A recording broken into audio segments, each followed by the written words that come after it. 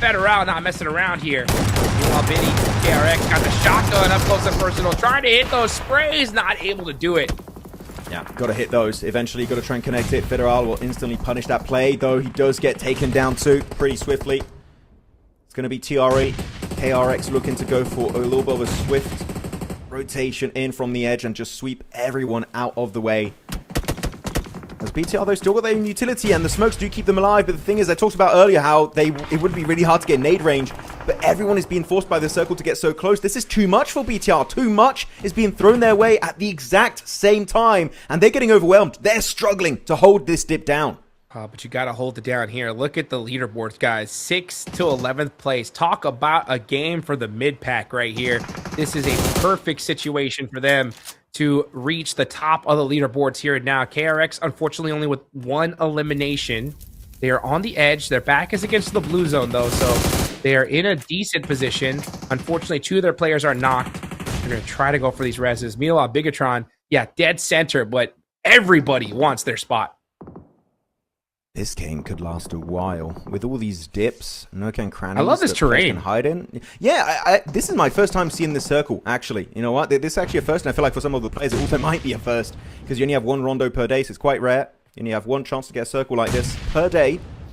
There's the nades. Number 1's good. Number 2, not going to get Federalis, unfortunately.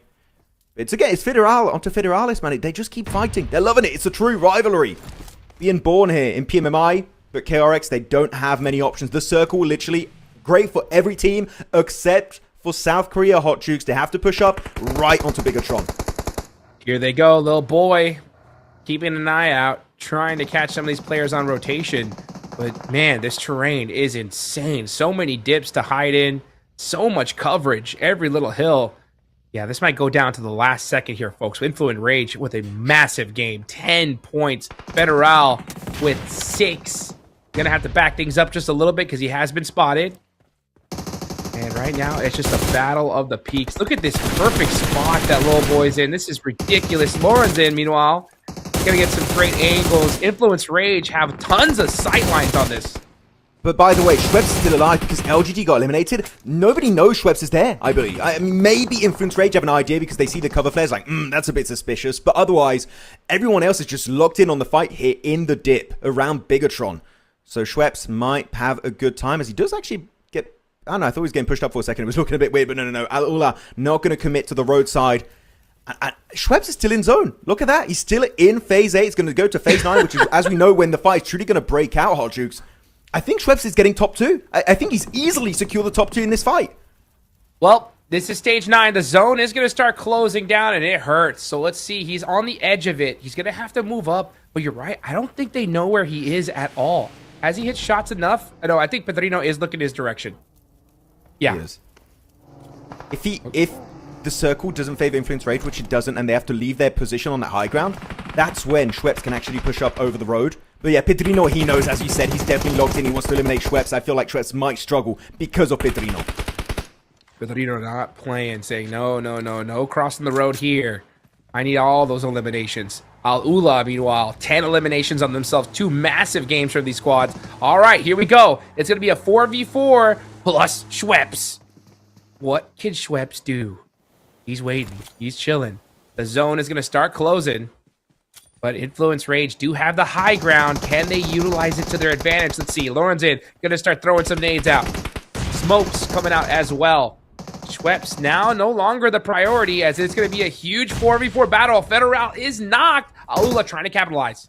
You could see that he's still Loranzin trying to look at the 2 teams. Schweppes going to be spotted out, put solo, but eventually will be swept under the rug. That's still going to be a podium finish. What a game from Schweppes and EECA, able to redeem it in the eyes of the tournament. Influence Rage, Little Boy, Loranzin, Little Boy absolutely popping off early. He's got himself 4 eliminations. Can it be enough here to lock it down? Little Boy, huge grenade coming on through, but it's just not going to be enough as the game is secured by MENA. It's AURORA Club to take it home. Uh-oh, I'll tell you one thing. AURORA, we saw them in the group stage. When they won the Rondo, they couldn't stop winning. Will we see the same thing happen from this MENA team here in day 2 of the PUBG Mobile Macau Invitational Grand Finals? What a start for this squad. man, everybody watching them has got to be so excited, especially those from the MENA region. Oh, I know that Mao, in particular, MENA caster, will be ecstatic about that win. I mean, he also told us how to say the name properly, so you know what? He's definitely going to be super pumped about that victory. But Schweppes, yeah, I mean, he created such a great fortress. Eventually, they were a little bit suspicious, like, there has to be someone hiding over there, which there was, right? It was Schweppes trying to just get away with murder. But what a performance. And Bigatron in particular, I know this is tough. It was a very low elimination game. Last time we saw them, I think they had 1 elimination. I wanted to see more utility thrown onto Al-Ula the moment they went for the push, but they kind of let them coexist, and eventually by doing so many other teams join the fray and surround them, and they just can't come out on top. So very unfortunate for BTR. But looking at the champion team, our MVP player is going to be Yasser with a total of 6 eliminations and just shy hot shoots of 1,000 damage. Wow, I mean, what a start. Almost 1,000 damage here off the rip, and they got a ridiculous amount of elimination points. So literally you couldn't ask for a better start for Al-Ula, and they needed it. They needed it big time here. So I'm really excited to see just how far up they're going to move up the leaderboards, right? They were in, I believe, was it 9th place before this? I'll check. No, yes. Yeah, yes, they were. Yep. Okay, so they were in 9th place before this one. Where are they going to end up? Yeah, they had 34 points. And it's going to be interesting to see just like, hey, where are you at now? Because that is a great start. Mm-hmm. I mean, they should be in top 5 because keep in mind, everyone up there got taken out so quickly. TIANBA, right. AURORA, FURIA, RRQ, even the side of all gamers didn't really have that great of a game. And Bigatron sure made it very deep in the match, made it to top 5. Elimination-wise, it was very low, so maybe they even overtake the side of BTR. That could be a massive achievement for a team that we said we need to see more from them in the finals. Though, I don't want to see what we saw on day 1 of the finals where they got 1 good performance and they kind of fizzled out afterwards and kind of disappeared in the other 5 matches. No, I want to see consistency from Al-Ula if they want to keep that MENA dream alive. Yeah, all they got to do is kind of repeat what they did in the group stage. It's going to be a little bit tougher when considering that these teams are set up here. But yeah, 25 points. That is the start you want, and that usually gives your team the confidence, right, for the rest of the tournament to keep popping off. But it still takes consistency, right? We saw S2G yesterday have a great game, and then it was just nothing afterwards. Ula's gonna have to try and avoid that at all costs. Influence Rage, though, putting up 19 in second. All Gamers and E-Arena with 11. And TIANBA, though, right? Still putting up consistent points, Max, no matter what. That's scary. That's really scary, especially when the top 5 were taken out so quickly with very, very minimal points. I do wonder, is that point lead still going to be as high as it was before this match, or is it going to be increasing, which I'm sure most of the teams, if not all the teams except for TIANBA, would definitely be hoping for. Second page though of this game, Weibo, that's my biggest upset right now. Weibo, they were in 13th position before today. And if they want to make it to Paris for PMWC, they need to overtake all of their PL brothers, like your Thunder Talks, your LGDs, and the teams above them, especially like your All Gamers. They need to try and catch up to everyone else. But as of right now, the points are just not showing up for the Chinese super team. Let's take a look here at the overall rankings. Oh boy, Al-Ula push it up to 2nd place. So yeah, we knew it was top 5, but now they are the number 2 squad in the lobby.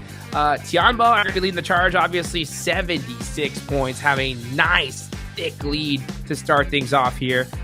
They still have 5 matches left to go, but TIANBA are looking so set up in this one. Look at it. Al-Ula had 34 points all of yesterday, and today 25 points. They're pretty much already caught up to their day 1 performance in a single match. Of course, we still need to see, like, what is that, an extra 9 points for them to be up there. Great showing from them. Really, really happy. AURORA, though, only 2 points. Going to be losing their silver medal. Going to give it up for a bronze one right now, as also FURIA going to be falling off a little bit out of contention. The good comeback from teams like All Gamers, E-Arena getting 11 points apiece. And that's going to keep them back in that discussion for the lobby leaders. Second page, though. Yeah, feels bad for PL, Thunder Talk, LGD, Weibo, all down there in 13th, 15th, and 16th position respectively.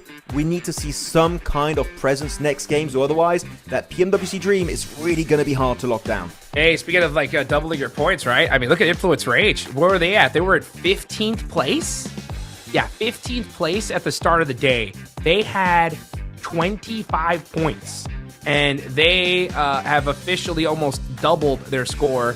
And that's how you do it right there, guys. 19 points in game 1. You go from 15th all the way to 9th place. Influence Rage, great start from them.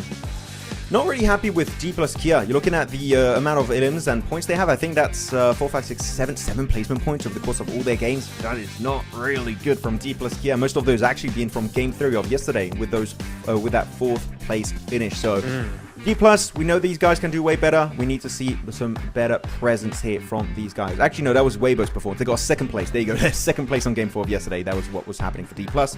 As QZ's going to be up there, and again here for the top damage. Expected, realistically, he's always going to be #1 on these graphics. Well done. Yeah, TIANBA QZZ is looking almost a lock right now for the MVP title because he's just been so consistent. But man, guys, that is how you start off the day here. When it comes to Rondo, we got some Aaron Gale coming up. Don't go anywhere.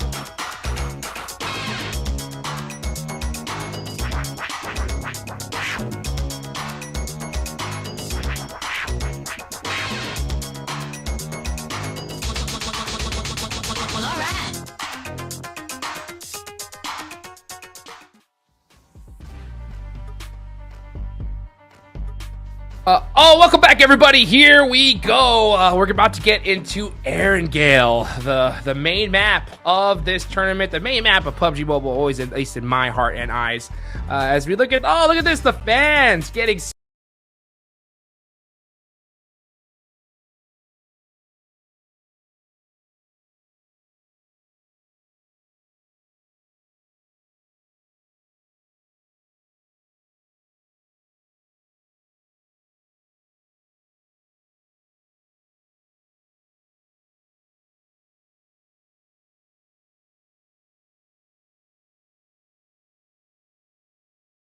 so excited here, rooting for LGD and of course for TIANBA, and TIANBA are doing great here in this one. You really have been having an absolute field day for LGD in particular. We need to see some TIANBA level performances if they want to be on top of those rankings, which we know they can do, right? They've had some really good moments, especially during the group stage. It's just kind of it's been tough to maintain these kind of results in the finals because this is the toughest group out of the entirety of PMMI. Of course, we're talking about the group of death. Who was in the group stage? No, the group of death is the finals group. That's the real one.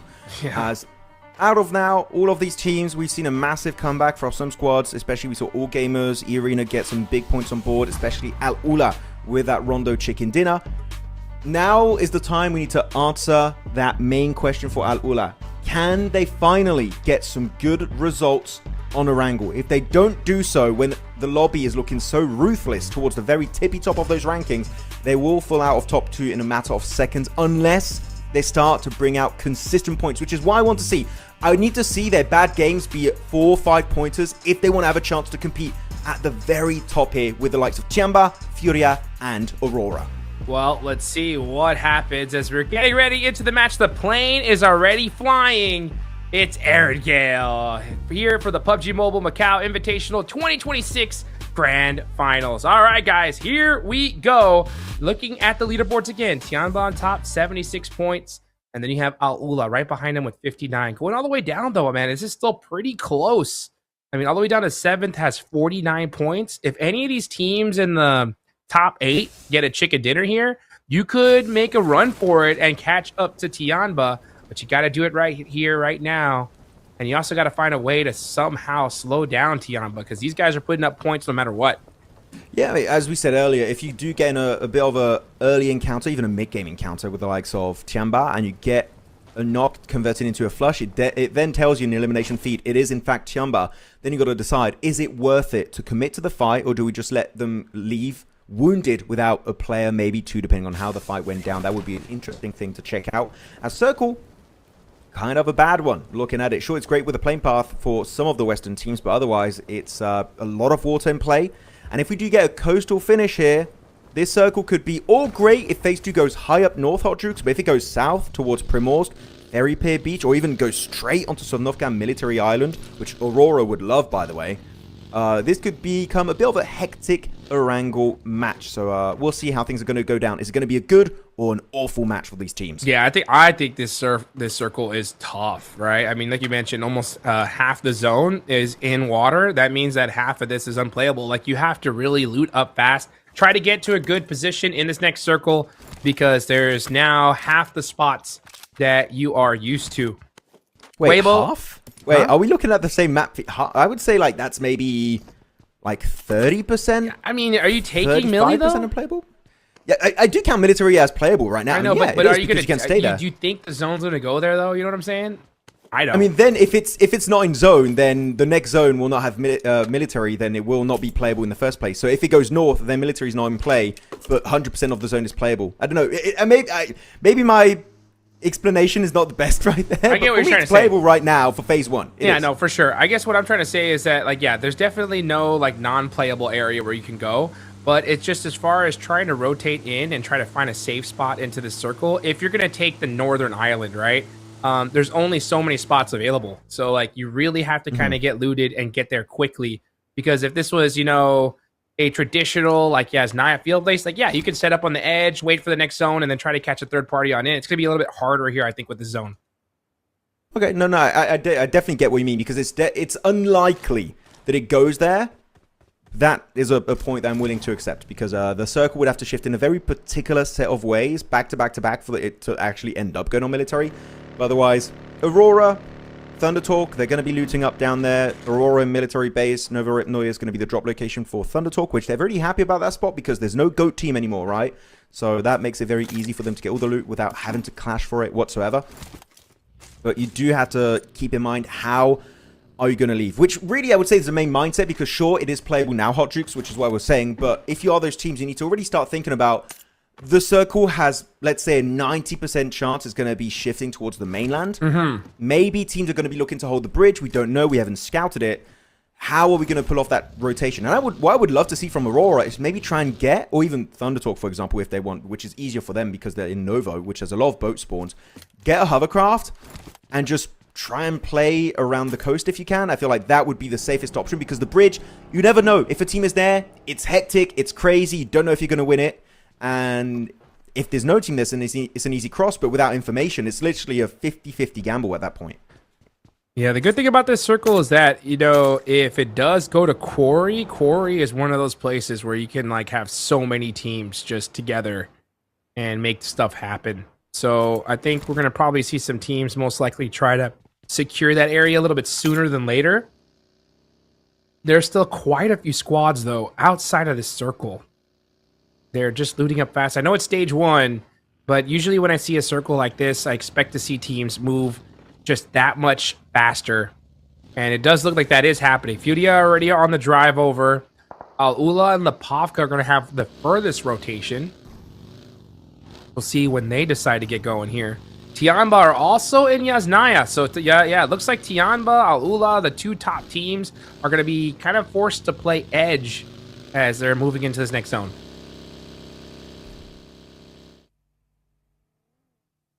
Very, very nice. Oh, quick drop. Yeah, quick drive-by. Already across the bridge. Very good setup here, making it next to the gas station from Aurora. Really good. I mean, yeah, so they're going with the idea.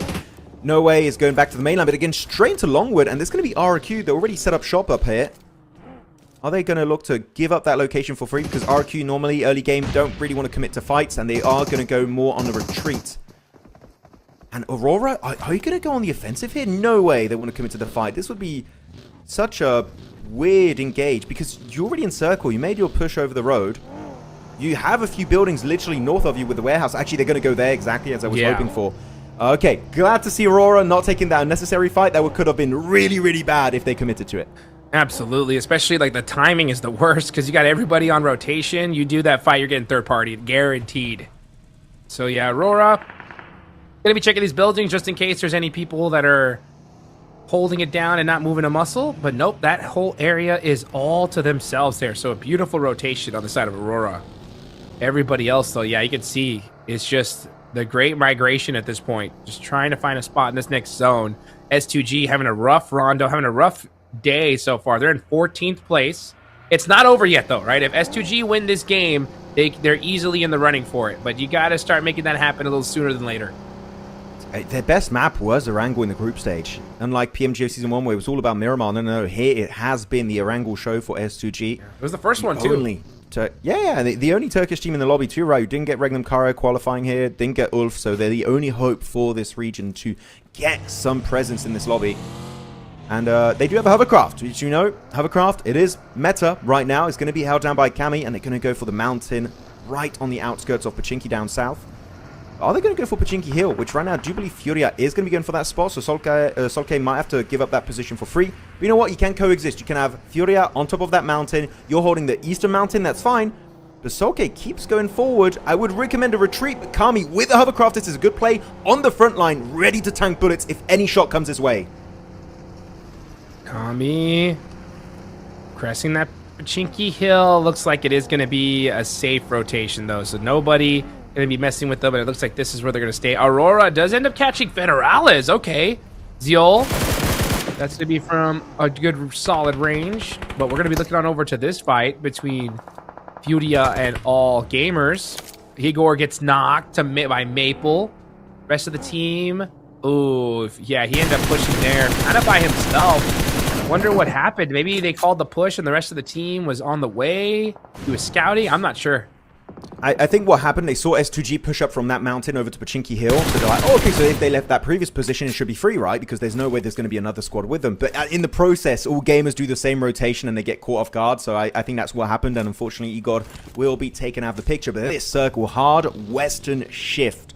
At least taking away Military Island out of the equation, which is great. No team's going to have to start to think about that bridge location. But Weibo in particular, as we know, Hot Chicks, every single Erangel game, if they can, they will be dropping in Primorsk. It's dead center of the circle. But also, Quarry is in play. And as you mentioned, a lot of teams can coexist over there in those extra buildings in that location. So we could keep a lot of teams alive until the very bitter end of this match. Yeah, there's also a perfect circle rotation for the team E-Arena, right? Because they were kind of late in trying to get into this next zone, and they were kind of trying to hug that shoreline. So the fact that the zone hard shifted to them, they're going to have this entire eastern side to themselves at this point. You can see everybody just trying to drive, find a spot, and the rest of these players are going to try to maybe sneak away a little elimination here and there. But that's TIANBA. Down a player. Okay. So TIANBA are going to find this building here, and it looks like, yeah, Milu, this is where he's going to go ahead and park it up. The rest of the team's going to be coming to this side as well. So TIANBA do end up making it safely, but they lose a player in the process. Good play from Aurora. They actually were getting pushed up on All Gamers, so they're trying to leave, but they do have a bit of an early clash with Furia on the way. I feel like it's just a matter of respect. Got to be careful though. Looking at the mini-maps, Ziola was split away from his teammates, and they're getting actually way too close to S2G. They are spread apart. They find it. Soke instantly avoiding getting squashed, and he's going to go into the vehicle, but Doc punishes it right there. What a good reaction. He's like, oh, you think you're safe in that car? No, no, no. He picks it up, and that's going to be Top also getting the second. S2G, they had the defense, they had the terrain advantage, but Aurora tears down the entire squad as Top does get taken on out by D+, looking for a bit of a third party. Man, you got LGD there. It's a fourth party as well. So LGD are looking to get into the mix here. Ling S does end up getting some sight lines. There's Tian gonna go ahead and put some shots on and pressure Aurora just that much more. You know, even though the fight worked out initially for Aurora, I'm surprised they committed so aggressively to a position they didn't scout ahead of time. So, yeah, Reefus also taken away. Straight back to the lobby you go. But LGD is so opportunistic. I love to see it, especially for a team that's currently in 15th position. They haven't given up hope. They're still trying to get these points on board. They see an opportunity for a third party. They're like, it's phase 2. Screw it. We don't care. Let's send it right into the fray. And they do get 3 eliminations off the back of that alone. So, LGD still have that chance to make it. And especially looking at the point threshold, one good game, they could be in the middle pack, so there's still a lot of chances for LGD to do good in this match. Meanwhile, we're going to watch Bigatron, though. Bigatron in some trouble here against all gamers. They're already down 2 players. Axel is completely isolated. That Molotov does look good. Actually, just a little bit too far to the left. Somehow missing that tree. You should have just really locked that one in. The next zone is about to pop, though. Are we going to get the quarry finish? Okay, it goes to the east side here. Makes things very interesting. All gamers and Bigatron are going to have to wrap this fight up sooner rather than later because they want to find a spot into this next zone. RRQ going to have an interesting wrap. Al-Ula are going to have a beautiful rotation on this north side. So they're going to be set up very, very nicely in this game. Hey, talking about rotations, one team that you did mention was E-Arena earlier. They had Joker that was going for that wide western rotate on the roadside on that highway. And he just got his entire team in such a comfortable position. Oh. And this time that was a solo, hopefully. Hopefully as a full team would be great to see as XZZ picked off by Ayala. FURIA looking to continue their reign of terror on the battlegrounds. But that flush not going to be too easy to lock down because the red is still possible at this point. But Weibo, they were alone inside Primorsk for the entirety of this match, but now they've got neighbors in Nongshim Red Force and TIANBA. That future exit outside of the city is definitely going to get tricky for Weibo in the very near future. Yeah, especially considering that this zone's moving. This zone's moving away from here almost 100%, so... Definitely. Yeah, we'll see what happens. Influence Rage are set up well in this game with their full 4-man. They have a nice compound, dead center. Alula have the north side. Where are they going? Onto Nongshim? No, I think they're just trying to find a way onto the edge of this circle so that way they can rotate away. But they end up right into Nongshim, and Hyunbin ends up catching them. They wanted to avoid the fight, but Nongshim Red Force was waiting for them. They knew. Nongshim just read right through 33Z like a book. It was a good play from Weibo, I will say, but Nongshim knew exactly what's going to be happening, and they set up, and now even Tizzy's joining the fight, setting up another off angle alongside XZY and Hyunbin. And I'm surprised, Weibo had a 3-1 car split, right? 3 players in the main vehicle and 1 player in the hovercraft.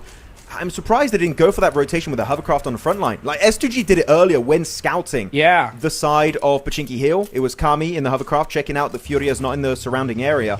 But here, Weibo, very risky play to go out in the open. That's an easy double knockoff to Suk and Suki.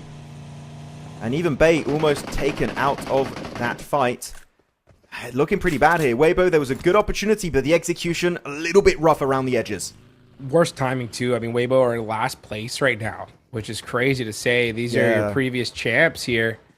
And the only 2025 champs in the lobby. Just not able to get things going. And it's always the worst feeling, too, when you go out like this, Max. And it happens to be in your home turf. You know what I'm saying? Like, you don't really see too many Primorsk zones. We happen to see it here in the late game, and it just doesn't work out for them. Weibo haven't left yet, and Hyunbin's already looting them. I don't know. No, that's kind of interesting, but so easy, and Hyunbin get it done. What is going on? The mountain is still in play to the west from Nongshim, so Weibo, if Nongshim was not there, they would have an amazing rotation. But it doesn't pan out as expected, so Nongshim may be going for the win this match. We did see for a split second, Weibo going the other way. But this RRQ, as we said earlier, Hodrix, there's no escape from Primorsk. Weibo are truly stuck in that city. Meanwhile, look at this. TIANBA is here as well. That's the Eagle holding down this Wizard Tower, but it's a battle between LGD and RRQ. LGD getting the better of it so far. Here comes Starpeko coming into the mix. Gonna try to hit those shots. Can't do it. Hyunbin and now Nongshim Red Force are going to be third-partying this. It is a party on the shoreline as QZZ is now looking to get into the action. Okay, so many teams committing to this tower, but it's not even that strong. I prefer maybe a push from RRQ on the mountain of Nongshim Red Force. That could have made it a little bit more valuable. But they take the risk, and unfortunately, the odds were just not in their favor this time around. LG to get Cam taken out by Genforce. RRQ still got a bit of fight in him, but TIANBA looking for the re-engage. That's a massive third party. And while all of this is happening, Weibo still struggling to make it out. You can see on the minimap in red on the right side, they're still stuck in those main buildings of Primorsk. They want a third party it, but Milu is just already on the outskirts of the circle. He's really making sure that while Eagle and QZZ are fighting near that tower, they don't get backstabbed by Weibo. What a beautiful setup from the Chinese team. And Oh, the speaking boat of- defense. Oh, that's huge. He sets up a wall with the All Oh, I love right. that. That is great. Hey, sometimes it's good. Hey, boats do end up on land, and that is the time to do it, right? To make sure that you get a little bit of extra coverage there on the beach. Beautifully played. And not to mention, look at TIANBA, right? TIANBA, 5 points on the board. This squad is just putting up consistent points no matter what. They are. Every time it's TIANBA o'clock. By the way, it's really cool. The boats, you can't shoot under the boat. Sorry, I'm a big fan of that play. No, I'm talking about it too much. It's really cool. It's so cool. Just putting that boat on the beach. Don't have to pop any wheels. Beach boat. It's a very safe position. The beach boat. The beach As boat. bait, stranded here. Sole survivor of WBG. Can Weibo maybe clutch up a few eliminations on Nongshim? I don't think so, because look at XEY. Sure, he's very close to them, but he's not over peaking. He's not overconfident. He is respectful of what Weibo can do and what they can deliver in these situations. So they're just holding the ridge lines. This is not Nongshim being scared. This is Nongshim respecting the competition, knowing that a slight mistake could get instantly punished. So let's quickly regroup. Connect back onto Tizzy and company, and they still maintain position on that mountaintop. I'm loving the way Nongshim are playing this match, and currently in 10th position. One big game, they could be closing up with the top 5. Yeah, this needs to be it right here, because we're seeing, I mean, you want to win this tournament, and TIANBA are running away with it at this point, so you need to catch up sooner than later. And you can see Hyunbin just looking to try to soak up some of these eliminations. Milu is going to catch Bay. That's another elimination for the side of TIANBA. Yeah, no one's stealing that one. As the zone is going to close, are we going to see another wild shift to start things off here? Let's see. That blue zone's going to take R2 on phase 5. No amount of meds can really help you unless you got like 20 med kits. You might be able to get some placement points, but it's still top 12. You need to see if you can reach top 8. Circle finally. The mountain of Nongshim Red Force is not going to be in play anymore, so they've got to start thinking about what their next move the crosser angle is going to be, as most of the beaches actually is going to be taken out, especially the little bay area of Al Ula is not in zone anymore. So that boat we saw earlier, it was a great play, but it's not going to be rewarded by the play zone. And Weibo, final few bandages. He's got 10 bandages, and that's still not going to be enough. Weibo, that is a massive L. No placement points for their trouble. Same for KRX, swept under the rug and by the boys of KRX. Man, I love what E-Arena did earlier. We saw one of the players, it was Mormon. He took these blues very, very early on in a 3-1 split. The zone hard shifted here, and the rest of E-Arena just followed their teammates. Now we see Nongshim Red Force pushing onto D plus Kia.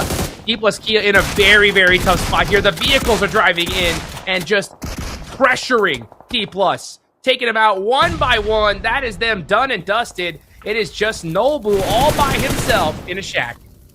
I kind of get the idea, too, that they kept Tizzy on the back angle just to make sure they can assist from a distance, but that's like a 200, 300 meter split. I really feel like that was maybe a little bit overzealous from them, but so far they are still alive as a 3-man, so you know what, maybe I'm a little bit hypercritical, but it was definitely working out versus D plus Kia down to just Nolbu on their side, actually. But TIANBA, they need to finally use this Harry Potter power to got that easy rotation with the vehicle. If they can find a knock onto Nongshim, actually that would be an easy engage for them. We get the damage force from them right back into hiding behind the smokes. One player has been knocked. So you know what, TIANBA would say this might be your time to go for the push. Yeah, I was going to ask you think TIANBA is going to be able to make it out of this circle? It doesn't look likely. They're in big trouble here because they got Furia locking eyes with them. Nongshim Red Force is going to be keeping tabs there as well. So yeah, TIANBA doing great so far, but they got a new vehicle. They're on the move. No shots onto them so far. Actually, now they're starting to get shot up. Let's see if they can make things happen there. One of their players does go down. 2ZZ driving on up. He gets taken out as well. Oh, no ammo! Oh, wait. Yeah, that's it. TIANBA eliminated.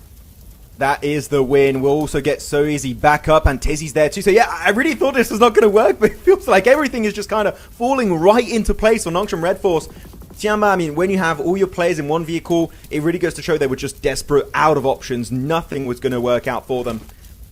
And Nongshim just able to get it. It was getting close too because he was literally had no more ammo in his main magazine for his AI. He had to swap over to the DBS, but he didn't have to shoot a single pellet there. Still able to get himself the win. 7 eliminations for Nongshim, and we've been seeing throughout the entirety of this game, they've just been climbing and climbing throughout those rankings. Now 47, just shy of maybe a spot in the top 5. If they can convert into an actual chicken dinner, which is doable with this circle, maybe we'll see South Korea towards the very top of the rankings, which we would love to see happen for this roster. Yeah, it's a big opportunity for everybody to try to catch up to TIANBA as well. There's still quite a few squads here. Influence Rage are going to have the north side. They have 45 points. A win here could put them into top 2 easily. Let's see what they could do with that.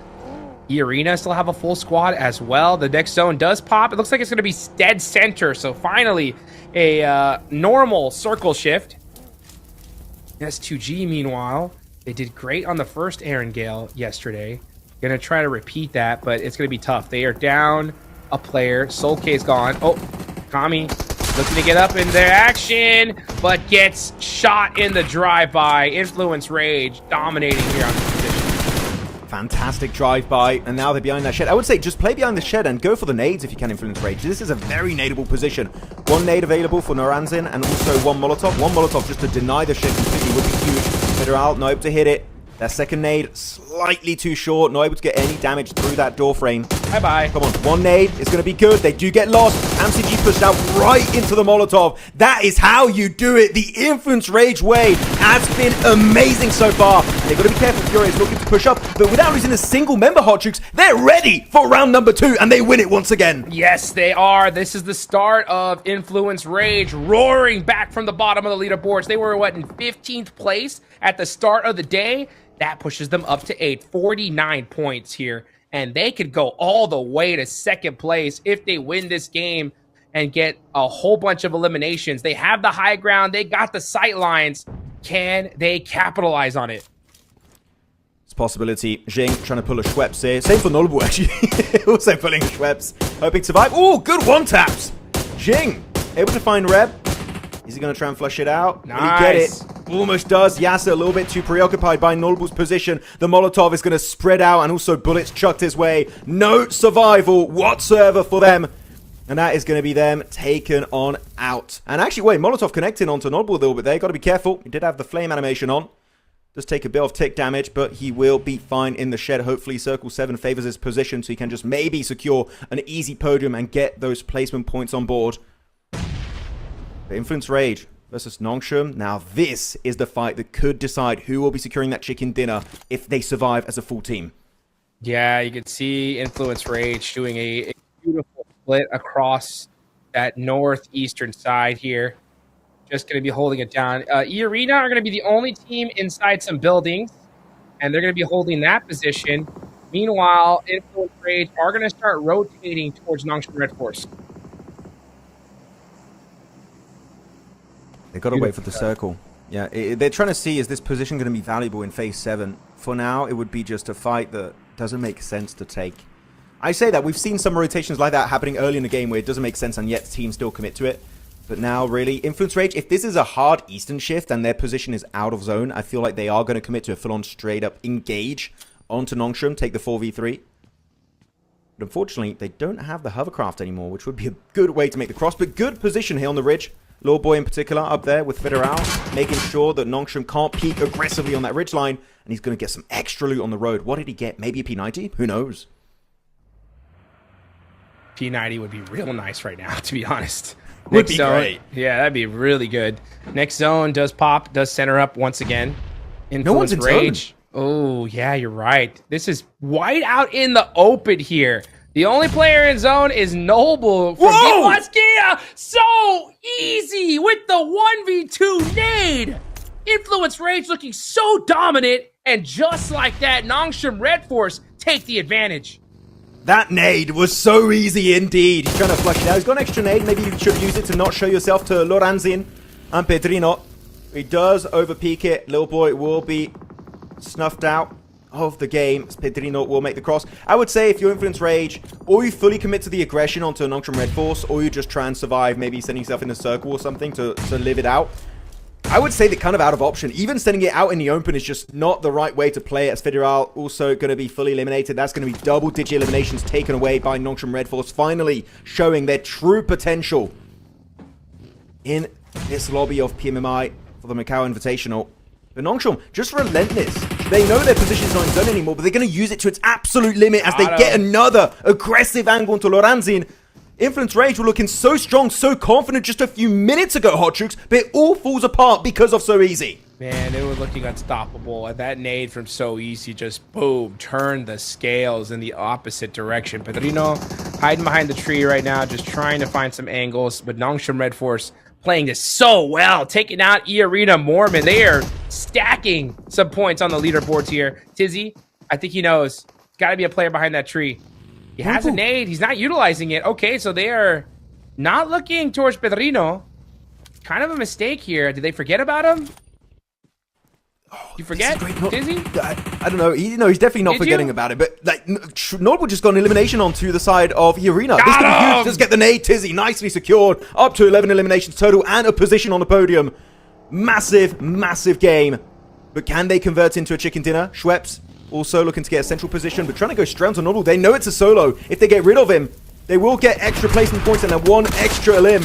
Good elimination for Notable though. He picks up one as they get actively third-partied by Nongshim Red Force. They're just taking every spot in the circle for themselves. And that is it! Fully eliminated! It's going to be XCY to get it, and Notable surviving, getting the top 2, and up to 5 eliminations, D+, versus its other South Korean team. It's a 3v1 scenario. Can Notable bring it home?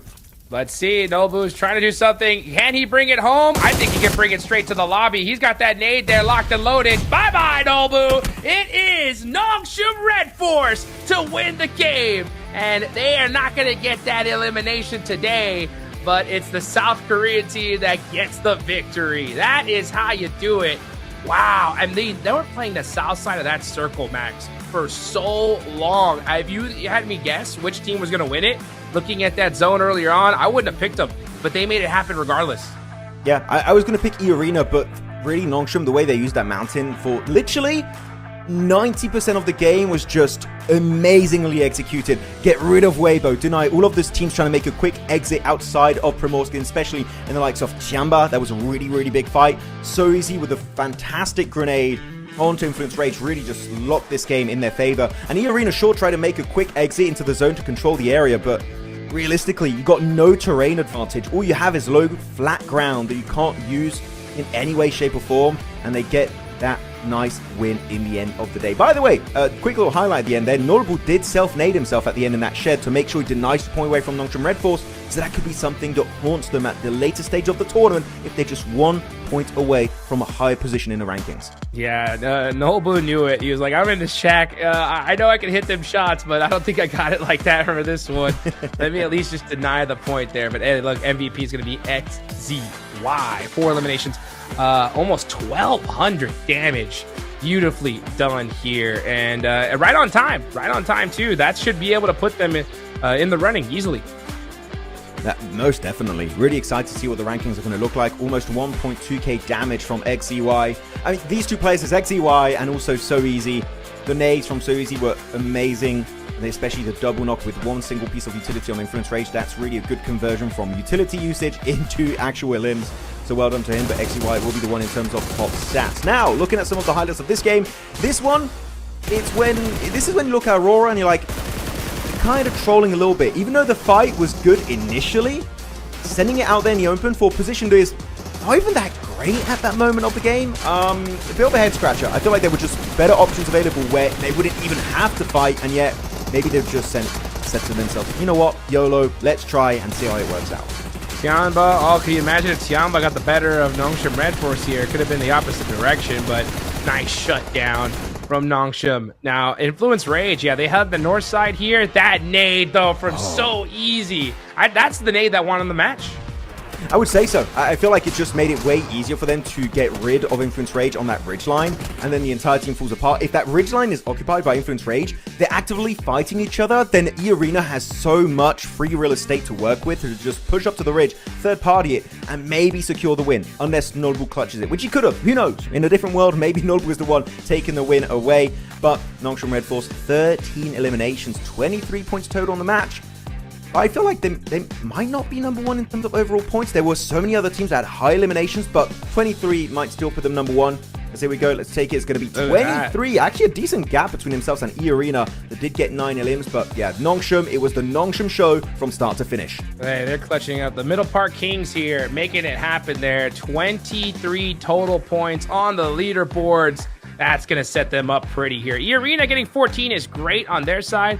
D+, they needed those points desperately. So getting 11 here was great for them. But man, dude, this leaderboard, it's still anyone's game here, Max, right? The only thing is that TIANBA are putting up points so consistently. So they're going to have a little bit of a point gap. But for the rest of the leaderboard, still anyone's game. It really is. So many teams can still catch up. And with the smash ruling taking effect tomorrow, you better come back now if you want to have an opportunity to do well in day 3 of the PMMI finals. Though, second page, a lot of 0 pointers. And Weibo! We saw it at the same time, right? It was just like, what's going on? Again, I think the idea behind their rotation to leave Primorsk was a good idea. It's just the execution. You're not utilizing the hovercraft to its full potential, having that play on the front line and the rest of your team to follow up. And they didn't even scout. They just, I think they maybe just expected that position to be free, which we know as a fact, Hotchukes, that was not a free rotation, as Nongshim Red Force were there, and as they get the win, they jump up on the podium. Yeah, Weibo didn't want that fight. They just wanted to find a way into the next zone, but Nongshim, they knew it, right? They're like, there's going to be a team coming through here. It's most likely going to be Weibo, and we got to punish them, and they did. So they're going to go all the way up to 3rd place. So Nongshim Red Force, what a game. Looking at the leaderboards, yeah, you got 82 points from TIANBA. E-Arena right below them with 64. And AURORA go all the way down from 2nd to 6th. Well, they're trolling. Unfortunately, I know I keep saying that, and people are like, oh, they don't troll. Sometimes they do. I feel like, especially the Rondo, I can give it up to them, right? Because the rotation was kind of tough. But this one, I feel like we should have been a little bit more thoughtful on that rotation. Though Weibo, it's a 0-point day so far. 2 matches played. Ooh. One of those being a Rondo. Yeah, unfortunately, I would say the Weibo dream is long gone. Now to catch up, because of the smash ruling taking effect tomorrow, Hotchukes, we need to see 4 massive games in a row. Otherwise, Weibo, it's game over, in my opinion. Oh, for sure. Yeah, Weibo, they've literally afforded every bad match they've had pretty much for the rest of the tournament. Like, if you're Weibo, you got to pop off every game here, right? 2 more Aaron Gales, 2 Miramars.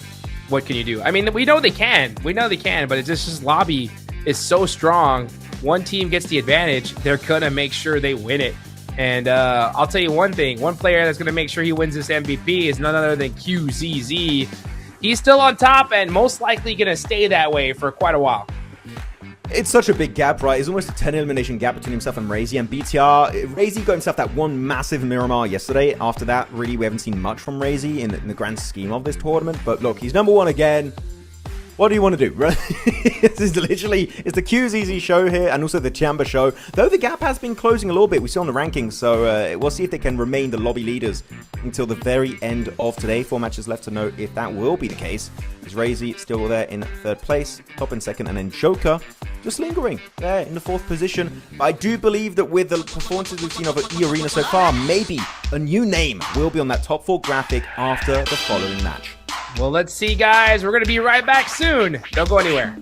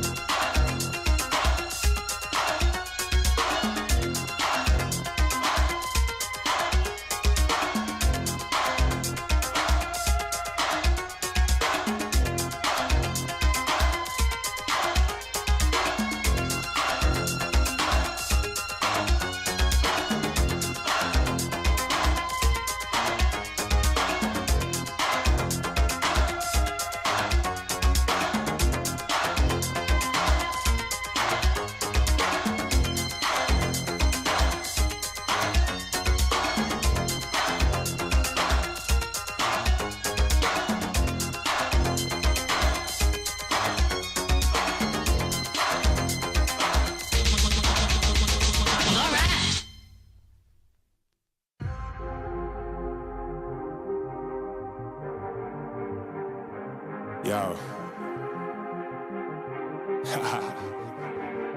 I don't think they're ready for it. On the loose, on the loose, on the loose, on the loose. We're the beast, on the loose, say the truth, on the loose. Off the chain, it's all the gauge. Yeah, getting wild, shot me out the cage. It's getting wild out here. One by one, we watch them all falling. It's getting wild out here. But I'ma be the last one standing. You can't stop what's begun. You can't stop a revolution. Come in, come in. It's getting wild out here. It's getting wild, it's getting wild. Eating them, beast, eating them, feast. Fire the most, tire the least. See them admitting defeat, and they so useless. I'm so ruthless. New phone, who this? Give no reply to excuses. Got no bite, man, I'm toothless. Living a lie and the truth is. Got this power, bringing it. Play my anthem, singing it. Every mountain, ringing it high. I soar, I rise, reborn. Strapped, I'm back like never before. Taking my final form.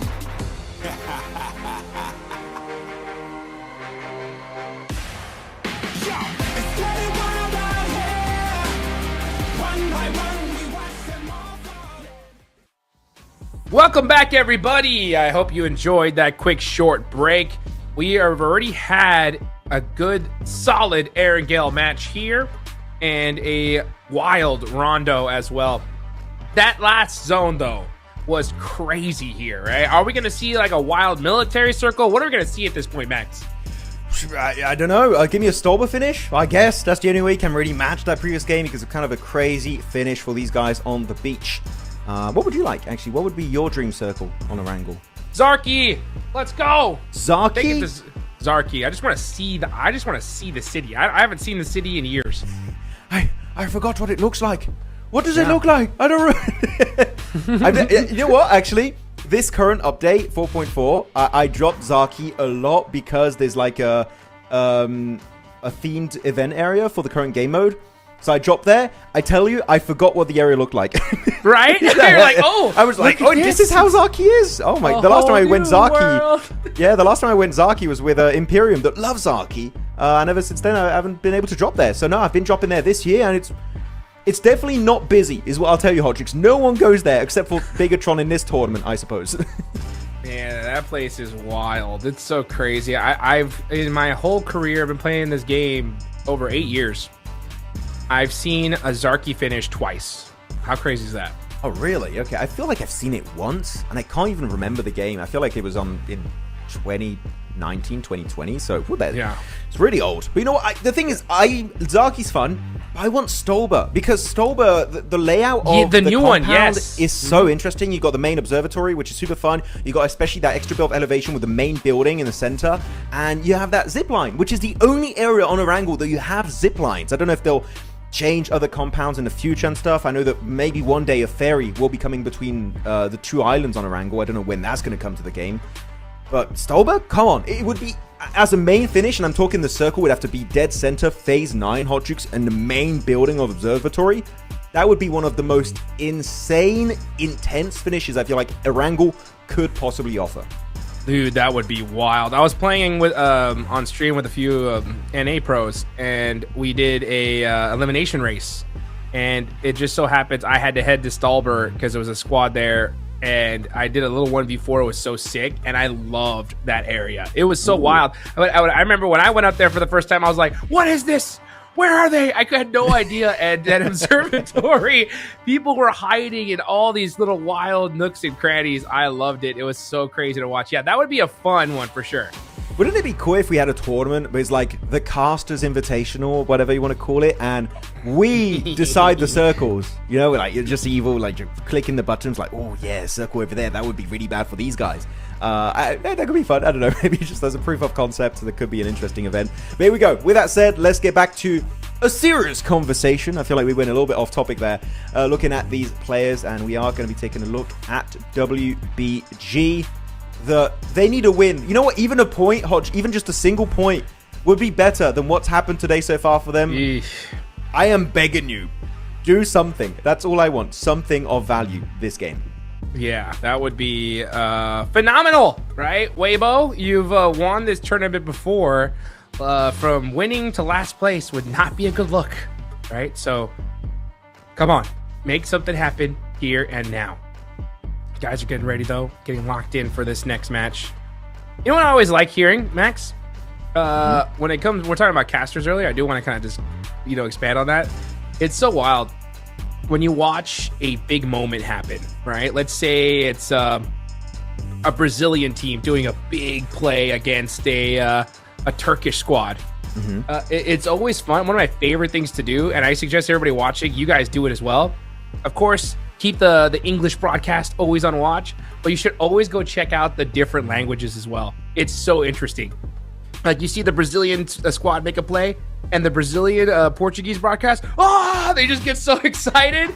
And then the Turkish broadcast, that unfortunately would lose that fight. You see them, it's the dynamic is so hilarious to watch. Yeah, as the English stream, you've got to try and be a little bit less biased, even though we are. Come on, we guys, we have some favorite teams, okay?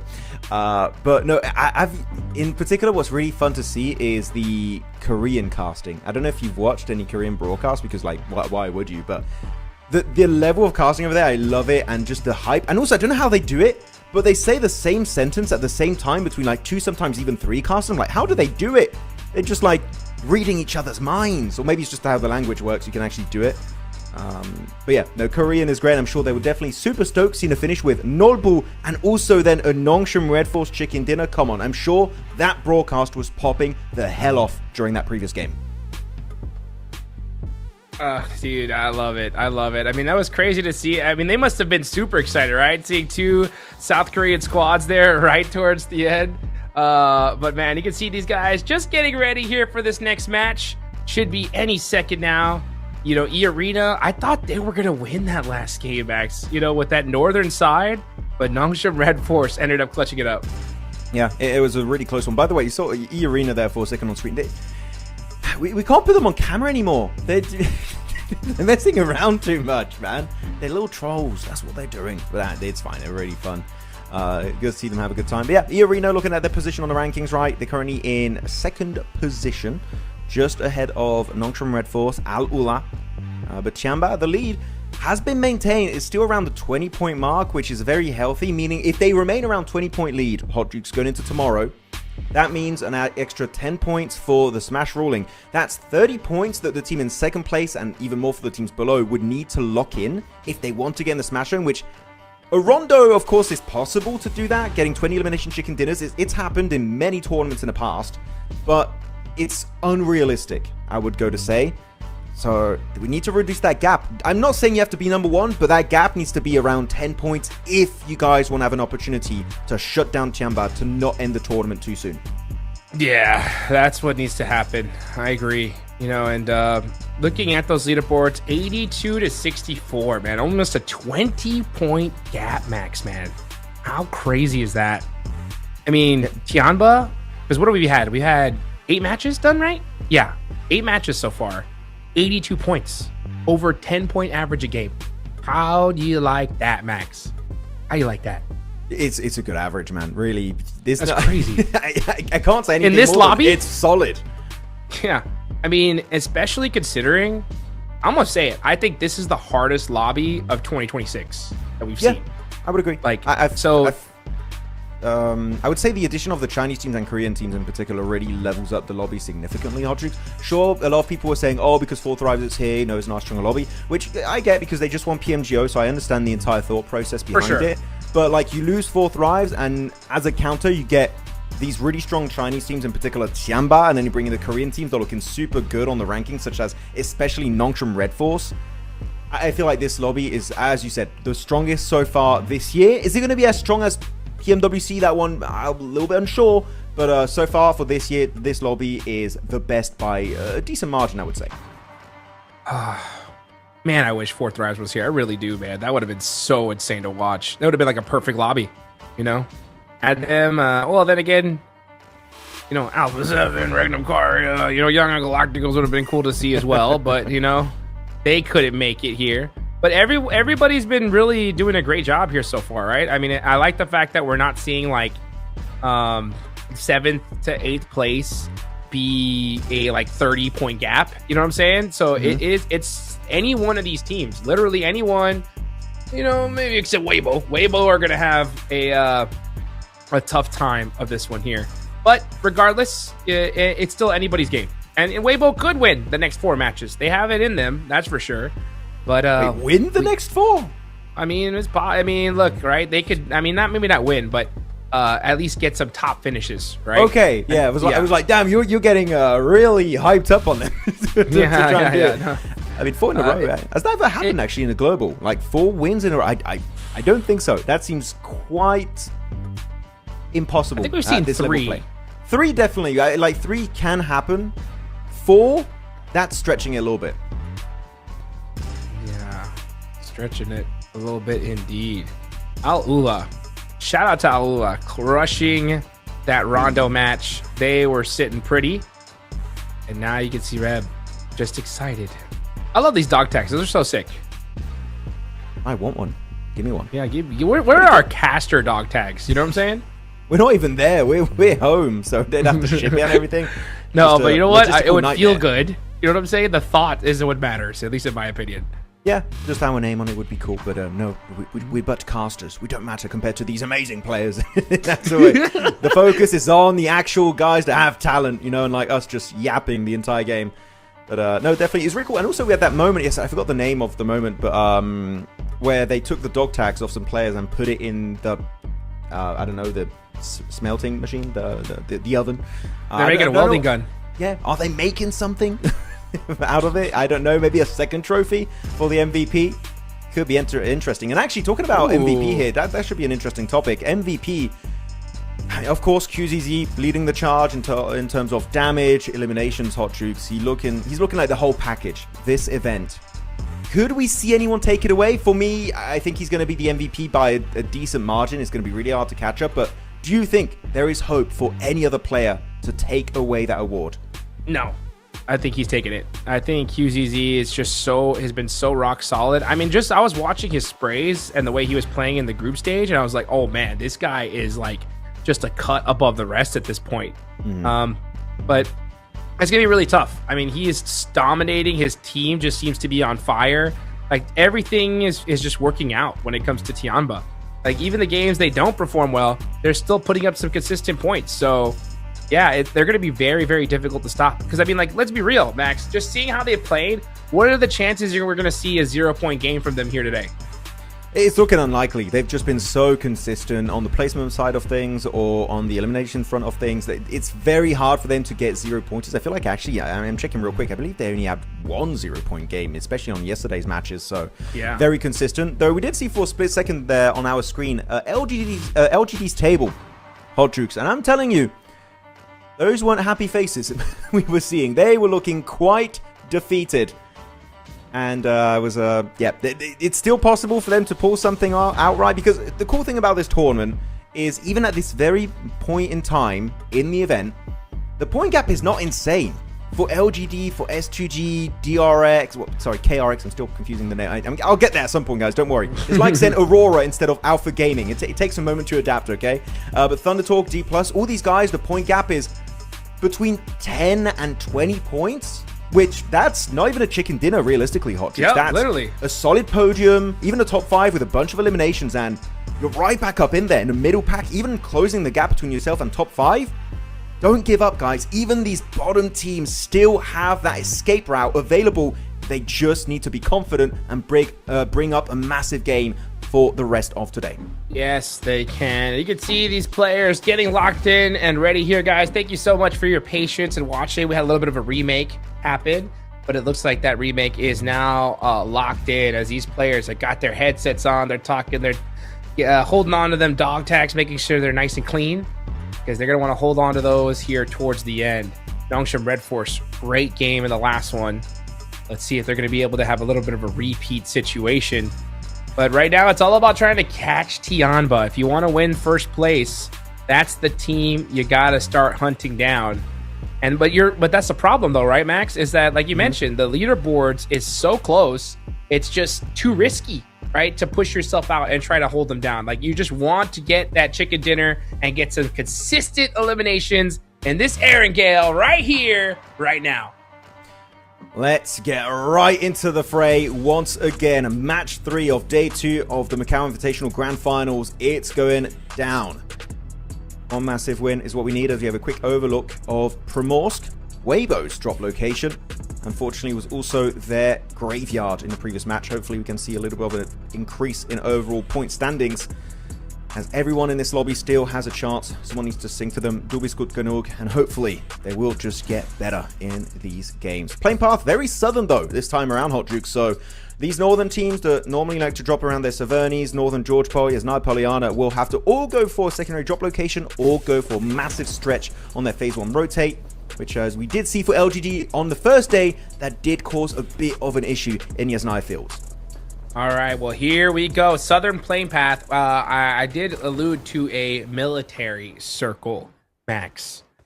Am I right? Do I have the crystal ball today? No, it's going to be a northern or northern eastern circle. Northeastern? Who's... All right, let's see. All right, guys. What do you guys think of chat? Say it now. Say it now. Ah, Max Man. Max Man. It's not northern. I can't take the win on that one. Northern I don't know. Like it's pretty. It's it looks northeastern to me.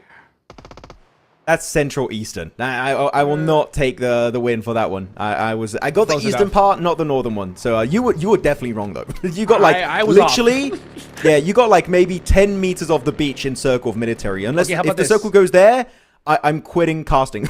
Okay, okay, but if it goes up to Yasnaya, huh? Next circle. Okay, then I'll take it. I'll take it. Okay. All right. We're pending victory for Max Man, folks. Looking at the plane path, no hot drops so far, at least from what I see. So everybody, there are some teams pretty close by, but everyone should be just trying to loot up and get into the zone. The loot and scoot, typical stuff here for these guys. As this area, many hot drops happened where So Easy currently stands, especially with the Wolves, right? Which I would say that hot drop actually kind of pushed Wolves out of the entire tournament. If they didn't commit to it, maybe they were able to just squeak their way right in to the finals. As Al-Ula, there you go. They go for one of those wide rotates I was talking about, despite the very southern plane path. And you've got the crossbow. Okay, he's trying to become Daryl from The Walking Dead. Trying to find some players. You never know. Might just get a cheeky player if someone was camping around here. But nope, that is going to be the entirety of Northern George Pol locked down by the MENA team. And after their great performance earlier today, right? Who knows? Maybe there's an opportunity for them to jump up in top 2, because it's literally a 1-point difference between the likes of Al-Ula, Nongshim Red Force, and E-Arena.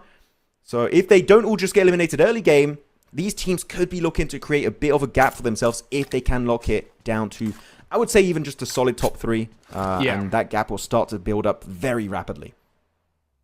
Definitely. Looking on over, we're just watching all these players just enjoy their loot session. And Influence Rage, little boy, enjoying that loot truck, that's for sure. Gonna get that level 3 gear, getting all set up. Right now we're gonna see Maple doing some looting in some of the smaller buildings around town. What is he gonna find out here? Let's see. Got a UMP Scar. Okay, there's his level 2 helmet. He'll take that. But man, Influence Rage, those loot trucks are so beneficial. As RRQ. Okay, Genfoss found a level 3 helmet. That's nice. He's got the Bison. The Bison. I love how you say the Bison every time that way. It's similar to when you're saying compound names in Miramar, like Hacienda del Patron. It comes out. The accent definitely comes out. You give it a French accent for the PP Bison, which I get with the way it's written out. You kind of want to say it with a French accent, which I am French. I have done that in the past too. You know, I'm also a criminal saying that every time if I can.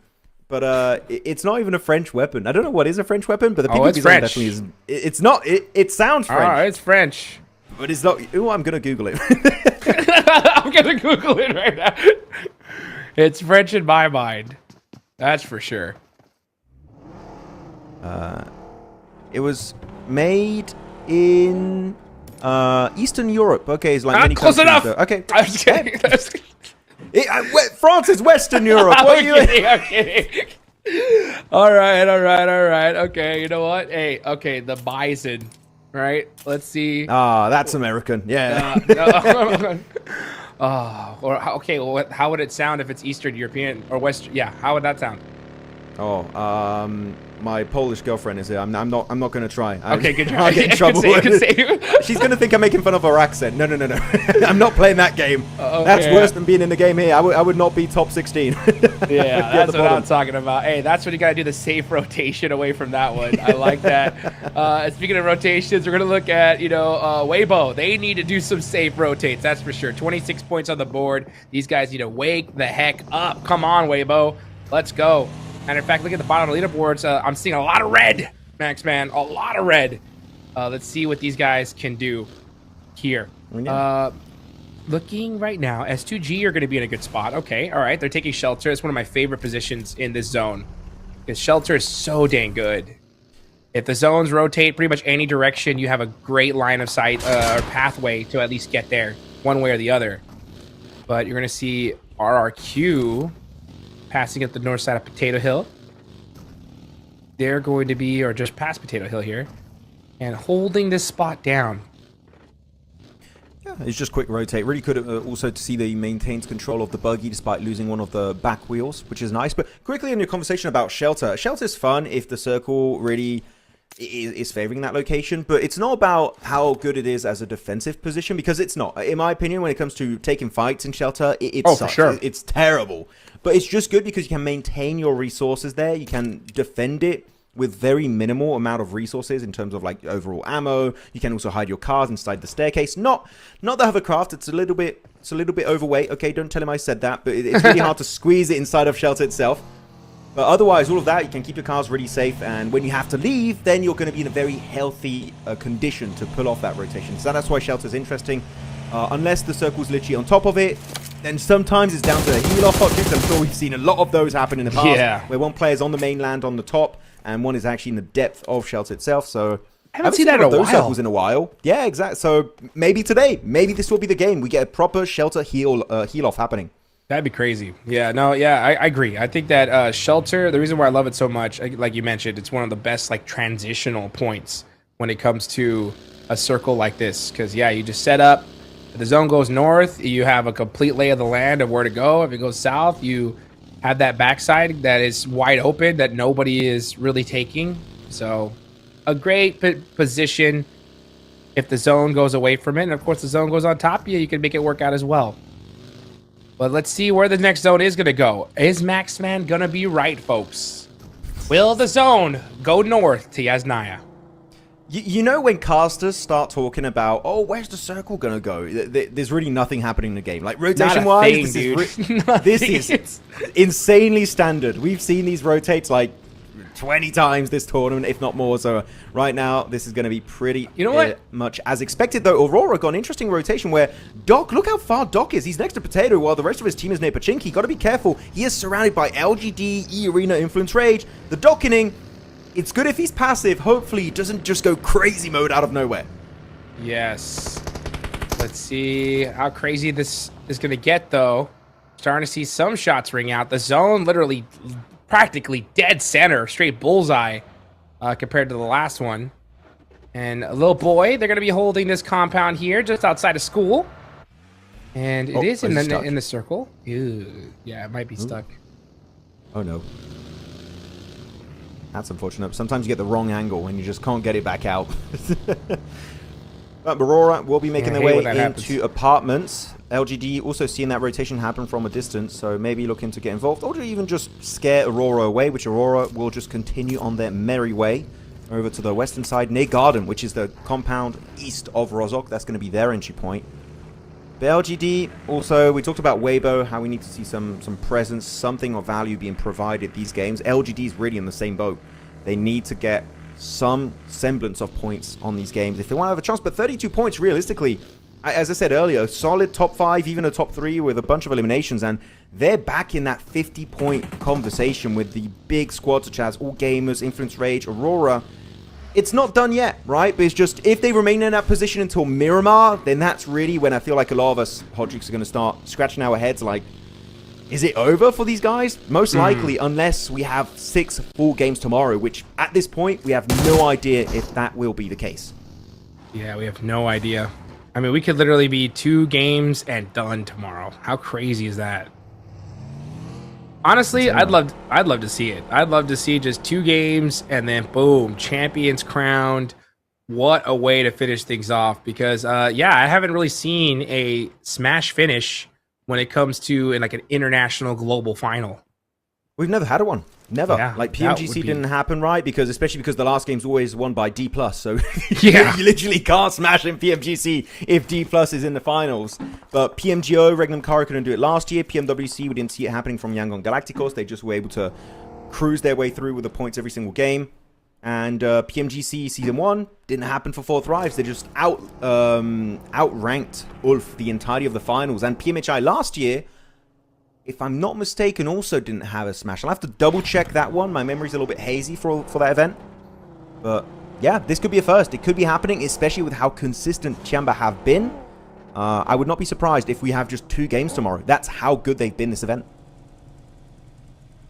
Crazy. Crazy, crazy, crazy. Speaking of crazy, man, that nade from So Easy last game, that was nice. It's so good, we're still talking about it next match. It really was. Hey, centered up again. Okay, all right. The zone is just not... Okay, the last game, the zone was going all over the place. This game, it's like, okay, guys, right? It was all a prank.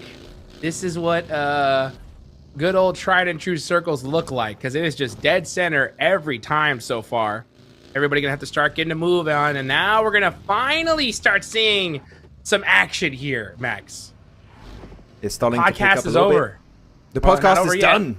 We're getting to the real action-packed portion of the game. Actually, looking at this circle, Heaven to the east is still available for TIANBA. They've got the entire squad set up there. If you're able to hold teams at bay, which is what I'm expecting, they could get a lot of points, which could be scary for the entire leaderboard. But KRX now and Nongshim Red Force is in full effect. It's going to be Hyunbin and XEY, the really 2 big names, especially XEY last game, able to secure that win. And KRX still looking healthy in terms of the amount of players alive. Hyunbin looking to defend it, but he's just so low. There's not much he can really pull off at that moment. XEY's got 5 grenades. If he can create a bit of a man advantage for himself, that would be huge, but the nade misses the window. And he's, oh no, he's actually trying to throw it downstairs. Sorry, didn't see it. What he was trying to do, but no, he's trying to play a little bit of a defensive setup. As KRX slowed down, it's TRE, Hoxie, and Binny. This fight is looking pretty much locked in for South Korea, especially for KRX, because actually they're both from South Korea. Yeah, That's right. South Korea on South Korea once again here. Let's see. Oh, a beautiful nade. That's going to really hurt him. Yep, XZY. Going to go ahead and try to get that first aid. This nade should do it from Binny, though. Oh, never mind. It's RQ. Genfoss said, that's my elimination. And they got it. Yeah, nicely done. And KRX definitely know that was secured by RQ. So they know the entire compound is theirs to call home. And in this circle in particular, it's a really good setup. You don't have to move. You can easily hide your cars behind the walls of those buildings. But this is a very safe phase 3. As we can't really say the same for these northern teams. Got E-Arena and Alula just kind of feeling the area, moving around with their vehicles, trying to see if Alula are friends or enemies. Most likely enemies if they want to take the fight, but there's still a few options to go for the rotation so they don't have to commit to the fight. But Alula might feel a little bit pincered because to the west of Alula there's LGD, so their escape routes, there aren't that many, unlike E-Arena that could easily make their way south of the road and play around a few dips. But will they look to go for the defensive play? It seems like they really want to deny that rotation from Alula, which is respectable. Looking right now at these rotations, I'm just kind of staring at the map right now. As yeah, Alula is just right now, just gonna go ahead and get their teammate out of that hay bale, and that could have been right on time. As if it was 1 second too late, he would have got eliminated here. The zone now saying no more centering up. It's time to do a little bit of a hard shift. It's gonna go all the way to the western side. Huge circle shift for a team like Influence Rage. They're going to be set up in this one. But yeah, it looks like both these teams are going to avoid that engagement, and perfect timing, too, considering with this hard shift. It's on Alamo compound right now, so that's going to be massive for the likes of D+ here, but there's a lot of value there, so teams are looking to send it forward if they can. QZ, though, able to get himself a nice initial knock on himself. You lose Eagle in the engagement, but you know what? There's no flush happening, so that's going to be TIANBA having to maintain that spot. That's a decent dip for themselves. As all gamers, though, XEZ going for the quick pivot. looking to maybe find a bit more information, but he is going to be left stranded as a solo player. If he can find a shed, which he is going straight for that shed next to the garage, maybe he can survive, maybe get some placement points, pull a Schweppes here. But otherwise, this is pretty much a non-game for all gamers, and they're going to stay stuck in 7th position or lower based on how the bottom teams perform this match. Super unfortunate. You can see TIANBA, though. They're down 1. Oh, and they lost QZZ. All right. That allows some players to try to maybe catch up to him on the MVP ranking. It's going to be tough, though. He's still got a good lead. Let's see what the rest of these teams could do, though. AURORA, they're going to be holding that north side. Top's got his mini. You know he's ready to use it. Especially in that position in the field. You see the head popping over the ridge for LGD. Come on. Top, he wants to catch up to QZZ from TIANBA. He wants to be #1 in terms of damage and maybe also eliminations. And playing with these roofs, which now are playable because you can actually get your players up there with the assist feature. Put them up there with your arms. Lift them a little bit. And that's some extra elevation you can easily secure in the field. That is a great position to have for AURORA. As AURORA, though, finally going to be leaving the side of EECA and also Yasnaya Poliana. But all the positions are taken, Hodrix. They need to go for a crash right onto S2G, it seems. Here they go. Claws getting knocked out the vehicle there. Nice shots there from Hamzu G. Now Yasser's trying to be able to help out his squad. And what happened? Where'd they go? S2G eliminated just like that. AURORA, and now here comes a third party from D+. That nade looks good. Oh, just short. That vehicle, blown up vehicle, really helping him out here. AURORA going to try to get this res off and get the heck out of Dodge, but it's going to be tough. They're stuck here. They are completely surrounded. Yeah, just to answer your question, S2G went to heaven, but not the Erangel location. real heaven. It looked like they had a great start, and then all of a sudden just boom, gone. Yeah, it really was just it was a risky push from AURORA, right? Because they didn't know the exact pinpoint locations of all the members of S2G, but they just able to swarm it, and they only had ready trees. So if you go and pick up enough speed, you can get behind the tree in time and get those players, which is exactly what happened. Though, look at AURORA. Ooh, that nade could have been perfect onto Chan, but it misses, and he does get the first aid. So they're looking to be pretty comfortable now in that ridge line, and I think AURORA don't want to waste their utility. Reefus is really aggressive on that position, especially knowing that EECA can see in the distance. They're kind of looking in their direction, and Top will join that position also. I would say just wait for the circle, AURORA and LGD. This is not worth committing to unless the next circle dictates this fight is actually interesting to commit to. As of right now, no, they're just wasting their utility trying to get it done onto LGD, and the circle shifts away. Maybe now it's going to be more interesting. If you eliminate that team, you can then crash right onto BTR's dip, or do you want to send it there first? That is the question. Top getting the opening knock. Ooh, another one with a Molotov. LGD, you're in big trouble. Here comes Reefus. Up close and personal. He's got to make sure he doesn't give a 1v1 opportunity. I love that. He got up close and personal, but he's going to wait for the rest of his squad to help him out, as now they're going to start making that press. Reefus with the shotgun right there, ready to assist his team, and that is LGD out of there.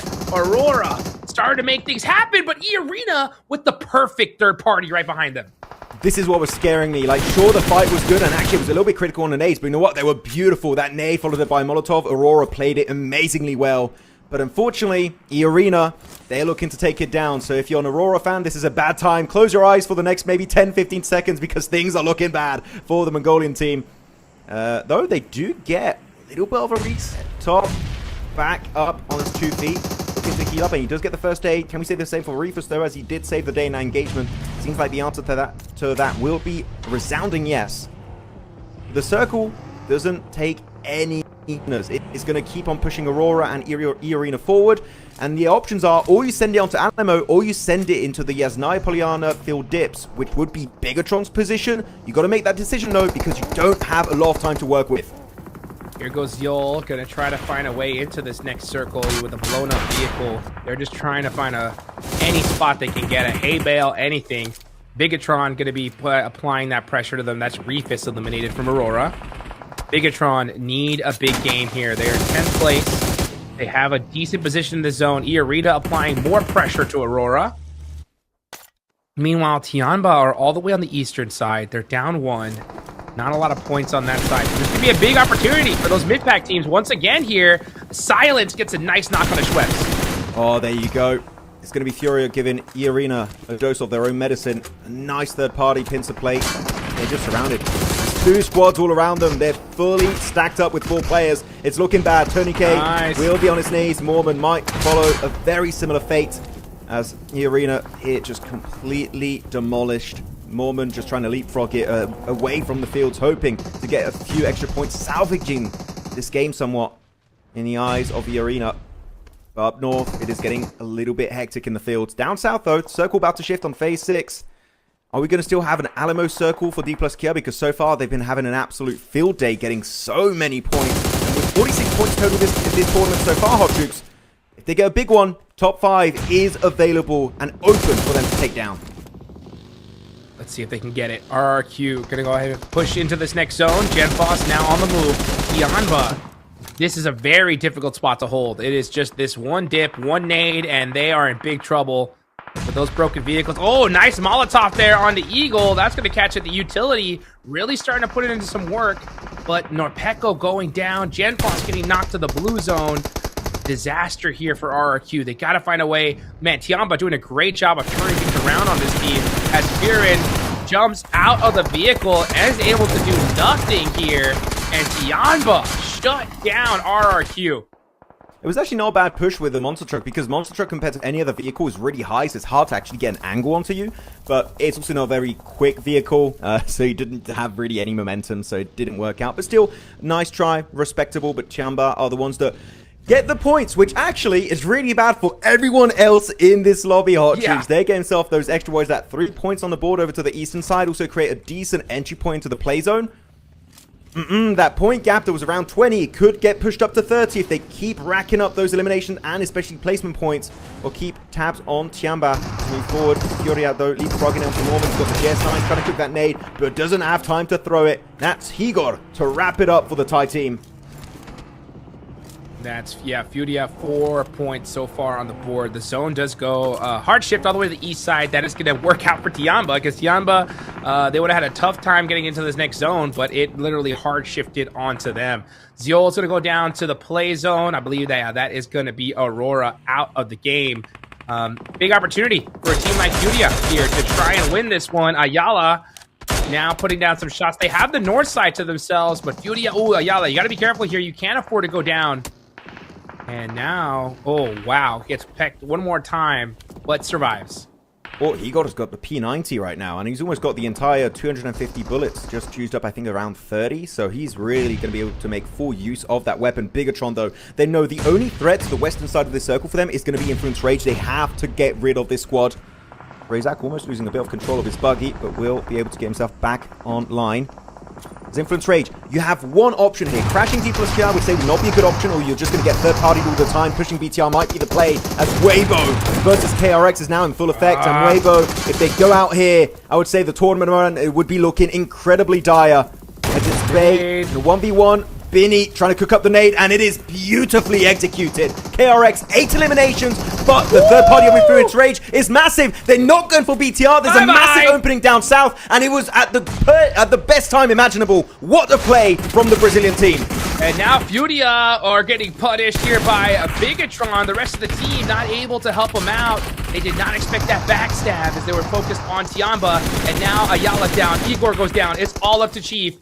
Chief by himself, or Silence as well, in this play here. They got the shotguns, and they wipe out Bigatron. FURIA with 8, looking to get a full reset.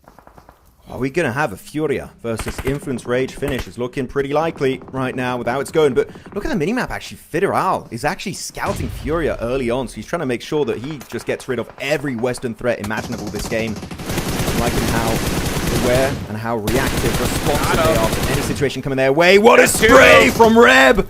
That's amazing, dismantling the entirety of TIANBA. The lobby leaders is down to 1. Can he survive? Can Aiken bring it back from the brink of death? As Alula, though, not going for the push, really just holding that ridge for the time being. Man, they know now. Oh, actually, no, they don't, because TIANBA has not gotten the thirst yet, but they should have been fighting him earlier, so they should have a good idea of who this is. Alula... this is where it gets so difficult, right? You don't want to leave the zone, even though it's TIANBA. You know the play zone's coming. I think you're just going to try to let them go here. TIANBA might get a little bit of a reset. Meanwhile, Influence Rage starting to throw out some smokes here. They are going to get the reset. They have just enough time to do so. Unreal. This would have been a good time for Ula to take a bit of a risk on TIANBA, because look at behind them. Arena eliminated, Northern Red Bulls eliminated, Aurora eliminated. The only threat to them really is Influence Rage, but they just couldn't make it to the ridgeline to get nade range. And as we say that, they are going to be nade range apparently of Pedrino and Influence Rage, down to just about 5 HP, and it's going to be melee of TIANBA to get it. So TIANBA were almost fully taken out of the game, but they back up as a 3-man and getting more points. Okay, TIANBA, they mean business here on match 3. Milu said, "You hurt me." Got the revenge knock and thirst. That is how you do it. But yeah, TIANBA 6 points. These guys are looking insane here. FURIA needs to find a way to take him out here. Get a nice little pepper there. Gets another. Win! The mini coming on out. TIANBA out of there. Actually, I don't believe Ayala got any of those. I'm checking out the elimination feed. No, it was Silence and he got, and also a little bit of help of D+. It looked like he got the damage with the mini. It was timed beautifully on the screen, but I guess he just got a lot of damage on those. As now, it's going to be FURIA, D+, Kia, and Influence Rage. 2 Brazilian teams, 1 South Korean squad. And keep in mind, he got, as he gets in that CQC range, Hot Jukes, he's got that P90, and ready to use it to blast every team right into oblivion.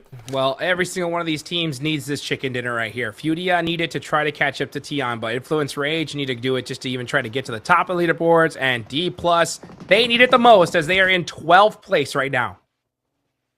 If they get that chicken dinner, you know what? Oh, look at the nades, man. The nades, Molotov, smokes, literally every single piece of utility under the sun is in their right hand, ready to pull the pin.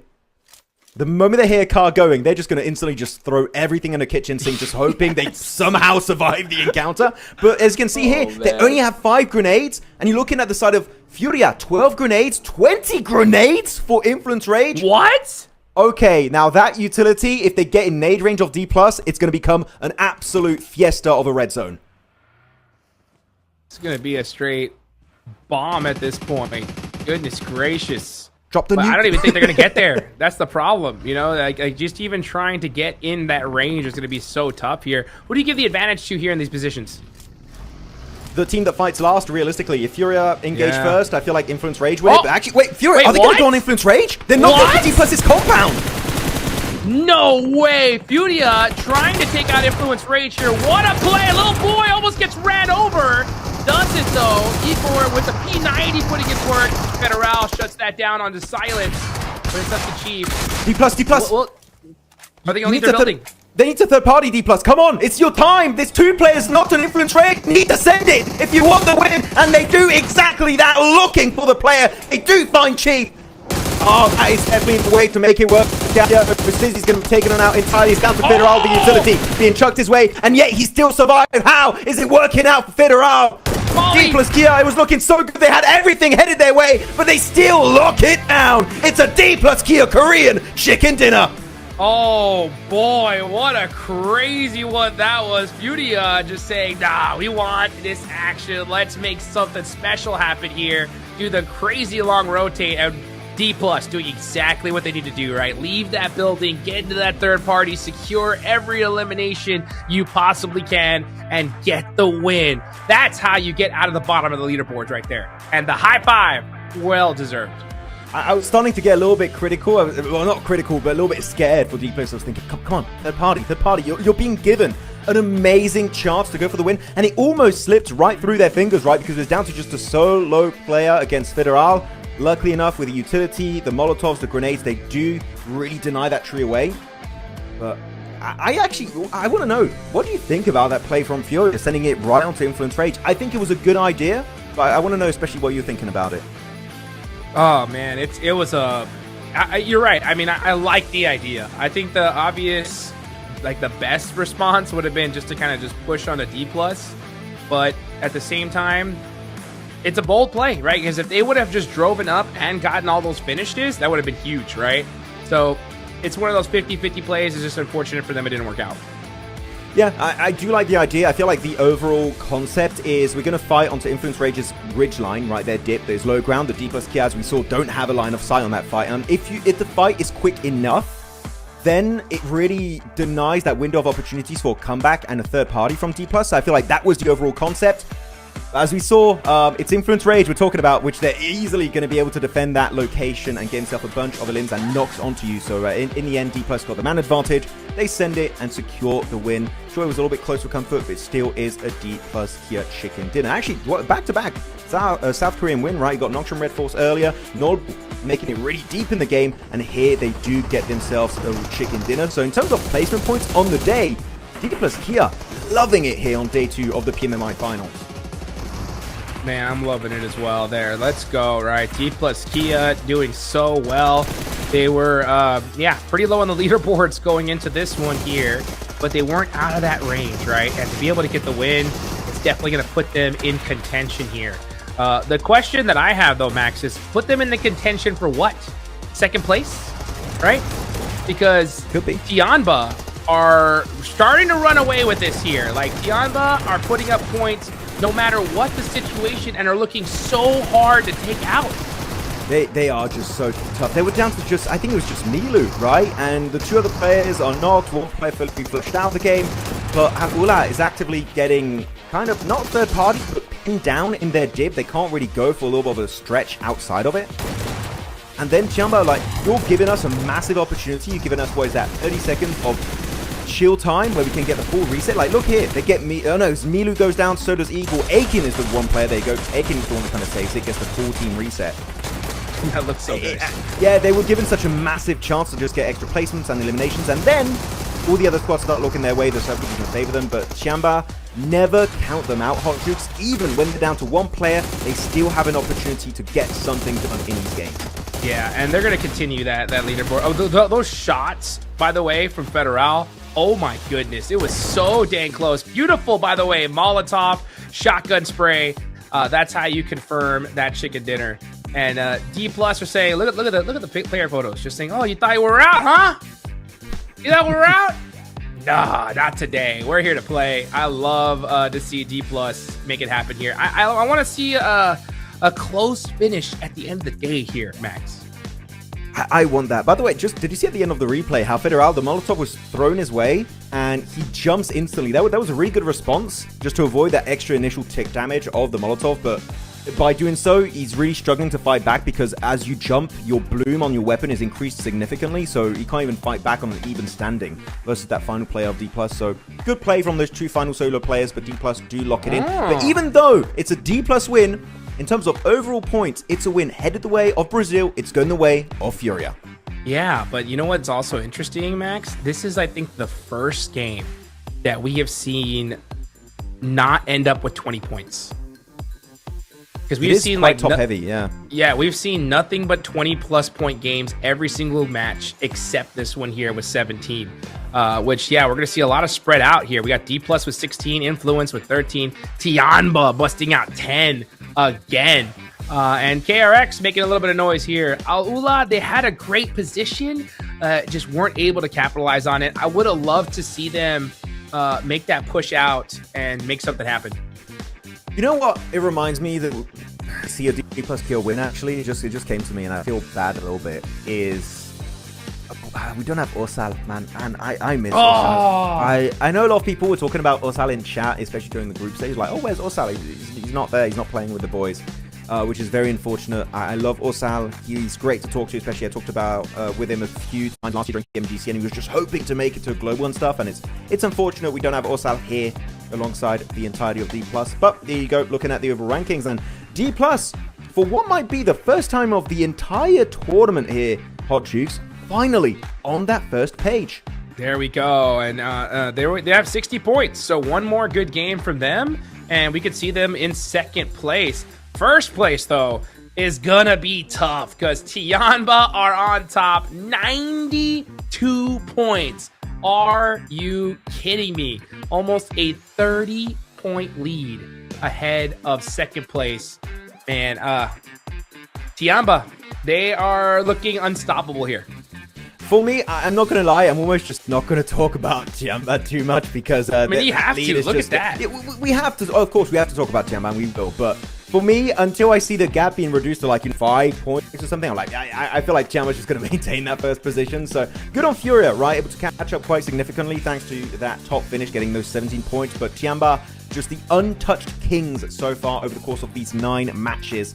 And AURORA are able to remain in top 3, which is good. But second page, as you said earlier, Hot Jukester, that's a lot of red on this page. It's all down to the Indonesian teams, the Chinese teams, the one team from Turkey in S2G alongside KRX. It's starting to get to the point where that window of opportunities for comeback is dwindling significantly, and unless we see something the next game, I feel like, at least for me, I don't know about you, Hot Jukester, I'm going to start counting teams out of the discussion for that trophy. I mean... Yeah, I mean, as far as for the discussion of a second place, definitely still there. But for first, oh my gosh, yeah, that's like going to be ridiculously tough because TIANBA have just so many points at this stage here. And considering that point gap is huge just between first and second, yeah, that's going to be really, really tough to cross. If you want to try to get that trophy and you're those teams at the bottom, you need to look into try to winning these next 3 matches, like in all honesty, like, or if not, winning possibly 2 and then getting a good solid 10+ point game. That's what it's going to take. You need good games.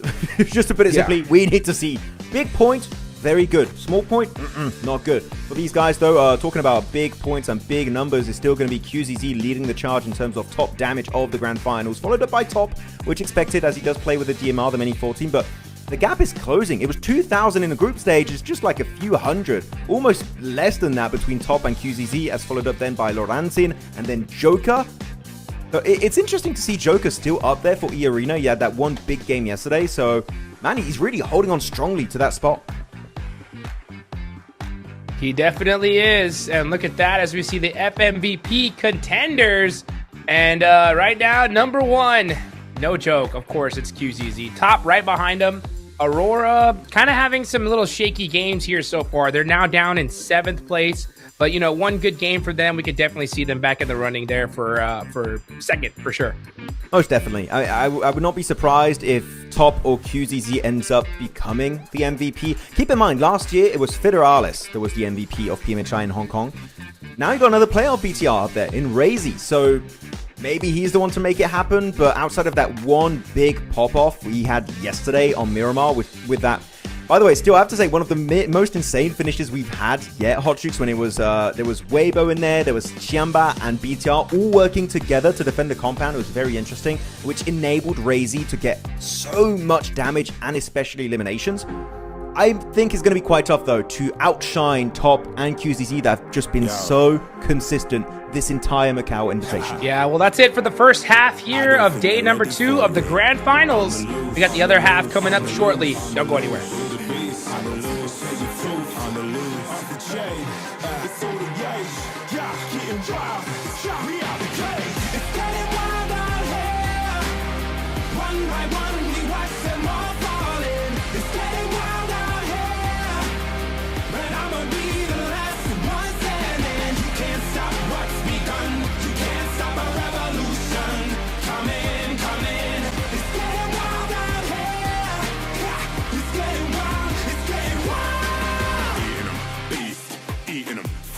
The most, tired the least. See them admitting defeat, and they so useless. I'm so ruthless. New phone, who this? Give no reply to excuses.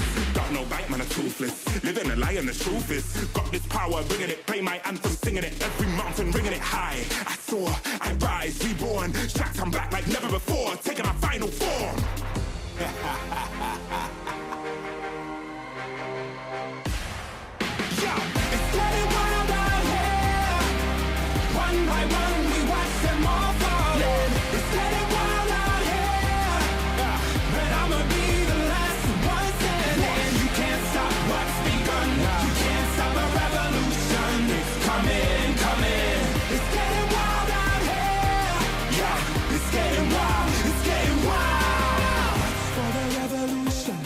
Waiting on an evolution. Yo. Come in.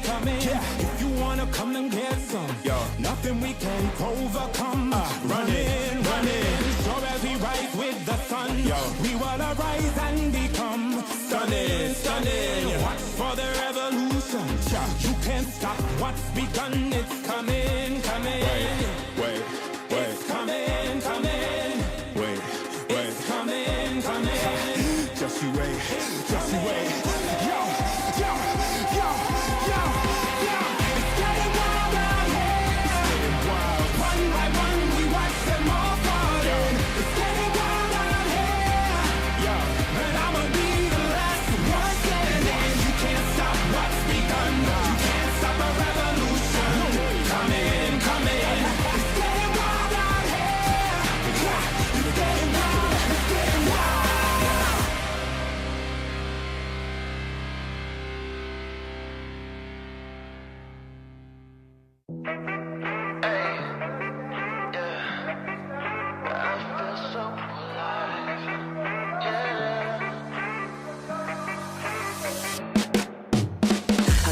feeling in my bones, things will work out. Nothing's gonna keep me back or turn me around. Hey. I just know it'll turn around somehow. These good vibes never run out. 'Cause I'm feeling alive.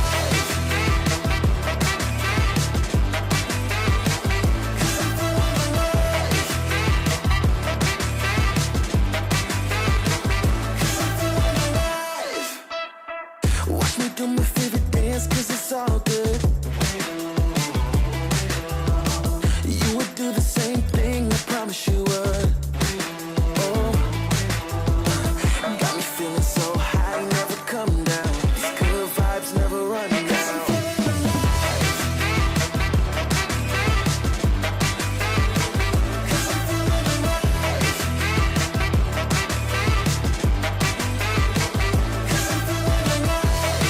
And they can't take my shine. This feeling is one of a kind. It's the best day of my life. And there's nothing you can do. I'm feeling brand new. And even when I'm down, I'm still cool. There's no way I can lose. I feel invincible. That's just what I choose. Yeah, feeling good's the choice. Now scream it out with your voice. Yeah, my time has arrived, 'cause I'm feeling so alive.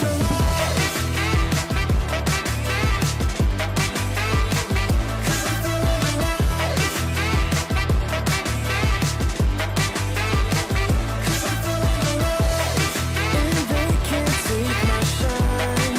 This feeling is one of a kind. It's the best day of my life. 'Cause I'm feeling alive.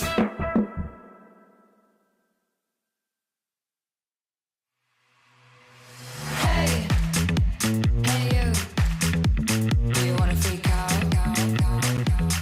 Yeah, yeah, yeah. Hey, hey you. Do you wanna go wild? Oh yeah. Get yourself together, 'cause we're going for a ride. We're gonna take it to 11. Gonna bring it to the sky. We're going wild. Come on. We're going wild.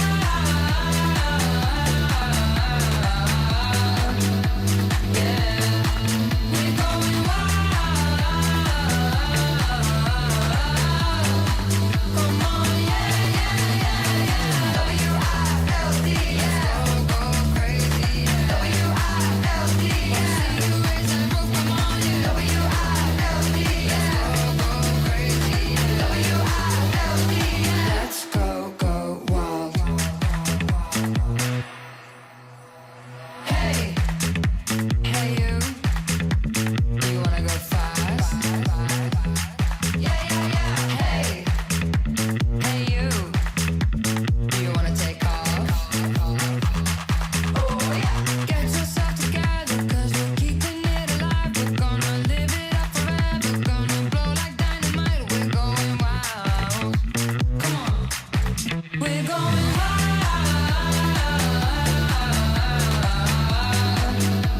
Yeah. We're going wild. Come on, yeah, yeah, yeah, yeah. WILD, yeah. Go crazy, yeah. WILD, yeah. See you raise that roof, come on, yeah. WILD, yeah. Go crazy, yeah. WILD, yeah. Let's go wild.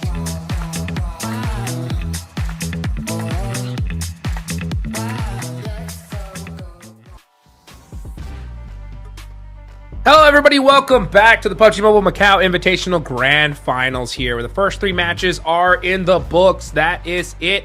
And with the first three matches being in the books, it's the first half of this day done, but not just of the day, of the whole Grand Finals. That is it, right? So now we are reaching into that second half.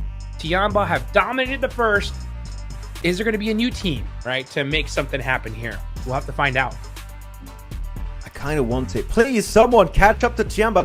I'm not saying that because I don't want TIANBA to win, by the way. Oh, yeah, GG if they win it. Congrats. I just want the last game of the finals to be just super hype. And as you said, I want your dream to come true, Hodrix, of multiple teams in Match 1 and Rondo getting in that smash zone, breaching the point threshold all at the same time. But right now, TIANBA are kind of shutting that down, trying to make sure that there's a healthy gap between themselves and all the other teams here in the top 5. As you get ready for this match, looking at all the players, BTR in particular, right, they were in the middle pack of the rankings for a long period of time. This game was looking quite good, but then they get completely wrecked as they try and leave the Yasnaya field dip. This could have been, I would say, there was a chance. This could have been a BTR win, and it kind of was snatched away from them by the other squads around them at that moment. Yeah. I need to see a BTR win at some point, which we have yet to see here in the finals. We need it. We need it. They're in 11th place right now, 50 points. If they want to even make a chance for first place, now is honestly the time because, I mean, TIANBA is not looking like they're stopping anytime soon here, and they have double the points BTR has. So we need to see a big shift from quite a few of these teams if we want to keep kind of putting them in the conversation for first place.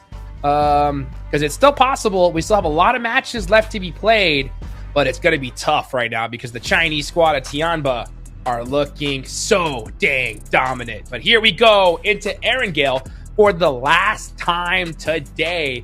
And then we're going to be heading into Miramar right after this, Max.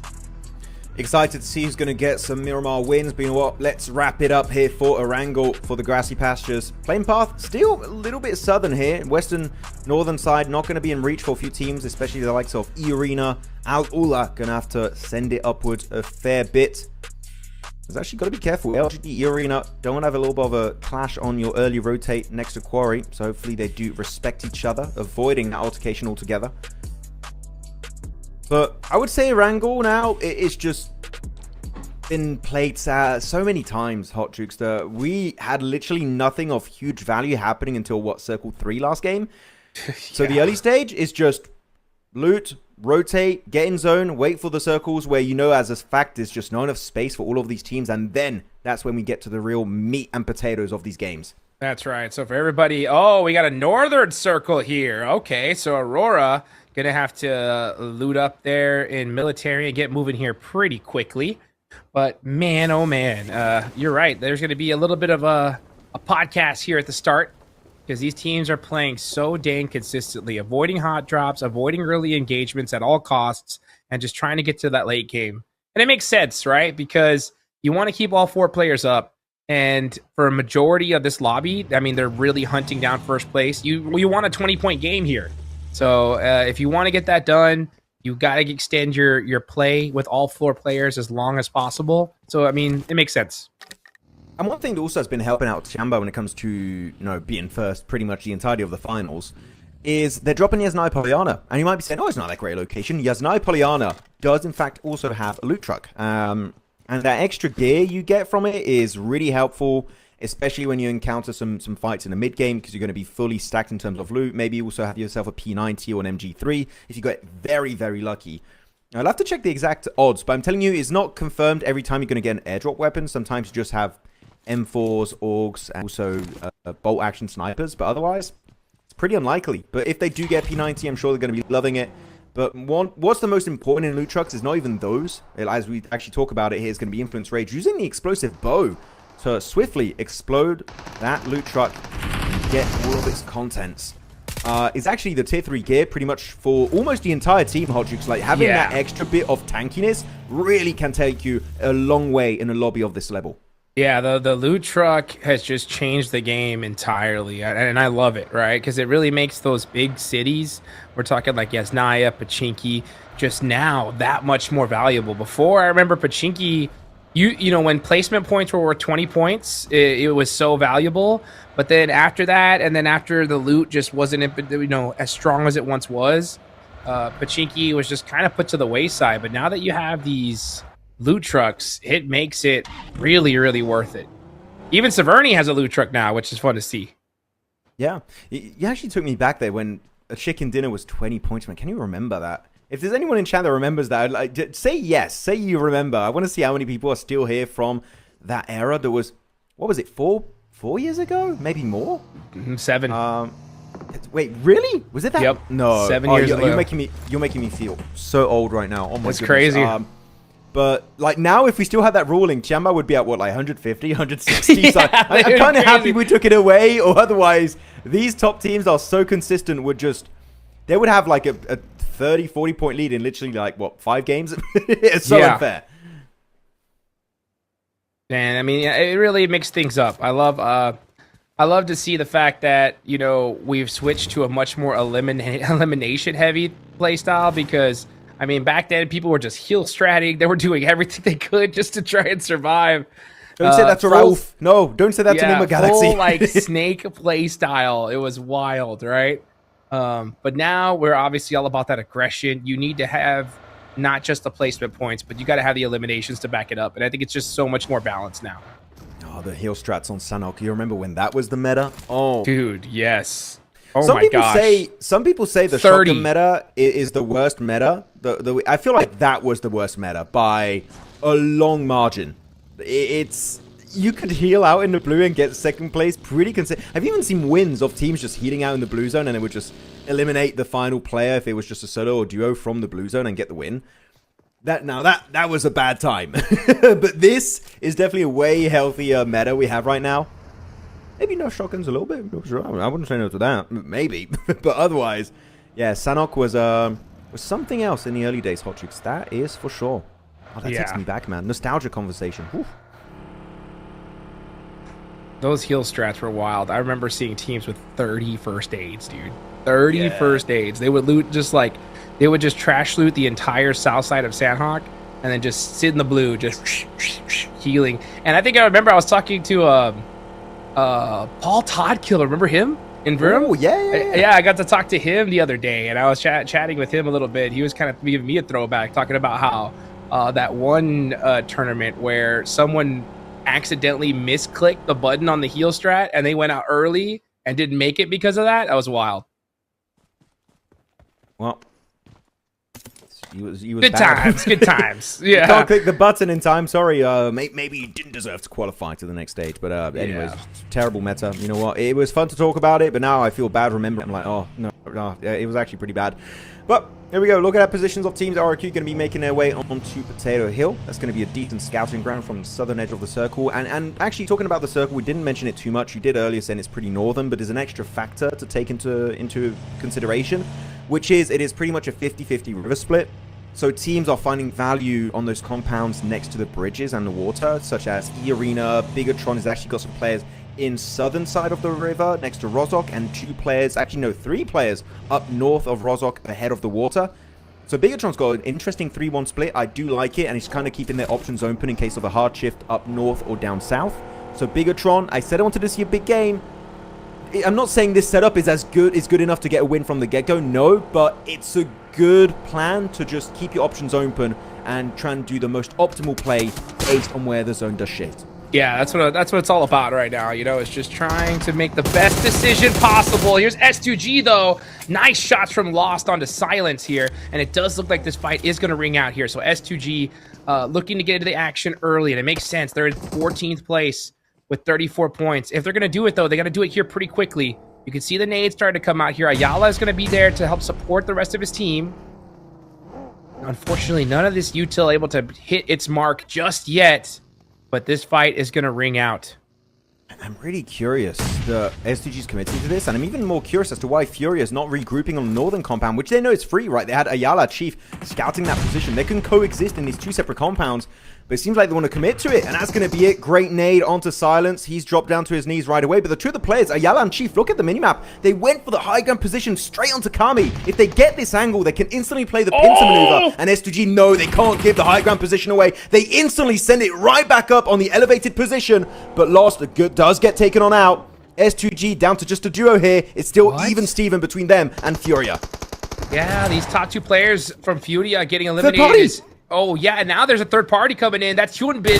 That is going to be from Nongchen Red Force. Igor shutting down Hamsuji. Going to try to get some eliminations in the meantime. Oh, even here comes the hovercraft. Hyunbin going to punish S2G. And this is the problem, right? If you're going to do an early engagement and try to get some early elimination, that's great.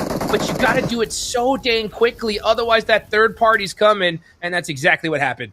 Send it! Fornania! Right onto Furia, come on with the hovercraft, and you can easily do it. I feel like now they kind of lost track of the elimination feed. They're not sure what happened. They don't know who's still in the building. They see that smoke, so they have an idea that something is still there. Or something. It's definitely the player, but we don't have, like, AI monsters in the game yet. Yeah. But they, but good third party from Longstream. They know that was just genuinely a terrible fight. There's no reason for it to happen this early on. So, like, well, if we can take the fight, get 3 points, oh, hell yeah. Right now, that's going to push them up in 4th position. So, really good engage from that team. Let's see what is going on here as you got Chips. Keeping an eye near Bigatron. Oh, Aurora versus Weibo. Zol catching Suki out. And he's going to get one of those eliminations. Suk getting knocked out by Top from the mini. It is Weibo versus Aurora, and Aurora's getting the better of him. Weibo just falling apart here. They're just getting picked apart, as you said. Oh, nice knock. Actually, oh, got to be careful, though. Gave a 1v1, so that's instantly going to be punished by 33Z. Reaper's looking to close the gap. Swap the C, but that's still going to be right in the line of sight of 33Z. Oh, we're going to see a full clutch up here from Weibo. They desperately need it. And if he wins the fight now, he can get a 2-man reset onto Bay and Sook. He's, oh, a lot of 360s there. Getting me confused. The nade bounce goes up, actually. Go for the drop shot. Gets initial damage onto Top. But he has to swap weapon. Doesn't have enough time. And that's Top keeping the dream alive for Aurora Gaming. Maybe looking to jump up in top 5. But oh my goodness, Hodrix. Way too close for comfort. Way too close. Oh boy, that was dangerous right there. 33Z almost making that crazy comeback. Unfortunately, not going to happen here. And, man, if he would have, I guarantee you, that would have hyped up the squad so much. But considering they're in 16th place, yeah, I think that could have been the nail in the coffin for them, at least when it comes to that first place streams, that's for sure. Aurora, though, stay alive, 65 points, having a really rough day today so far, but that keeps them alive. Actually, you're talking about Weibo before we move on to the next circle. What's been the issue with this team? Because, yeah, they won it last year. They're the reigning champions of this event for the Invitational. I feel like losing out Order, that deadly duo of second Order was really the driving force for that lineup. And losing Order, I feel like, has just kind of taken all the wind out of their sails. Unfortunate, and then being eliminated allows LGD, maybe even the likes of Thundertalk, KRX to build up an even bigger lead. So this might be not only this event done, but also them missing out on PMWC unless we see a massive comeback. So much on the line, and yet Weibo unable to deliver hot tricks. This feels bad for them.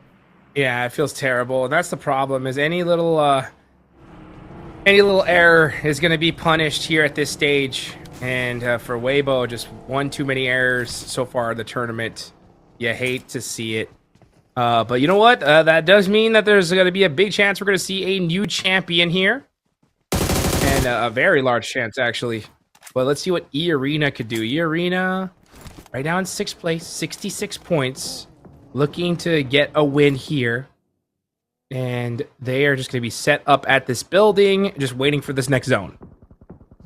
This is kind of like Miramar 2.0 than the game of yesterday, but it's a slightly different setup. It's not just 3 buildings. Definitely got a lot more available for E-Arena, BTR, and D+. But BTR, they actually won out that fight versus TIANBA and Weibo yesterday. Can they repeat that success? And maybe allow Razy. Actually, if Razy pops off here, he could look to catch up to Top and also QZZ on the MVP ranking. So this could be huge. By the way, the question of earlier, Hodrix, as to if people remembered the days of 20 plus points for chicken, well, 20 points for chicken dinner. So many people said yes. So I thought it was going to be a lot of no's, but so many people remember. So we've got a ton of OGs in the chat, which is great to see. People still sticking around after all those years. Thank you for being so consistent here, showing up for these shows. You are some legends. That is for sure. So it's so crazy to just remember those times and see just how much this sport has just developed here. And a lot of names, right? Still from back in those days, still playing today, still putting in the work, making things happen. I got some players' esports cards all the way from the first PMGC. Ooh, I still have those. Yeah. I actually have some sealed still. Can you believe that? Oh, okay. Well, that's some rare product you have. I got a signed card from Suk. Hey, there you go. Nice, dude. I actually got a crazy offer on those sealed because an esports collector was like, "Dude, I can't find that sealed anywhere." And I was like, "Well, I got it." They're pretty But I was cool, like, yeah. but I'll hold on to it. That is my collector's item right there. But let's get back to the game. You know, we are getting into went off topic, stage. yeah. Yeah. Sorry, guys. You know, but you know what? It's been a little slow so far, but it makes sense, right? Because the tension is so high. 2 teams going out is going to be huge for this lobby because it's going to allow a lot more space into these final zones. And that will slow things down quite a bit. The next zone does go on over. Okay. Hard shift over here. It's going to be a party at school. Roshawk in play as well. And TIANBA, with that hard shift, they are out of here. Oh, school, apartment, Rozok, and garden is going to get a little bit dicey here for these teams to try and survive. But survival of the fittest, those are the rules of PUBG Mobile Esports, as TIANBA making a bit of a leapfrog over the road to find himself a decent position on that compound that usually has a recall tower. But RQ going straight onto school. Okay. And one has been spotted out by QXZ from KRX, so this is definitely going to make it a little bit easier for the entry point of RQ. But instead of going for the main building, they're going to be going for the swimming pool building, and that's where Influence Rage are looking to make their breaching point inside the building. Jumping over the wall, that's a big misplay, and instantly eliminated by Gemfos. That's a good engage, but there's going to be only a 2-man team remaining in Gemfos and Firen for RRQ against now a 3-man team of Influence Rage. But do keep in mind, they are getting actively third-partied, so this is not as easy a win as it might look like. Oh, Federal, though, he does have that shotgun. To make Genfoss back up a little bit here, but getting third-partied. AJ going to catch Federal.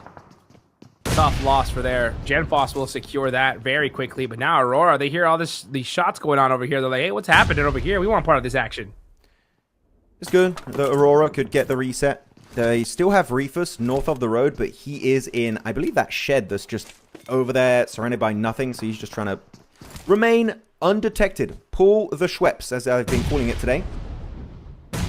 There's a ton of smoke. Actually, that's a lot of smokes coming out, I believe, from RRQ and Influence Rage, so just trying to deny some lines of sight.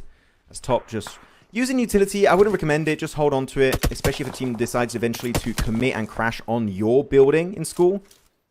Definitely want to use that to create a bit of an advantage. As Nongshim Red Force in the distance, they got the hovercraft and 3 other vehicles, Hot Jukes, going for a wide western rotation. I don't know where they're going to crash it, but I believe they might go right onto Rozok Hill, where MACAO currently has set up shop. Let's see where this next circle's going to go. The zone is starting to close. A minute on the clock. I'm looking at E-Arena. E-Arena now on the move. Mormon in big trouble. Joker's going to get thirsted out. And Mormon shot up. That is E-Arena just getting picked apart. Big eliminations here for the side of Al-Ula.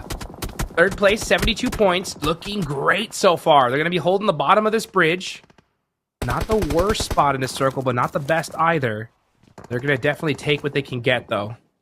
As E-Arena, going to be stuck to 2 players left.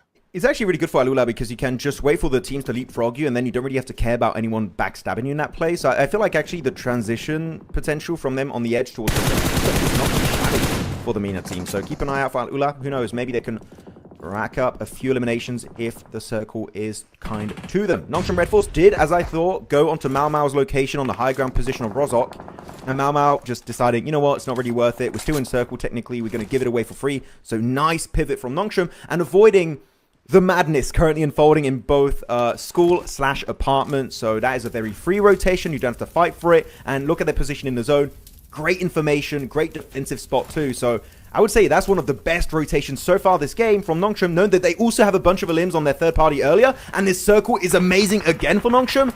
Boy, they can go so hard this game. Let's go. They need to, dude. They need to go crazy, right? They got to win earlier. They need to go back-to-back here. TIANBA now on the move. Every team in the lobby needs to kind of keep eyes on these guys if you want a chance at winning this trophy, because if they get another good game under their belt, it's going to make it that much more difficult to try and take it away from them. They are going to be stuck at the apartments, holding off that off building, and we'll see what they could do from that. They do end up making it there. They sacrifice a player in that process. That is the name of the game. Oh, last 2 players of E-Arena eliminated super quick by Quick himself. 5 eliminations for Al-Ula. Mac 20 speed right there for Quick on the 1v2. Able to give himself those 2 players trying to escape the vicinity, but he does secure that 2 extra eliminations. So well done to him. And as I said, leaving the bridge here, there's no one behind them. They can go fully on the assault mode and just get every single squad wipe available in this compound. They got the first one. There was E-Arena. There were 3 teams here originally. Now it's down to Bigatron and the South Korean team of D+. I feel like they see this circle. They want to try and leave if they can. Maybe just jump ahead of them, get a position in the zone. But the thing is, the only positions ahead of them in the zone is or school or apartment. And I feel like it's fair to say, Hodges, those are not great options because you, as a fact, even without any scouting, that those spots are going to be taken. Oh, yes. They are long gone. And I like to see the teams that went down and took school, because school is that spot that if the zone goes to it and you have it secured, it's like almost a guaranteed win. If the zone goes away from it, though, it's pretty difficult to leave it. So it's one of those do or die positions. Let's see what LGD is going to do, though, is trying to put some pressure onto Nongshim. They have the high ground. This should be an easy squad wipe here for LGD, but you got to hit those shots. Gotta hit those shots. Well, yeah, that's kind of the point of the game. It's kind of how you want to do it. Unless you're using grenades, then you don't. It's a bit different. But otherwise, you've got to get a good arc on that utility. Al-Ula pulling a little bit of a D+ play here, trying to jump ahead of that road. As Tizzy here, behind that hovercraft, looking to survive that encounter. Hyunbin trying to get a bit more insight with the buggy over the ridge. But he will not be able to hold down the fort. But I'm a little bit scared for Nongshim. They're quite spread apart here, while LGD's got an interesting 3-1 split. In terms of their split, they got 3 players together. They can overwhelm very easily the likes of Hyunbin or Tizzy or even So Easy's angle if they play it really well together, closely packed. So Nongshim, I get the idea, but I feel like they are giving this high ground position over to LGD pretty much for free, and they're going to make full use of it in that skirmish. Yeah, LGD are just not playing this aggressive enough, I think. They have the high ground, they have the advantage, but they're not really trying to get the closeouts. And that's allowing Nongshim to breathe quite a bit and get moving. But yeah, we're also seeing some fights there on the bottom left as well. I like this. Yeah, Nongshim trying... Oh, actually, no, Hyunbin is just lying. I'm like, he's regrouping. He's not regrouping. He's regrouping. He's just trying to keep them in check. And I feel like, especially hearing the car moving around, is scaring LGD away a little bit. They just don't know, are they pushing us? Is it just a bait play? That unawareness of what's really happening really can throw a span in the work. So that uncertainty is going to force LGD to just be a little bit more complacent, a bit more silent and passive, which I wish they would try and get some shots to connect, which they will try and do. But look at the meantime, the elimination feed. Top, Reefus destroying all of Al-Ula, and they get eliminated. We didn't see what happened, but oh my goodness, was that quick. That's what I'm telling you. You try to head to school, and you're going to get punished. Aurora were ready for that push from Al-Ula, and they took them out in the process. LGD, what are you doing? You got to get moving at this point. You got to make a push. The zone is away from you, and it looks like now they gave away their position to Nongshim Red Force. Let them circumvent them. Oh, meanwhile, Bigatron just try to survive on the edge of the circle. They are eliminated, and now you got KRX going to have to find their way in. Yeah, that's unfortunate. Not going to be moving away from those 55-point threshold. Really good opportunity for RRQ, KRX, and Thundertalk to gain a few extra ranks. But actually, KRX, sure they have 4 players, but the circle saying, hell nah! You ain't going to get a good game here, because rotating over the road, we saw what Top and Reefus could do earlier, and they have a perfect line of sight from school. It ain't looking too dandy for KRX. We can see on the minimap, we've got a glimpse of it, that they are looking to go for the engage. Here you go, LGD setting it forward, squishing down Hyunbin under his wheels. And instantly, though, Mao will get punished. That's going to be so easy. Looking to defend his ridgeline. It's down to a duo. Hyunbin flushed out the game. LGD making sure they secure every single one of those points while they're still kicking. But with the low ground, he's got the monster truck. So easy, looking to go for a little bit of a rotate. He's actually going backwards, so he can't get shot in the head. Really good approach, as now Tizzy looking to go on the force.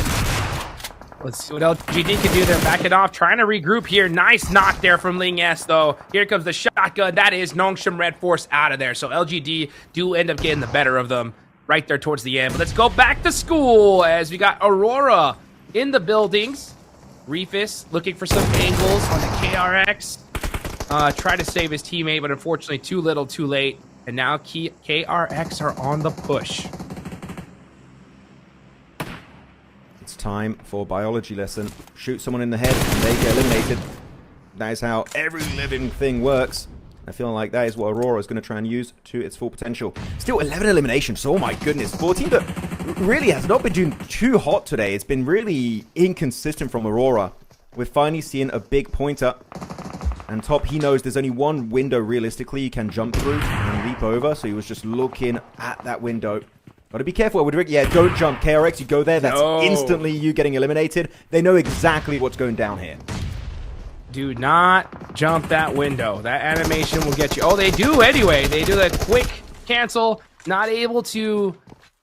No, yeah. Jerry's like, you know what? Maybe this is a bad idea. Let's get out of here. And unfortunately, they thought about that just a little too late. Yeah, unfortunately, getting cornered in that building. Not looking too good for KRX. And LGD finally looking to make a quick exit outside of Rozok Hill. And they got the background angle. Hoxie just literally is given no chance to fight back whatsoever. So that's going to be the fourth elimination of LGD. I thought it might be a little bit higher, but no, it's just going to be single digits for now. And using that Molotov. Sure, no one's there. We know as a fact they have no idea. So just in case, just to avoid any kind of potential threat later on in the game, they're just trying to deny that shed entirely. So good and respectful play from Ling S to make sure no threat could be taking them down in this match. Yeah, you cannot afford it. And they're burning a lot of util, just double checking. And then now, yeah, okay, it is clear. There is a box here, though, for a reason. Someone was here. Someone was here. Ah, I knew it. Let's look over there. At the pool. Influence Ranger holding it down. You got RRQ coming through the other side here. All right. Good old-fashioned school apartments zone. LGD are going to be holding the wall right outside of school. And right now, everybody just waiting for that next zone to incentivize them to start making some moves. So we've been talking a lot about the Western fights here, especially what's happening in school. TIANBA is still alive, Hot Jukes. TIANBA are still alive and kicking FURIA out. Al-Ula out. Nongshim and also Irina out of the equation. If we also lose Aurora soon, which they're down to a duo, that exit of school is not going to be easy to pull off. Man, this lead could go so much higher. They might just breach 100 points this game. Can anyone stop the TIANBA hype train? It's not looking too easy. It's actually Aurora do jump in top 3 and now looking to put the firepower straight up to Genfos. Does survive that encounter for now, but Firen is also there as backup. Top making some moves. Hitting some nice shots on the Genfos there. He barely even peeked out and punished them. Let's see if Top can hit this nade, though. Through the door, not going to touch them at all. Okay, QZZ getting finished there by Jing. That's huge for the lobby. And huge for Thunder Talk, too. Thunder Talk in 13th place, trying to make it a way out. And now Thunder Talk, they know Tianba's there. They're going to start hunting them down.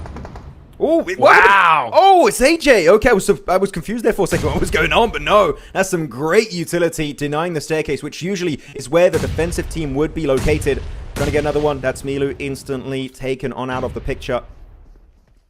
As Eagle now still got 2 nades that could very easily turn the tides in his favor if he hits it. Oh, that nade's looking good. But Sitting gets the jump, gets behind cover, and will avoid any significant damage headed his way. Around to Eagle. He walks right into that one. It's a landmine. As now 8 eliminations and TIANBA being taken out of the picture. Aurora being like, yes, this is a golden opportunity. Not only for them to maybe jump up in #1 place here, Hot Jukes, but also for Top to try and become the current game MVP. Dude, 13 eliminations. Aurora, you got Top with 6 on his lonesome. And I'm telling you, he chose this school position nice and early. The zone goes into the spot. A perfect situation for Aurora. The only fortunate part, though, is that they're now a duo. It's up to Top. It's up to Refus. How are they going to hold this? How many more eliminations can he get? He's waiting. He said, come down the stairs. Come on. No one's here. You're safe. Come on down. Come on down. The water's fine. They're just going to out. One cool thing, by the way, is that when the circle does shift away from those eastern buildings in apartment, then they will finally be able to play the roof on school. Right now, it's not really playable because of Thunder Talk. But especially able to make it through from the balcony on that roof. That's such a strong angle. I feel like Thunder Talk off the back of this game, top 2 minimum should be happening as Arfu gets a beautiful throw on that util. Bless you. And I feel like now they read that one like, oh, we know that's elimination secured on top, but he gets a little bit too aggro without the backup of Refus. That's a big mistake. Refus. He's got the shotgun. He's got right hand priority. He's waiting for it. Trying to hit the pre-fire. They're going for the reses there. Instead, yeah, he's going to go for the reset. Good play, because LGD is going to help him out. So, yeah, good step for Aurora. They can just go ahead and get this reset off here. No worries at all. And top is now back up, ready to go. It's a party. Yeah, we're going back to school.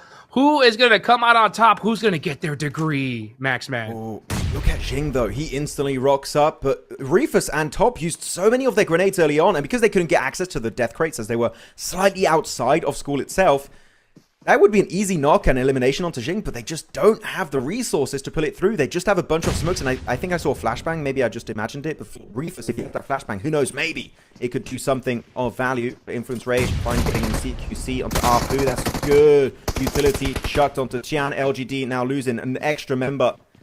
Really struggling in that encounter.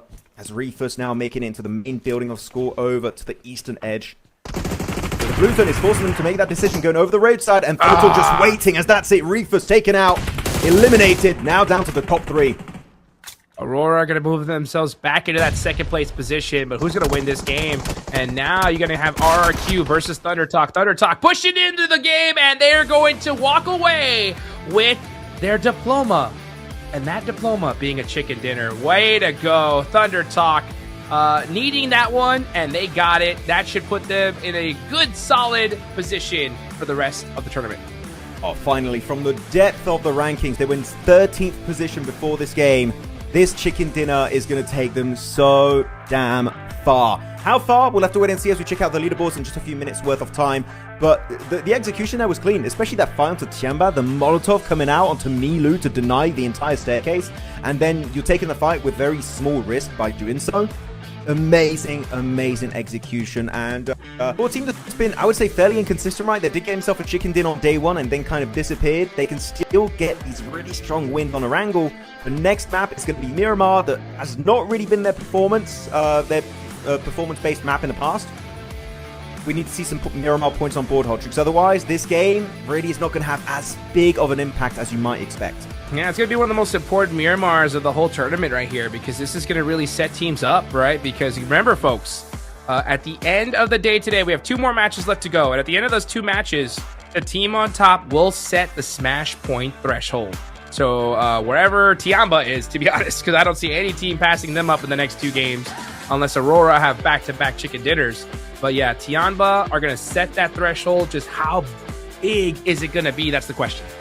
That is going to be indeed the main question going into this one. But AJ will be your match MVP. And really, I'm so happy to see this guy do well, because he's been just an MVP contender pretty much since, 2020, 2021, when he started playing into esports. He's been just a consistent outlier in PEL in the Chinese region. Of course, that transition when it comes to global events has been tough at times, but never underestimate AJ. If you've watched PEL, you know what this guy can really bring to the table. So really stoked about it. Though, looking at the replays of this game, still Weibo, just taking an L, taking so many L's. It's hard to count at this point. Yeah, it's so unfortunate. I mean, I just don't see them coming out of the bottom. I mean, they could definitely move to the mid pack, you know, but to try and repeat back-to-back championship performances here, I just don't see it happening anymore. It's over. Yeah, unfortunately, it is the back-to-back championship is dead. For now, at least. That's Thunder Talk looking back at their player stats and their team stats, should I say, right now. They do get 13 eliminations on that chicken dinner, 23 points on the board. And we mentioned it a few times, right? Outside of the top positions in the rankings, it's still relatively close between like those bottom 10 teams. So this game is kind of putting Thunder Talk back in the conversation. But as I stated earlier, Miramar, you cannot afford to get like a 0, 1, 2, even 3-point game. We need to get 6, 7 points plus if you want to make this game actually have any kind of weight in these PMMI Grand Finals. As though second place is going to be Aurora, 14 eliminations. Oh my goodness, they woke up. The trolling has stopped for now. Yeah, it has stopped for now. Unfortunately, they weren't able to get the chicken dinner there, but 14 elims is going to do great. So yeah, they were they pretty much jumped down to the mid pack there, and with that performance, boom, that should put them back in the rightful place over near second. We'll see what the rest of the lobby looks like, man. A lot of big names still here. I'm gonna have to also kind of put the nail in the coffin for S2G, man. I had high hopes from them after the first Erangel on day 1, but yeah, after that, just not able to see anything shining of late. it's been bad for S2G. We had a lot of hope. I feel like it was built up during the group stage. Right now, not able to do much. But really going big picture, TIANBA only got 2 points, meaning the gap is not increasing. It's actually getting tied up a little bit here by AURORA, thanks to that strong 18-pointer match. And yeah, as you can look so far today, they got 2 points, 1.5 points, and then like, oh yeah, actually we're a really good team. Let's try and go for an actual win. And if you get 18 points, they're really happy about it. As FURIA also happy with their performance, right? Brazil, day one, kind of non-present, to say the least. They didn't really have the best opening day. FURIA did get 46 points on day one, which is decent, but it's still not enough to catch up to the likes of TIANBA, putting up, like, what is it, 60 points in day one. Crazy, crazy stuff. So good to see them actually build up a bit more momentum here.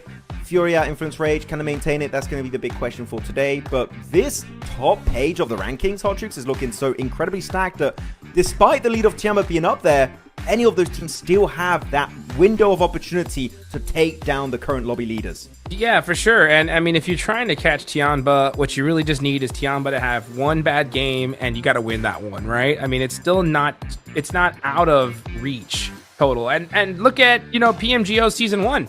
We saw a crazy lead almost get closed there towards the end as well. So anything can still happen. We still have a lot of matches left to go. But, you know, when it comes to Miramar, it's going to be tough as we switch maps here. But if you want to be the champs, you got to beat them. So because QZZ was taken out, I know he's still number 1 here. It's actually only 3 elimination difference. It really is just a head-to-head of Top versus QZZ. I'm loving it. I feel like Top damage, because of this game, I feel like Top is going to be number 1 for the first time. I don't know if you would agree or not, but you might be. I'm a believer, as Nolbu and Hyunbin are going to be 3rd and 4th place. Really good presence from South Korea. Those are the 2 best players from the region, in my opinion. There you go, 2nd page. And Top will indeed be number 1. Oh my goodness, he was like 100 damage behind, and now he's almost built a 1,000 damage lead over QZZ. What a game in school from Top. Destroyed everyone around him. Dude was going crazy. Yeah, he wants that MVP. That's for sure.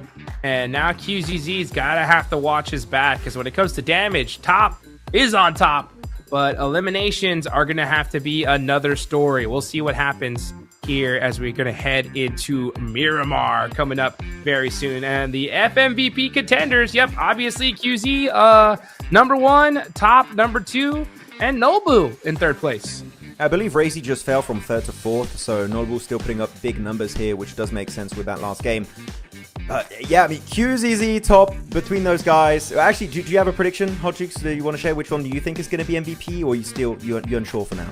I mean, I still think QZZ's got it. I mean, because TIANBA are just so dang consistent. It's going to be really hard to beat, right? But who knows? Miramar's coming up, and anything can happen in the Sandy Desert, guys. 2 more matches left to go here for day 2. We'll be right back.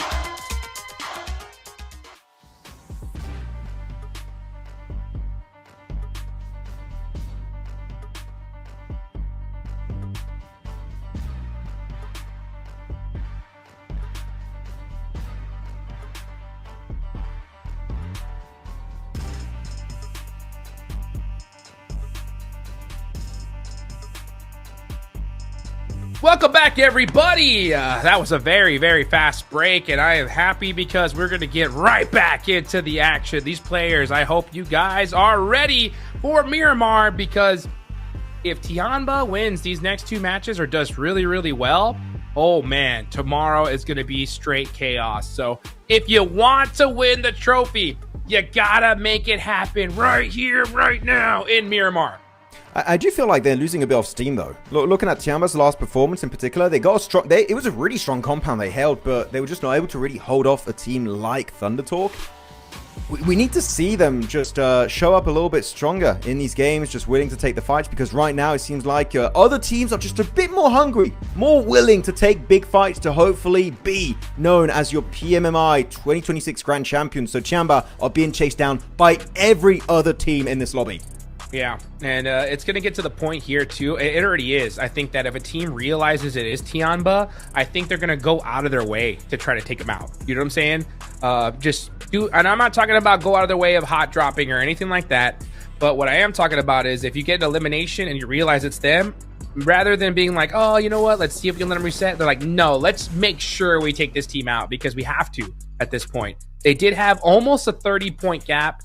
But before, this last game, if I remember, that's correct. Now it's 15. So yeah, they definitely lost some steam. It is still a very good gap for sure. And one good game could just straight demolish all this, right? But you got to still do it.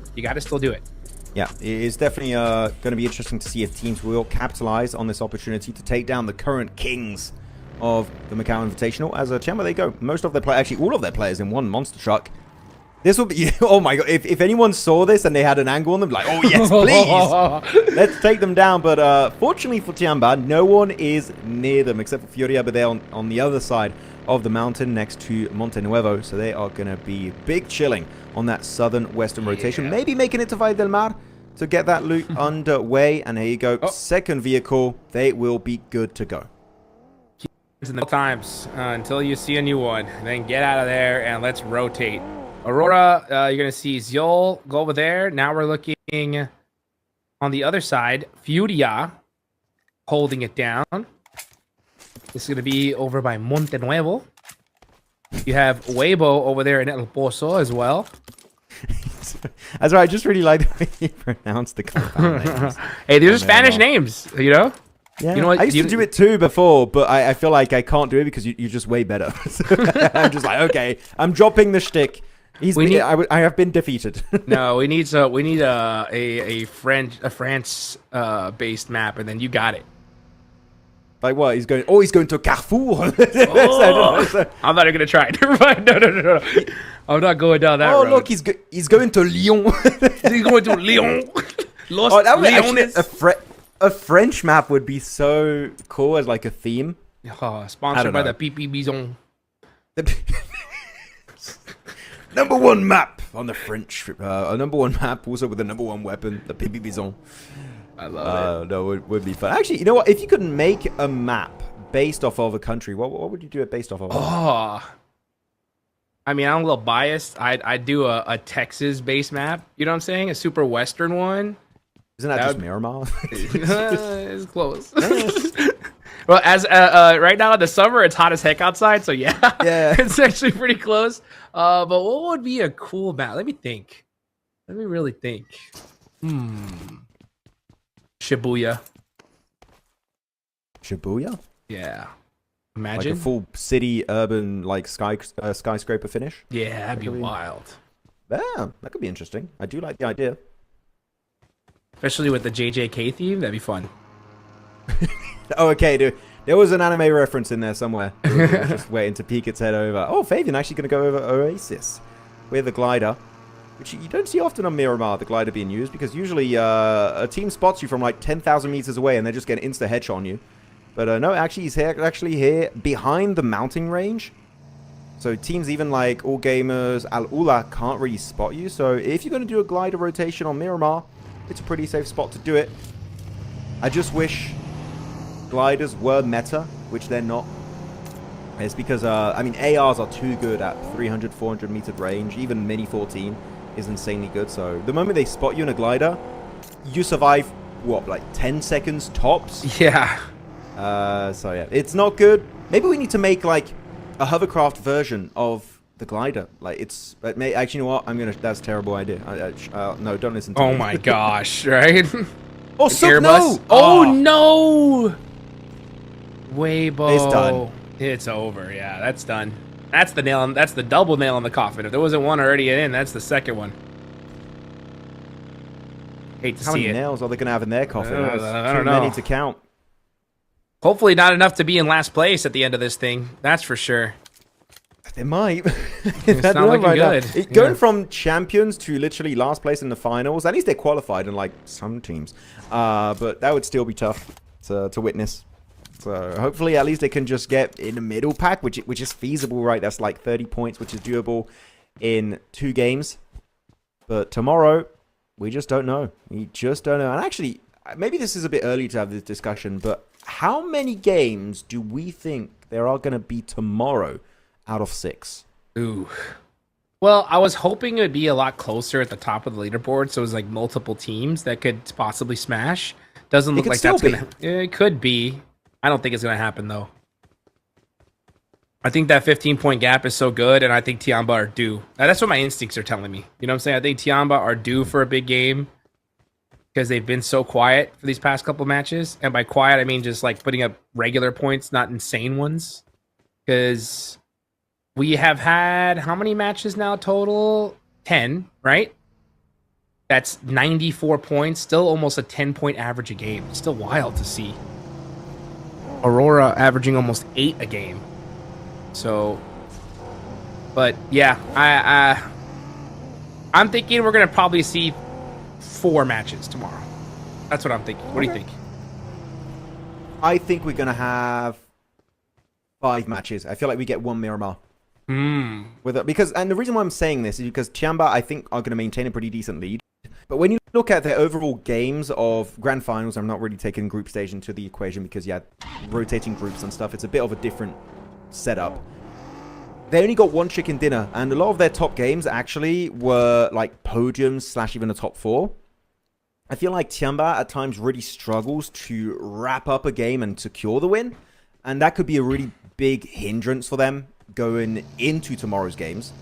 So I feel like TIANBA will be the one to smash, but they will be doing it very late because, again, they really have a bad time to get the actual win outside of just getting strong podiums. I don't think that's a bad shot at all. The reason why I said game 4 is I just think that like game 4 is gonna be interesting. I think players are gonna come after the break, and then TIANBA is just gonna get like a very fortunate circle and just randomly just go crazy on the last one. But what break? Our breaks are like 5 minutes. It's like 2-minute breaks. You know, you're right.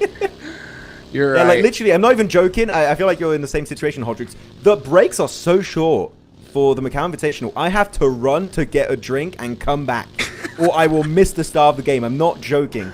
So, yeah, it's really quick. GG to the production crew. They've been doing amazing so far. I like it. You know, get back into the. You know what? It's the old-fashioned. They've been reading the chat. You know, hey, stop talk, start game. You know what I'm saying? And they are starting the game. I like it here.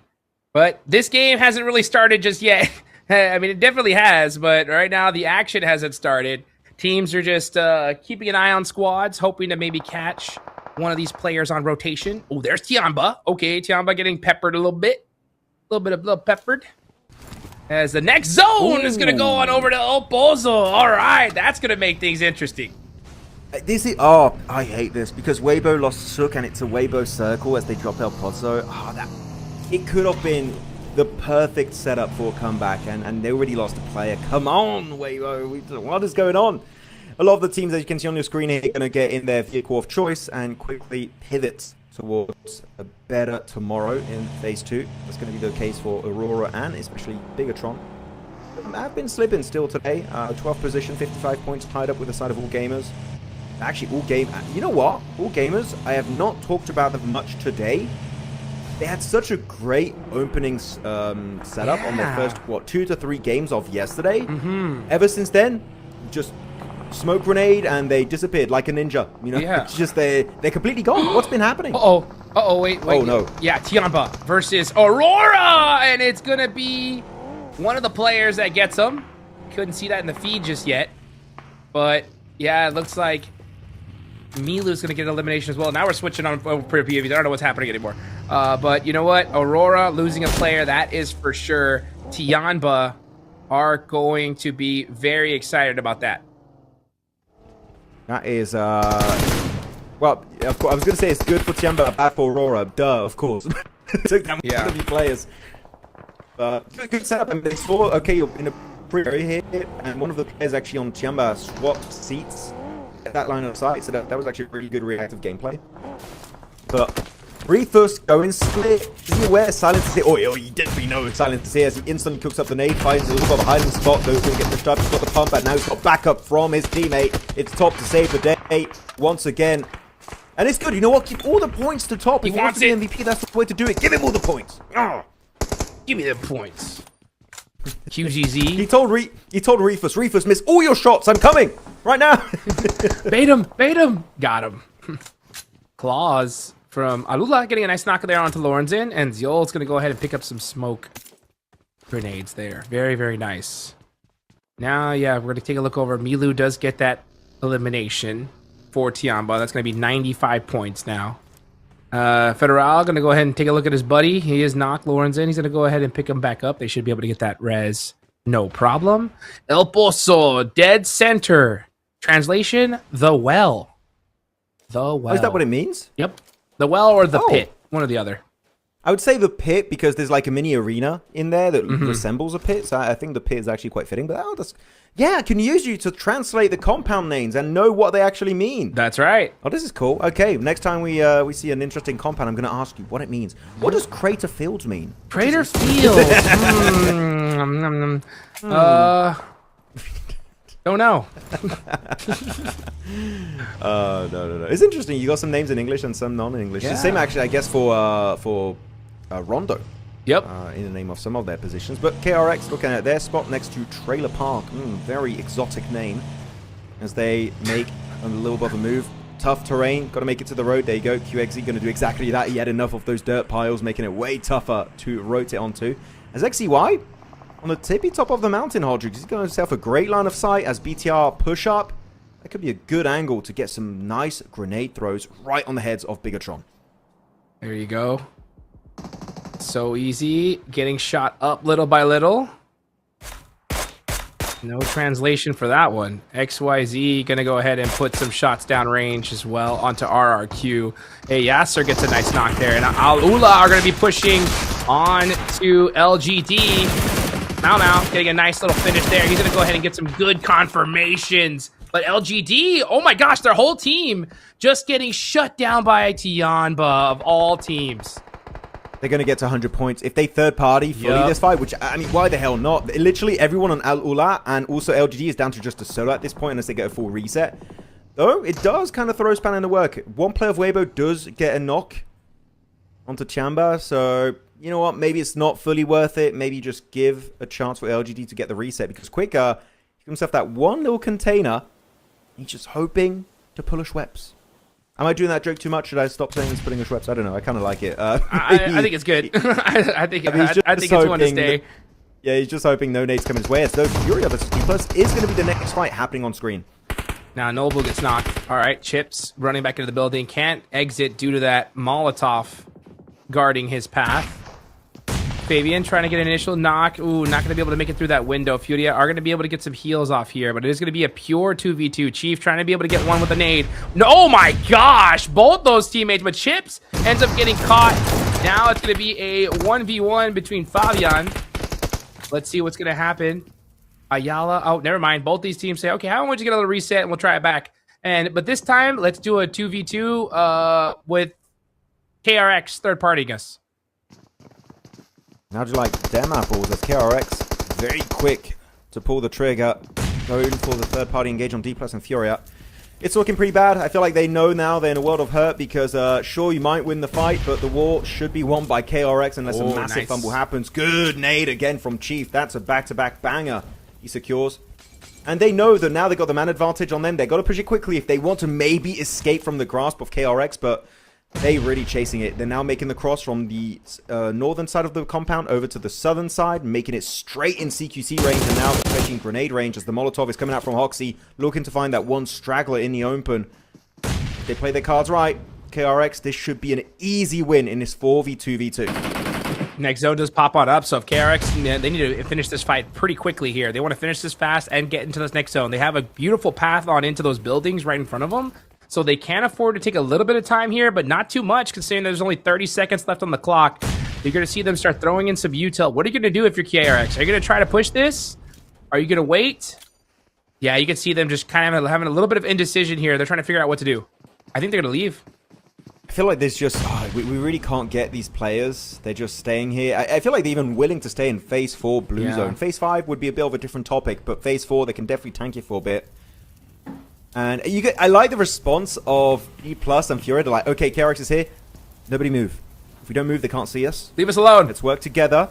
Let's let KRX leave, and let's resume the fight. That is the game plan, and I kind of like it how they have this just makes sense agreement without speaking a single word of like, okay, let's not mess around. We can survive it if we play our cards right. As he goes for the roof angle. They're just battling it out, and they just stop. They're like, hey, wait. Who invited KRX? Yeah, who invited you? Nobody invited you. Get out of here. Now, FURIA are like, all right, let's resume this action. See who wins it out. Ayala, about to go up the stairs. Chips with the DBS said, I dare you to come up these stairs. How about we just let the blue zone take out both of us here? Yeah, how about that? Never mind. Chips jumping out the building. Now getting knocked. Chief gonna go down to the play zone. Ayala gonna just heal it out here at this point. I wonder if... No, yeah, KRX is only one of the third party the fight that's happening now. They've just fully given up on that one. Fabian, down to solo fight now. 1v1. As Ayala, yeah, his teammate was taken out by the blue. It's AKM versus the S12K of Fabian. I'm not sure, does Ayala even have a shotgun? Never really see his loadout. But he's trying to get himself back in that short range. The nade game comes up. He heard the pin for sure. Ayala, you got to reposition. That wall is not safe. Nade comes out, gets some good damage, but Ayala will survive once again. Not for long. That's his last first aid. And it is a 1v1 versus Blue Zone. And the Blue Zone is undefeated, I'll tell you that right now. Ayala looking for any kind of util. Oh, finds a shotgun. That's great, but that's not going to help you. You need first aids. All right, time to push, Ayala. Try to get this last elimination, and then go out to blue. Yep, you can't hesitate. You got to move. Just go. Can't free fire. Literally got no nets remaining. Fabian trying to hit the shot like they're both going to get eliminated. He goes out. Nobody gets the elimination. Is denied away from D+, and he gets eliminated too. The worst 1v1 in PUBG Mobile Esports history, ladies and gentlemen. The true winner was the Blue Zone. Undefeated, I'm telling you. I was like, you don't have time to like hit like crazy pro player angles. Like you just got to run in and hope you hit the shot. You know, it's either that. I mean, it's D+. You could give them the point. You know what I'm saying? Either that or you get it. But I don't know. Let the Blue Zone win sometimes. Let the Blue Zone win. What's the opposite of absolute cinema? Absolute siesta. I don't know. It was that fight was not it. I was expecting absolute entertainment, but that is not what they delivered.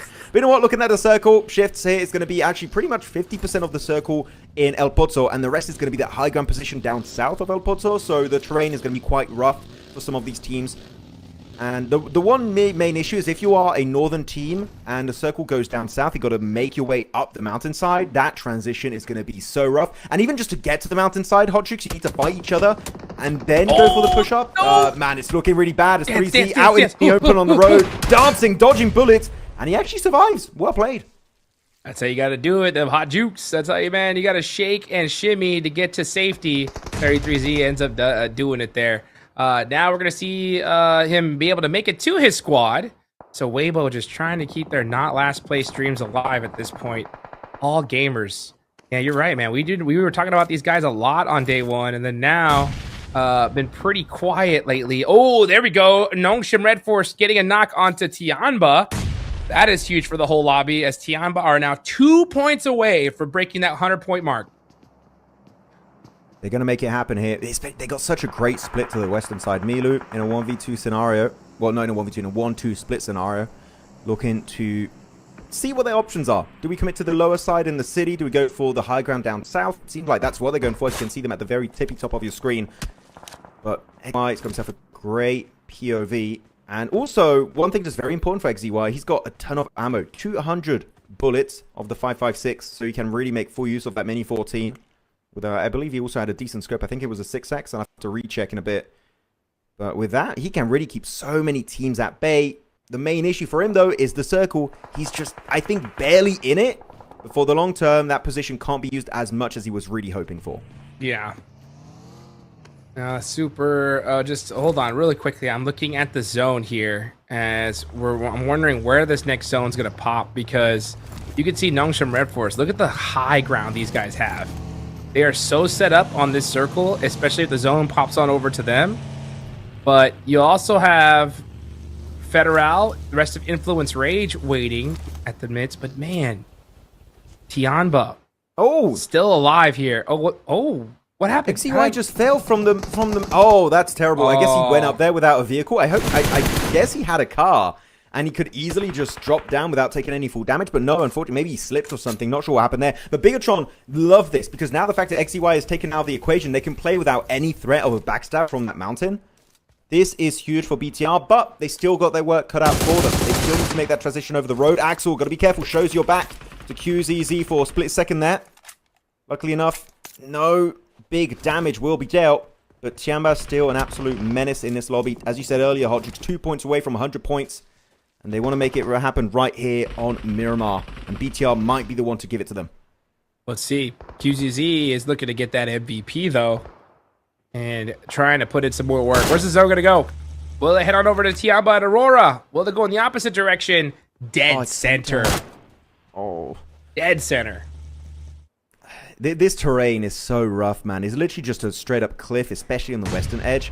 Though, over to the east, you're going to have one big skirmish happening. It's going to be RRQ Indonesia up against S2G from Turkey, the only hope of this country to do well. And right now, in 15th, they're kind of pulling a Weibo, which at this point is not a compliment. As utility being cooked up, Kami looking to find an opening knock. Almost got Nopeko, but it's a slightly too short. I do like the angle of Lost, though, as SGG's trying to wrap around, forcing them in a really bad spot in the open, and then Lost might be willing to pick them up one by one. SGG, right now, looking at their position, Hot Jukes, in full control of this 4v2. Oh, yes, they are. And they need it bad. Come on, S2G. We need to see a win here in Miramar. RRQ, getting punished. Now we're going to see Hamsuji going to have to make a play here on the Labar. Can he do it? I think so. And now we're going to see if Hamsuji can get another. Oh, you got the confirmation. And let's see if Norpeko can make something happen with that nade. It looks good. Ooh, airburst, but just not close enough. Oh, he does get a knock with a DPS, though. Almost got two, but Norpeko not able to make it happen. The reason why I had an exclamation at that fight is because a nade of S2G literally bounced off the character of RRQ. He literally bounced on his head and bounced away, and he didn't get knocked by it. That was kind of crazy. It happened, but still good defense setup from S2G without losing a single member. So massive win in terms of eliminations, but also maintaining your full firepower for the very late game of this Miramar match. Nongshim, though, not a great exit for XZY, but you know what? At least so easy. Hyunbin and Tizzy are still up and kicking. As their clash is going to be between themselves, Bigatron and TIANBA. The TIANBA, again, you don't want to give them any extra points. They got an extra one just a few seconds ago. They're up to 99, one more point, and they will be the first team to join the 100-point gang. And I feel like in this fight, even if they don't win the engage straight up, I feel like one elimination is definitely doable for this roster. Totally. Not to mention that there's only 10 teams remaining, so they might just get it with placement points alone if they're able to just survive for just a little bit longer here. Next zone coming to you in 1 minute, folks. We'll see exactly where it's headed to. Federal gets a nice knock with a nade onto Mormon. We saw that in the feed. But right now, all eyes are on TIANBA. TIANBA has some high ground here. Oh, never mind. We're switching on over to the other side as we see LGD. All gamers as well. And that is Weibo eliminating KRX. So many big engages happening now. The true breaking point is going to be here when the circle does not favor this rock formation. Nongshim Red Force versus TIANBA will be unavoidable. And BTR, actually, if they got a bunch of util, could very easily just hold them off out in the blue zone and just suffocate those teams. and get an easy angle on the edge of the zone. Which, actually, talking about teams on the edge of the zone, Aurora also in a... I was going to say similar position. Not really. Actually, it's completely different from here. They just got this warehouse on the outskirts of El Pozo. And pushing out is going to be kind of tough, but LGD might fight all gamers. And if that happens, that's a good third-party opportunity for Aurora to actually leapfrog their position and get in Phase 7. Look at this, QZZ right there on the edge, just trying to find an angle on the Hyunbin. He's like, give me my MVP, give me my points. I want it. And here he goes, he's going for it. Milu up close and personal. Gonna go ahead and be right there, putting that pressure on with that shotgun. And now TIANBA looking to roar ahead and dominate this lobby. And, with those knocks, though, that can make things interesting. Eagle forced to jump down. TIANBA eliminated. Nongshim Red Force get the better of him. By the way, they don't get a single placement point, so they're locked at 99, no 100 points, unless that final player of Nongshim Red Force doesn't get revived, but he does get brought back on his 2 feet. Yeah, that's TIANBA not able to make it to 100, as though Tizzy with a high gun position. M249, interesting loadout, though that's a great nade, followed up by another piece of utility. He still survives it somehow. But Bigatron, I would say, a little bit too aggressive here. Might want to try and pull it back, because look right behind you, Influence Rage looking. The third party, Bigatron versus Nongshim Red Force. Might not want to overcommit here. This would be a very big mistake that Brazil is just waiting to punish. Yes, it would. You can see Bigatron now throwing out some util here on this mountain rock side here. Influence Rage looking to get in the mix, though. There goes close and personal. Here comes Federal. Ooh, nice angles. Ah, but a great shot there from Axel. Shuts him down. Lauren's in. Gets the return, though, and gets that elimination. Gonna back off here and go for a reset. Nice play here from Influence Rage. Yeah, really good one. Not overstepping their welcome, just being very respectful. As Nongshim Red Force being given an opportunity at redemption. He's got the good high gun position, but the two shotguns instantly echo throughout this rock formation. Hyunbin having to heal up a little bit more. Tizzy going on the offensive side onto Federalis. It's going to be Federalis and Razak. Can he redeem it? As the nades are now coming through. Surrounded by these two squads, and Influence Rage will put the nail in the coffin. And now Razak as a solo here. The nades are just chasing him down like a homing missile. And Influence Rage, it seems like this is a massive win, maybe pushing them up to 7 eliminations in this game. Huge. What a comeback from Influence Rage today. I mean, roaring from the bottom of the leaderboards, now at the tippy top.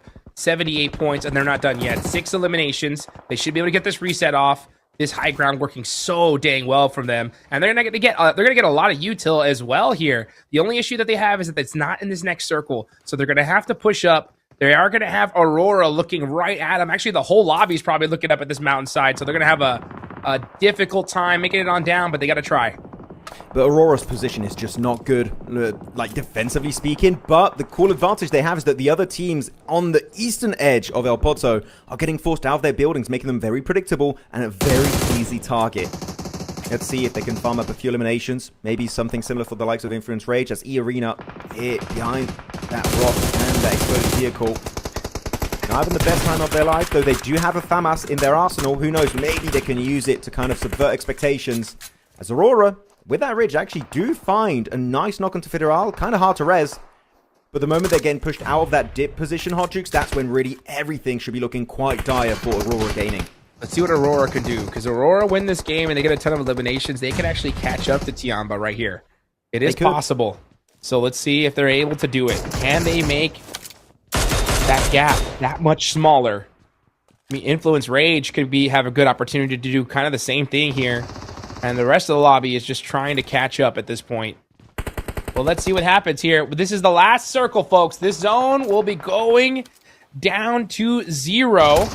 As Weibo now leave their buildings, and they're getting peppered on the way out. Oh, good FAMAS spray, forcing Suki to get prone again. If they had 4 players alive, if they then lose Suk for literally no good reason whatsoever, maybe we'd be thinking this could be a Weibo win. The nade bounces off of him, and that is going to be it. Flower H is the one to secure it with Maple from All Gamers, the team that has been just so non-existent as of recently, and finally putting points on the board. And actually getting in nade range. Really good ridgeline, right onto Schweppes, trying to force him back towards the likes of Ruka and Tony K. They're showing their back actually quite aggressively to Aurora. Be careful, that backstab could be happening. Schweppes, the nice air burst. Now applying that pressure. Gets up close and personal, but it's not good enough. Now you're going to see Maple Having to worry a little bit about Razak from BTR, but the mollies are coming out from every single direction. All gamers just getting peppered from everywhere. Nice headshot. Razak putting in the work for Bigatron in the high ground. How is Reefus allowed to make that move? He doesn't see it. Razak getting eliminated means that position is playable for Reefus. There's no way. I did not imagine Aurora could actually be competing for the win, but it might just be happening. The 1v1 goes down. E-Arena and All Gamers out of the picture entirely. It's only Loranzin left in a 1v3 against Aurora. Can he pull it back as a utility raining down on his location, taking out his teammate of Lil Boy? Loranzin against the world. The utility Running. chasing him down out into the blue zone. Can he take home the win? Here we go. It is second place versus third. Aurora gonna have some great util, just a little bit too far. Reefus up close and personal shuts him down, and it's Aurora to come out with the chicken dinner and try to catch up to TIANBA. That is exactly what you needed to see. If you're an Aurora fan, you are loving it right now. Back-to-back strong performance. It was a great school finish, and you know what? They learned a few things in that previous game in school, and they took those lessons in full effect here on Miramar. There you go. Give him the high five. Everyone here deserves it. But Reefus, oh my goodness. I was saying to myself, there's no way he makes it to that central position and lives to tell the tale because of Razak on the mountaintop. But actually, Razak, if he peeks too hard, couldn't really get a line of sight to him because other teams were just spreading down. So actually, that kept Reefus really safe and created an anchor point for his two other teammates to join up on this spot and secure the win. You would have told me around like circle maybe 6 to predict the team. I would not have picked Aurora, and yet they show us that it doesn't matter. Even if the circle is not headed their way, they still can take home these massive games on the highest stage possible in PUBG Mobile Esports. Yeah, one of the great things about Aurora winning this one too is they're winning quite a few games here. So if it ever comes down to a tie, they're going to be very well set up here. As you can see, Reefus ending up on as the MVP with 2 eliminations. I'll have to see the exact total eliminations. I believe it's still quite a low elimination game in terms of a chicken dinner for this squad, but that's fine. A win is a win. We're not going to complain too much. You know what? Still happy for the Mongolian team. As he's still, actually, yeah, because he gets 2 eliminations and his team contribution is almost 33%. Total stat shouldn't be insanely high, but this is great not only for them to catch up to TIANBA, which is what you stated already, Hot Troops, but also for the MVP race. He was already #1 damage over QZZ. I do wonder, are we going to be seeing top #1 in terms of eliminations? Oh. Maybe not up there, but he could at least try to tie it with the side of QZ. Yeah, it's getting close, that's for sure. I mean, Aurora, after this game, are going to be close to TIANBA regardless. It was almost a 30-point lead at one point, and it has dwindled down. For a second there, I thought TIANBA were going to take this one. They were looking really strong, and then just things fell apart little by little for them. I know they're still getting consistent points on the board, but Aurora winning this one, I mean, that's how you close the gap. And then we look at the highlights, and this is the most anticlimactic fight I have ever seen. It was looking so good, man. It was like, okay, really down to just individual movement, and also if you can hit your shots with the shotgun, but no, look at that. The 2 players out to the blue zone. He tried to go for the bandage just a little bit too late, and it does not work out. So still a good try. You know what? Sometimes you're going to have some funny encounters like that. That is all good. As overall, out of all the teams fighting here, I have to reiterate my point. Weibo taking that very unnecessary early game loss. Actually, not just 1 loss of Sook. They lose 2 players. If they have the 4 players alive, it might have been a Weibo win, and then we might be saying, okay, the comeback is possible, but they're missing out on what could have been a massive game. And literally, their drop location of Elapodzov, what a fumble from this team. I really do feel bad for the Weibo fans. Yeah, I mean, second time, too, they get a drop location kind of late circle, and they're not able to really capitalize on it today. That's super unfortunate. Yeah, Aurora, 4 eliminations. That is how you do it right there. And you got top. Hey, busting out the King Koho right here. Like to see that. He's already preparing. He's already preparing for the EWC key. You know, he knows it. It's triangle. He's ready for the event in Paris. As looking at the overall match rankings, of course, because of the very low elimination-focused gameplay from Aurora, very passive, we are going to see another team be the leader of this game in terms of overall points, and it's going to be 15 points total secured by INF Influence Rage. I would say the timing of their third party onto the likes of BTR, TIANBA, and also the north to the west on those clearside positions, hot troops, were just so beautifully executed. If any team was going to get the win in my eyes, it was going to be Influence Rage, because that push-up was just magnificent from start to finish. I mean, we got to give Influence Rage their flowers today, guys. I mean, this team was so down and out in day one, points-wise, and they have put themselves in the running here. So, one more game left to go, and if Influence Rage get another good one here, I mean, we can see them in first place. It is totally possible. Definitely doable here for Brazil. FURIA did lose a little bit of steam here as we go onto the second page. So when it comes to the Brazilian teams, for today at least, it is most definitely the Influence Rage show. So good approach today. Also, these three teams, actually, talking about the Brazilian teams, they did have a really good finish earlier on Durango. Eventually won by D+ because of that cheeky third party, but at the end, it's still looking good. And you know what? Maybe I should not be too critical about Brazil here on FURIA, because they're still up in 4th position. INF now up in 3rd. But most importantly, that gap has finally been closed, hot troops. It used to be double digits pretty much the entire event, but now it is single digits, only 6 points separating TIANBA and AURORA Gaming. Wow, 6 points separating those two, and only 12 points from first and third place. All right, so we got a show here, folks, with the last game. This is what I'm hoping for. All right, I want to see a FURIA win. I want to see an INF second place, right? AURORA and TIANBA rolling out with some points, and I want to see 4 teams with all within that smash zone going into tomorrow. That'd be fun. Brother, are you doing your groceries right now? You're just thinking, I want this. Just That's what I want. Yeah, you're kind of just trying to read into the future and activating your observation hierarchy to know what's happening. But you know what? I don't think you can peek that far in the future unless you're Shanks. But yeah, actually looking at the consistency of some teams, man, Influence Rage, what a day. If I'm going through all the points down today, 19, 9, 13, 6, and now 15. Whew, loving what Influence Rage have been bringing to the table. Though, when it comes to eliminations, it's still dominated by QZZ, but that gap is closing slowly but surely between QZZ and top. But Hyunbin wants a piece of the pie, man. He's got 20 eliminations now in the finals. Hyunbin, my MVP prediction going into this, he means business. He's taking them down. Yeah, Dongsha Red Force, after that win in Airgale, they have been doing great here today as the damage now comes out. Oh, Lorenzen passing up QZZ. So QZZ going now to 3rd place when it comes to damage. How are you going to respond, QZZ, to that? How are you going to let that happen to you? Let's see. Yeah, it was a good game. I mean, really, as I just highlighted their consistency, if you make it very late into the game every time, makes sense that they would also get a lot of damage along the way, and that puts Lorenzen actually in top 3, and that pushes out, actually, we had a player of Razy, right, of Bigatron, is not going to be in our top 4 MVP contenders anymore, so he's been pushed out significantly by the entire force of Influence Rage.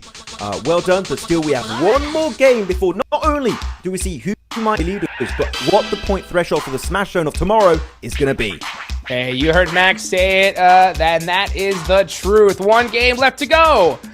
And we are getting into it, baby. Let's go. Last match of the day. That's what I'm talking about. We're not messing around here, Max, man. We're just going to see non-stop action. Okay, no, Brett. I'm a little bit dehydrated. Not gonna. I need water, please. It's boiling in my office. I can't leave the post anymore. But what? Again, I have to give respect to the production team. These games kick off so quickly, and if you're a momentum-based team, like we just saw Influence Rage, man, you don't want to stop that ball. You want to keep it rolling, and just build up even more of a point gap for yourself. So really good showcase, and see if they can do it. Let's go. Influence Rage looking like a dominating force in these 5 matches so far, and we'll see if they can make it 6. Yeah, I'm really looking forward to it here because, I mean, I love to see teams, like, especially having a rough day, just come back going absolutely crazy here. And they're going to have to, man, because no hesitation, no delay.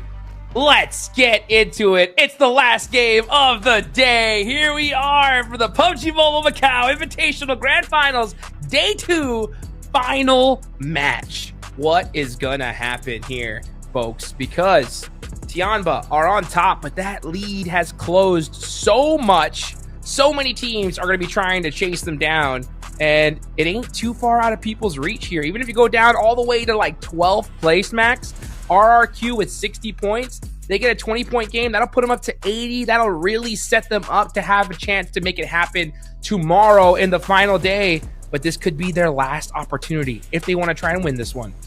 It could be going for them, as you said. It's just so close. So many. I feel like this is one of the closest finals we've had in a minute. Normally, you have a few teams at the top got a pretty significant gap, but that gap it's still there, but it's not as big as you have maybe seen, especially last year in 2025. So we'll see. But right now, no rest for the wicked. No breaks for all of these players, all these championship caliber players and teams.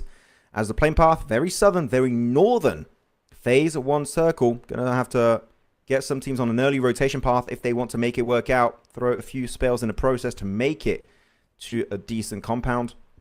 But teams you want to focus on, I would say, bottom of the rankings, out of the race fully for me, unless we see a miracle, an absolute miracle unfold, as we saw our top players here, MVP contenders.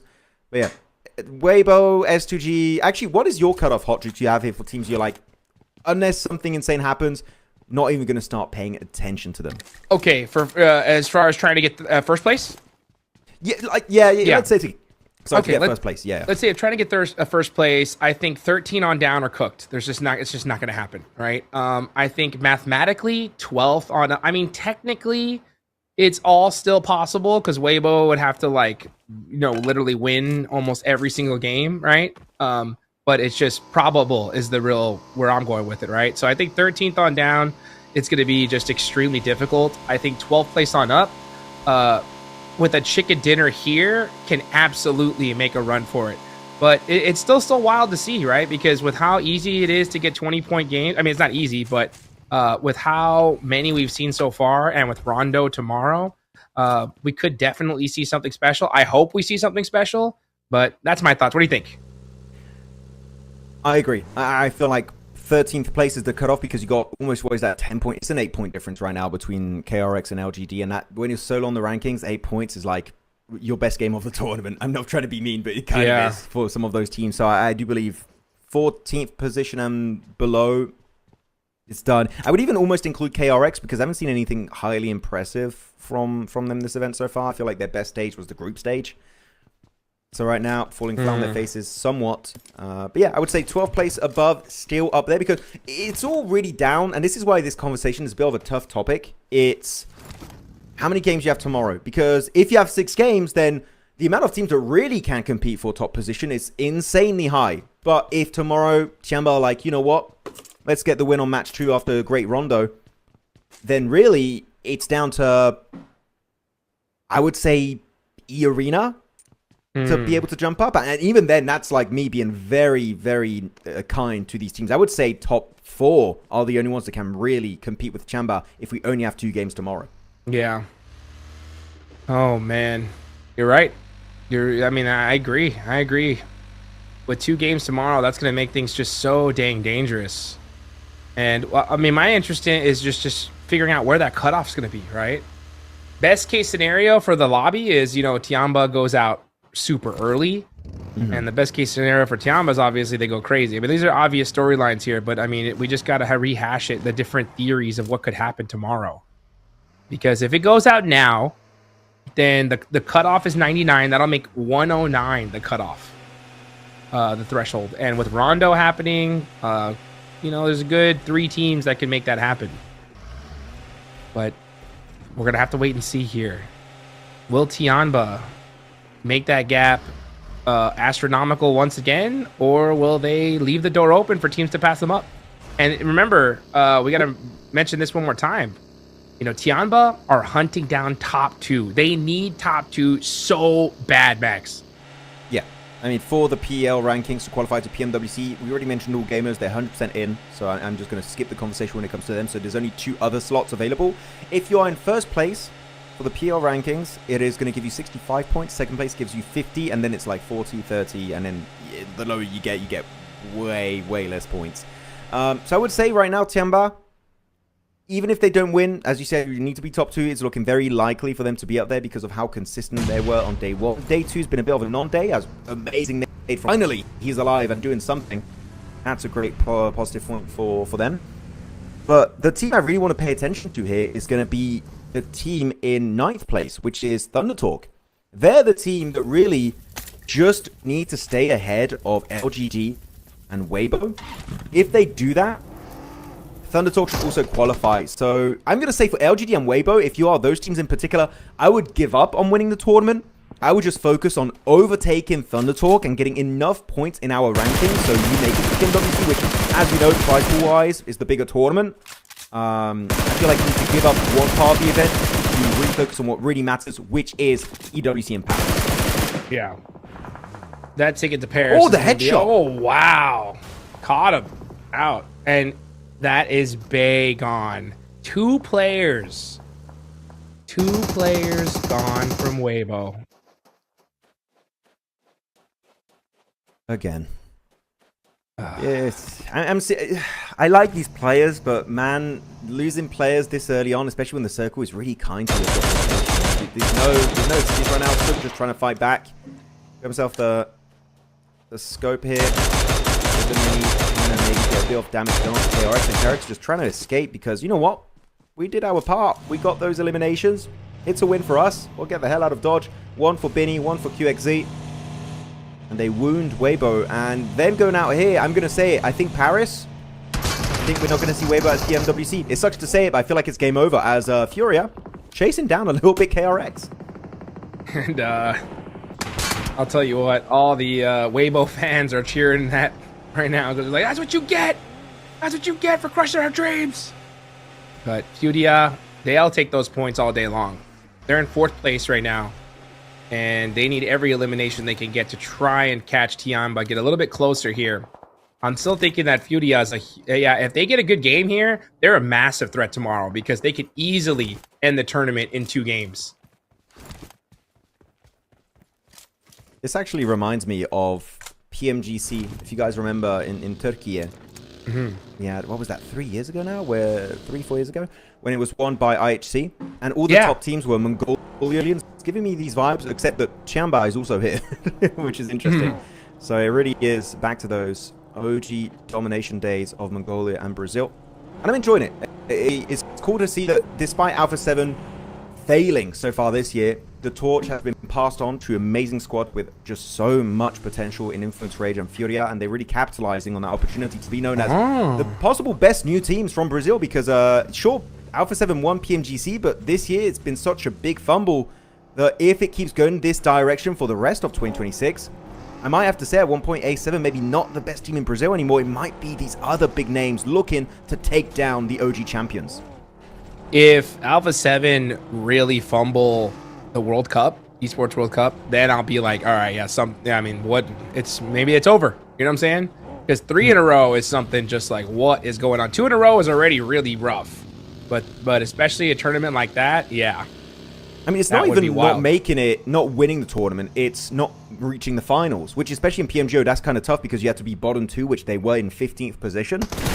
I don't know. I know this is a bit of a big thing to say, and I think some people might disagree, but we'll see. As Razy does get a nice pick off the Tian, beautiful headshot with the M4 on the 6x scope. Ling S goes trying to retaliate, build a bit more space for their fallen teammate of Tian, but Bigatron are relentless, chasing down the Chinese team as Arfu, Ling S now forced into grenade range. And Razak trying to put that one up. Look at the off-angle Federalis. It's so good, literally pinning down the entirety of LGD. They can't even fight back, Hardjukes. Look at the way they just surround them. It feels like a prison. They've built up. And that is going to be it. 1 and 2 taken on out. It was literally the Bigatron domain expansion. That was crazy. Look at my shoe, whenever I stand on an ant pile. It was just like completely covered. I mean, Bigatron did not mess around there. Able to get the finish and punish LGD. And getting those points, they need them, right? They're in 9th place right now. 66 points is not the worst considering that this is with this last game, right? If they're able to win this game, they could be in the show tomorrow, right? But they got to win it here and now and get all the points they can get. That's going to be attempt this game. Nongshim Red Force also looking at their position on the map. Pretty good next to Power Grid. Aurora also going to be their neighbors for the time being. It's way down south on the circle. So my recommendation, an ego fight, just work together for now. Spot each other. Be like, okay, I respect you. You respect me. Gentleman's agreement. But, you know what? I say that. We are talking about Aurora. And who knows what's going into Aurora's mind right now. What's going on over there? They might just want to send it because they're looking very confident in second place. TIANBA, though, the lobby leaders really can't afford to take any casualty in phase 2. And he's going to pick up his teammate, A-King. He needs to keep him alive. A-King's being one of the top damage dealers in this game. Well, not this game, sorry, the entire tournament even. So that res is going to be massive to keep TIANBA in that discussion. There you go, QZ Z making sure that his teammate is protected. Going to go ahead and put some pop shots back towards Federal and get the first aid off. I believe that was one of their vehicles getting blown up. So yeah, TIANBA. Nobody knows this is TIANBA just yet, right? There wasn't any kind of thirst or anything. The next zone does pop on over, and it's going to be towards Crater Fields. Okay. All right. Now we have RRQ dead center, Nongshim Red Force there on the south side. And where is TIANBA? I see them. Yeah, okay. So TIANBA now moving on in. They're going to find a position into this next zone. S2G quiet all tournament long here after game 2 of the first day. Getting an elimination on the board. Are they going to pull a PMGO comeback like they did on Miramar back in that event in Jakarta? Oh, that was crazy. Yeah, it was so crazy. Again, I still believe it wasn't because of good gameplay. It was more because of the circle being very kind to S2G. But this event in particular has given me hope that, hey, you know what? This team, given the right scenario, can definitely put up big pointers. Underestimated, to say the least. A silence. Got a nice angle on the heads of 33 GM. So, luckily enough, though, they do make it out of there. But even if they do survive, keep in mind, that's still a duo. They lost 2 players very early on to the hands of KRX. So this is going to be pretty much a non-existent game in terms of total performance, unless they find literally a godly dip that gives them the win. As a duo here, when you still have 55 players alive, Hot Jukes, fair to say, the odds are not stacked in your favor. Super bad odds. That is just good math right there. Yeah, Weibo. It's a fact. I mean, it's so unfortunate to see. I think we had a lot of high hopes for Weibo. It's always good to see Sook and squad really make things happen here. A lot of their fans are here. It's just unfortunate they weren't able to make it happen here so far. We have seen crazy things happen, and hopefully we do. We still got plenty of matches left to be played. With 7 matches left to go, anything can happen. But that's if we have 7 matches, considering that smash rule. But KRX, okay, right now we're chatting it up because everybody is playing this so dang slow, and it makes sense, Max, because every single team know that if I win this game, we could win this tournament, right? We could put ourselves in a great position tomorrow, so we can't afford a single mistake. I can just feel the tension in the air. You know what? I really want to see all gamers just throw everything in a kitchen sink at these teams, because you are 100% sure to make it to PMWC.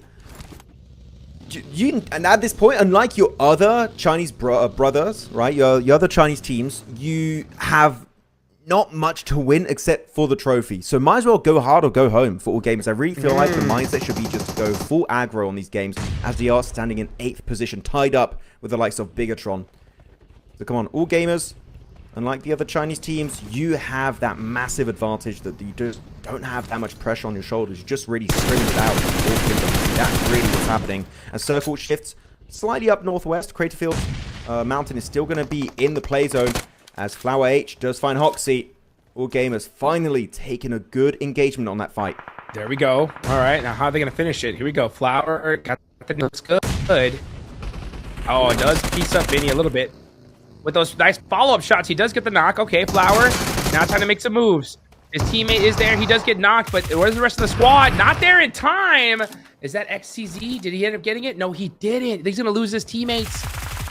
All gamers just falling apart here to Trey. But they do end up catching him. So they only end up losing 1 in that engagement. But here's RRQ trying to hunt down a third party. Oh, good smoke there, actually, to keep Flower H and XCZ in the discussion. And RRQ, they see their utility, they say to themselves, oh, we'd have to use so much in terms of resources just to eliminate those players. And by now, they probably also got the full reset, which we know as a fact now is the case. So let's pull back. Let's use the circle to our full advantage. And also this little bit of extra elevation with a third-person perspective. Just deny the rotation of all gamers. I feel like RRQ played it really well here. Didn't bite down more than they can actually shoot. And respecting all gamers as much as they can. Goes over to the Eastern teams. The circle not really too favorable to them. D plus Kia, Thundertalk, got to be quick on that move. Same for Bigatron also. Though they're actually kind of in the worst situation, Hodrix, because they're surrounded by teams, and especially just ahead of them, it's Nongshim Red Force, that you know are ready to fight in 5th position. They've got so much on the line this game. They cannot afford to lose. We'll see if they can survive the encounter.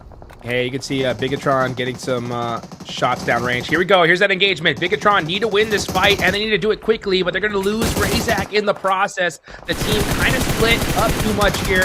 XYZ from downtown. Axel actually gets in the vehicle, tries to hit a crazy shot, gets punished. So, devastation on the side of Bigatron, and a big, big win for Nongshim Red Force. I love XZY's angle. He's always somewhere, just perched up on a mountain or something.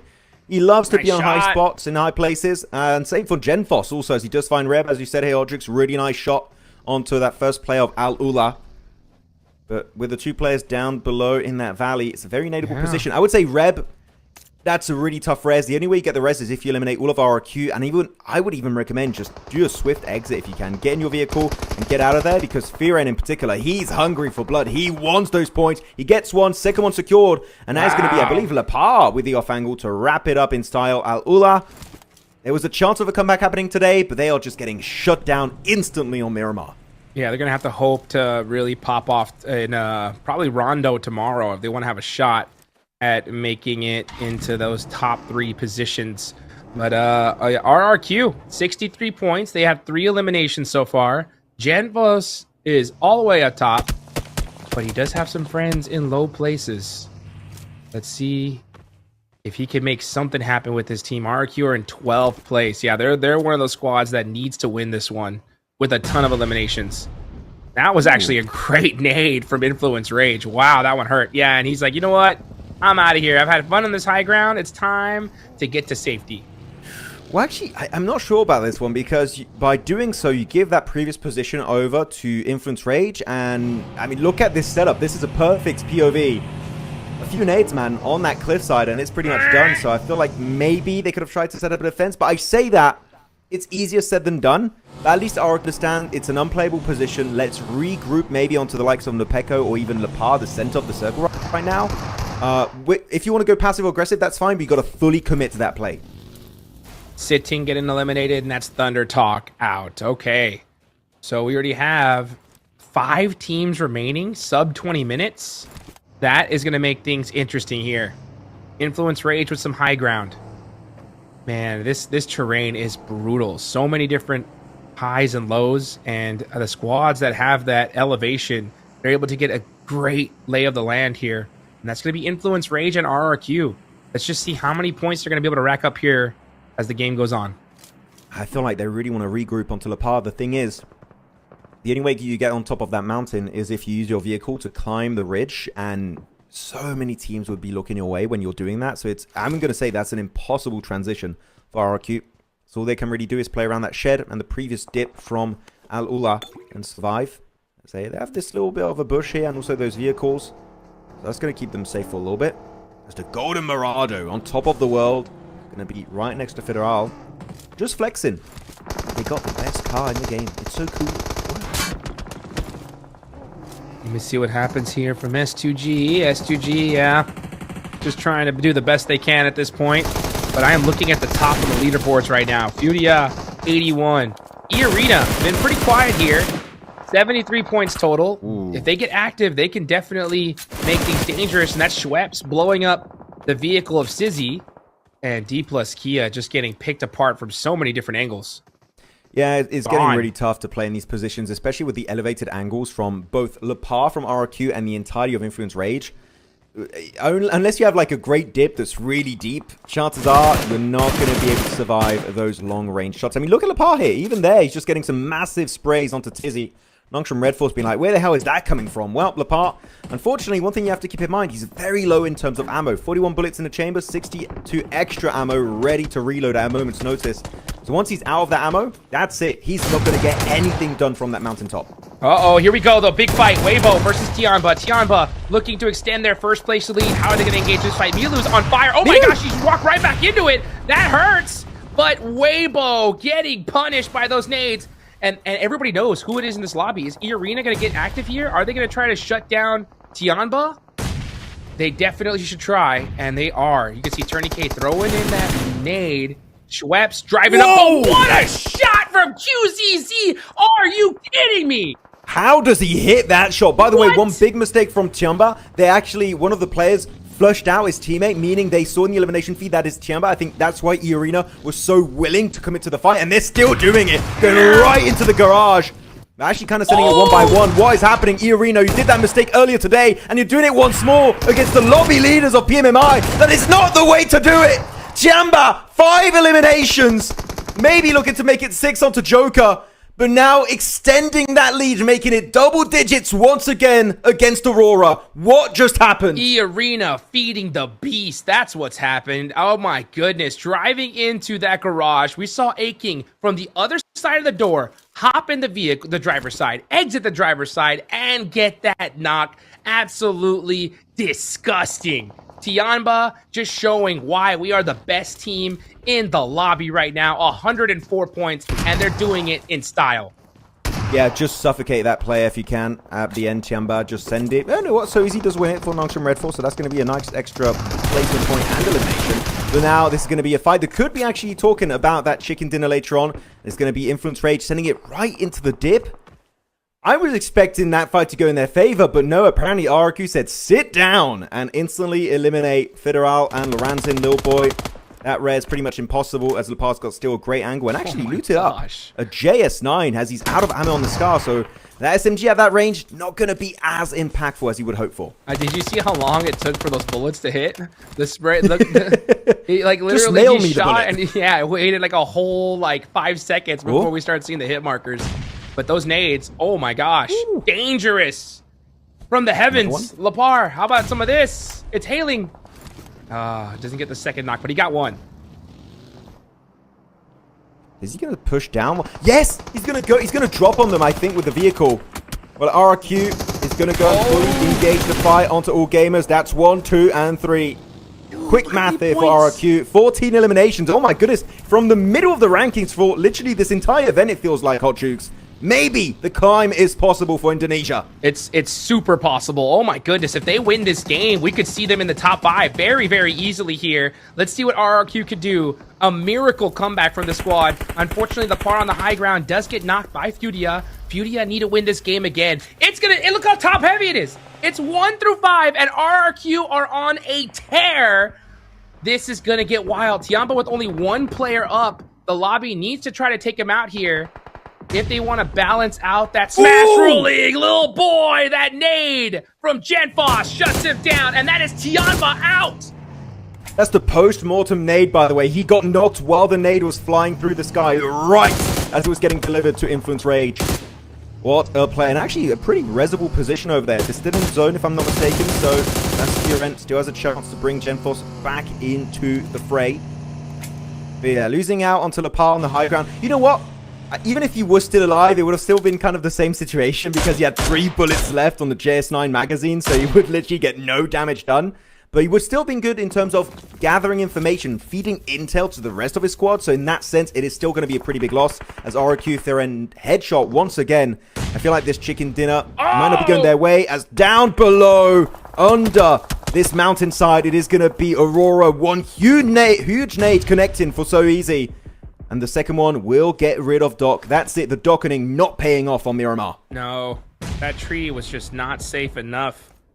Top though. Oh my gosh, 4 eliminations. Every single one on his team is because of him. They are working as a squad, but he's the one able to shut them down for now. And meanwhile, look at Chief. Oh, getting peppered up immediately. Yeah, back up. Ooh. That's my teammate. Meanwhile, FURIA have all 4 up. Could the prediction... I mean, this is starting to get pretty crazy here. So easy. Wait, Those nades look good from Reefus. Hot Jukes, just to say, by the way, because of the point gap currently between Aurora and TIANBA, if Aurora win this game, they're first place. And if they get even just a bunch of eliminations and make it to podium, they could also be first place. So there's so much relying off the back of this game for the Mongolian super team. Come on, Aurora, if they make it happen, they will be, for the first time right now since Ronda on day one, your #1 ranked team over TIANBA. But with so easy as our Fangle, it's making it really tough to use that ridgeline to its full potential. Every single team needs this win. Aurora needs this win to get into first. Nongshim Red Force, the final player, he's in big trouble. But if FURIA or RRQ get this win, that'll put them in the running big time tomorrow. Let's see what happens, though. Who's going to end up taking this? You gotta, if you want your dreams to become a reality, you gotta make it happen. And So Easy is eliminated. So that's Nongshim Red Force now out. They get 4 placement points. RRQ with 15, just having a monster game. They got to finish strong. Norpeco gets the knock on the top.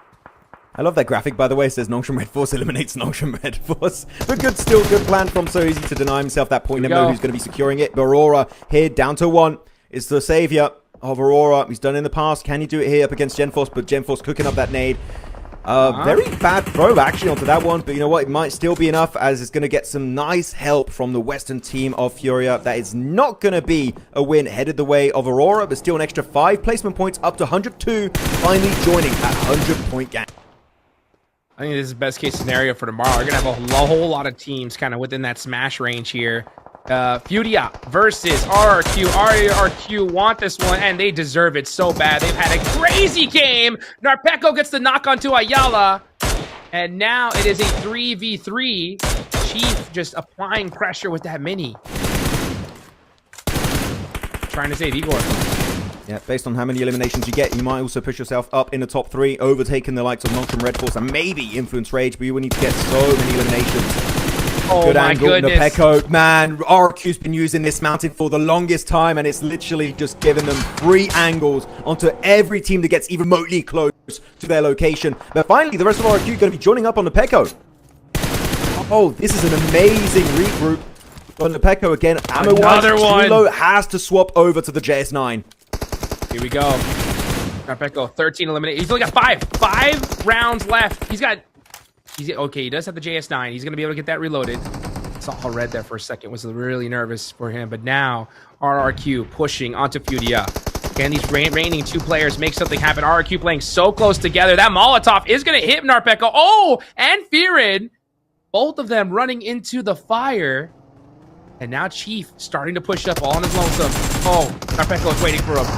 Nice shots coming out. Great teamwork. And it looks like RRQ gonna close this one out with silence as the last player up. Can he hang on? No, he cannot. It's RRQ with a legendary comeback right at the end. Are you kidding me? Oh my goodness, what a great use of the mountain range. This entire game just peppering teams from a distance. The biggest enemy for RRQ, by the way, was not really the other teams. It was the lack of ammo they had at times because they just could not get to those death crates from that high ground spot. What a great game regardless. And you know what? Very deserving of this final game for this final chicken dinner of day 2 of the MACAO Invitational Grand Finals. But, of course, we need to look big picture right now, Hot Jukes. The point threshold has been set at the very top of the rankings by TIANBA, and we now know the smash point threshold that's going to be needed for these teams if they want to be crowned your MACAO Invitational champions. Yes, and we're going to find out exactly what that threshold is going to be. And I love those player photos. I'm telling you what, these guys look menacing, especially in that last game. Was that the best game we've seen so far of the tournament? I would say in the finals, yes. They had some really good games back during the group stage, but finals, this is the best RRQ has delivered, easily. I mean, I don't think it might be the best period. I mean, they got a ton of eliminations on this one and the chicken dinner.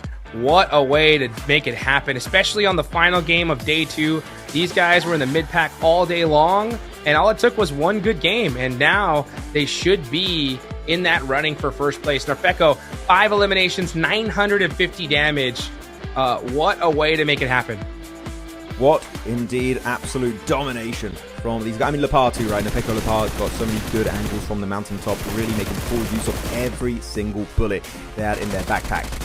As looking at the highlights of this game, really a lot of strong moments, but one team that had literally almost no strong moments this game was Weibo. As you said, it's not just the dream of winning PMMI being flushed down the toilet, it's also their ticket to PMWC kind of just being taken away from them, and they can't even fight back to reclaim it. Literally, Weibo, a massive downfall from what we've seen last year. Yeah, it's just so unfortunate. I mean, a lot of it was because they just kept losing players early on over and over. Look at that, though.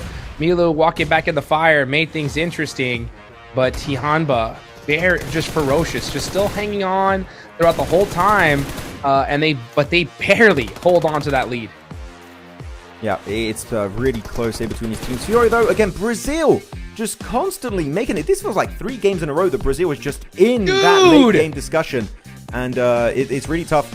Sometimes it's FURIA, sometimes it's the side of Influence Rage, but Influence Rage have been just so consistent, really, really happy with their performance. Also look like they could be really high up, especially when it comes to that MVP discussion. But at the end of the day, we've got to talk about our winner chicken dinner team. It's going to be RRQ getting 30 points, a 30-point bomb, 20 eliminations.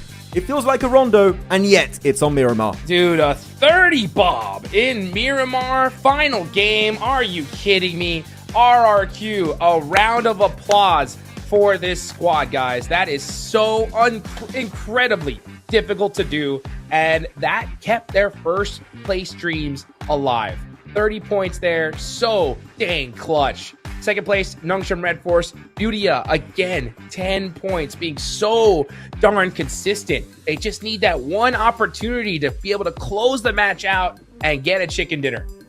Yeah, that is going to be what they're going to be chasing down. But you actually almost have a 20-point gap between second and third place right now for RRQ. So just going to highlight how dominant they this time around. I just hope this is going to kind of bleed into tomorrow's games for them, because they showed so much accuracy on their sprays today with that high ground finish next to Crater Fields. I want that to happen tomorrow. I'm not saying I want to see a mountain finish. I just want to see them get some really strong fights like they did this game. So, few upsets, especially looking at Thunder Talk, Weibo, LGD, this PMWC on the line, yet we're not seeing them really delivering massive performances. It feels bad, man, as we go on to our overall rankings. 106 points, still held down by TIANBA, and that means tomorrow the smash point threshold is going to be 116 points. That's right. So just to recap, folks, 116 points being that threshold, a team has to be able to hit 116 points first and then win the next game. If they win one more chicken dinner after that, then boom, automatic champions. The tournament is over. So with 116, okay, Rondo coming up first. There is quite a few teams that could easily make that happen, right? Even if you look down at, I mean, Furia, you know, seeing a 26-point game, it's not impossible when it comes to Rondo. So it could be, I think tomorrow is going to be very, very interesting. I would say from Nongshim Red Force to all the teams above them until TIANBA has a chance technically on Rondo to reach it. I mean, Nongshim Red Force, they would need literally this game that RRQ just had if they want to make it. But technically, mathematically speaking, especially because it's Rondo, it is doable. But really, the teams that could do it in match 1 would be mainly TIANBA and AURORA. Those are the 2 teams that could get in the smash zone in game 1. So Rondo tomorrow is going to be very important storyline-wise as to who has a chance to make it work out. So second page, a lot more upsets and still very red when it comes to the flags on the second page. And despite a win from D plus Kia and especially a win of Thunder Talk, it is not quite enough to push them out of that second page. Yeah, it's unfortunate for them. I mean, 65 points to 63 with the smash zone now being 116. Yeah, tomorrow is going to be just a rough time. But you know what? You got to put it all on the field. We've seen crazy things. We've seen crazy comebacks happen before. You know, a PMGO Season 1, we almost saw one happen. So hopefully, you know, teams go home tonight, you know, get some good rest, put in their homework, and then come back tomorrow swinging. Yeah, that's going to be the approach for most of these squads. Even if you had a bit of an upset, you know what? Come back stronger tomorrow. Who knows what is possible, depending on how many matches are available ready to play. That is going to be the main topic for these guys. Looking at the overall elimination leaderboards, it's going to be QZZ, but man, only a 1 elimination difference between top and QZZ.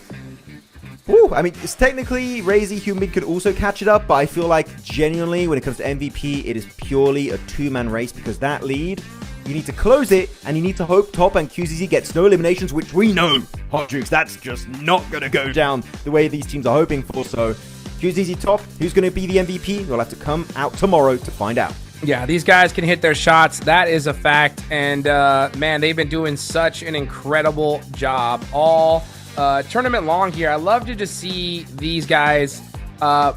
Look at this. I mean, they're battling it out at this point. You got Top on top there with 6,300 damage. QZ right below them, actually with a pretty decent gap here. But the battle for MVP is going to be between these two all day long tomorrow. It really is. I mean, it almost got himself 1,000 damage lead. It's just about 900 here between Top and QZZ, so that lead is quite significant. But when it comes to the MVP formula, eliminations are a lot more valuable. So right now, leading the charge, I believe QZZ would still be #1 on the MVP graphic, which we'll see actually how different that's going to be. It also takes into account your survival time, etc., and also knocks. So do keep that in the back of your mind, seeing how things will work out for tomorrow's games.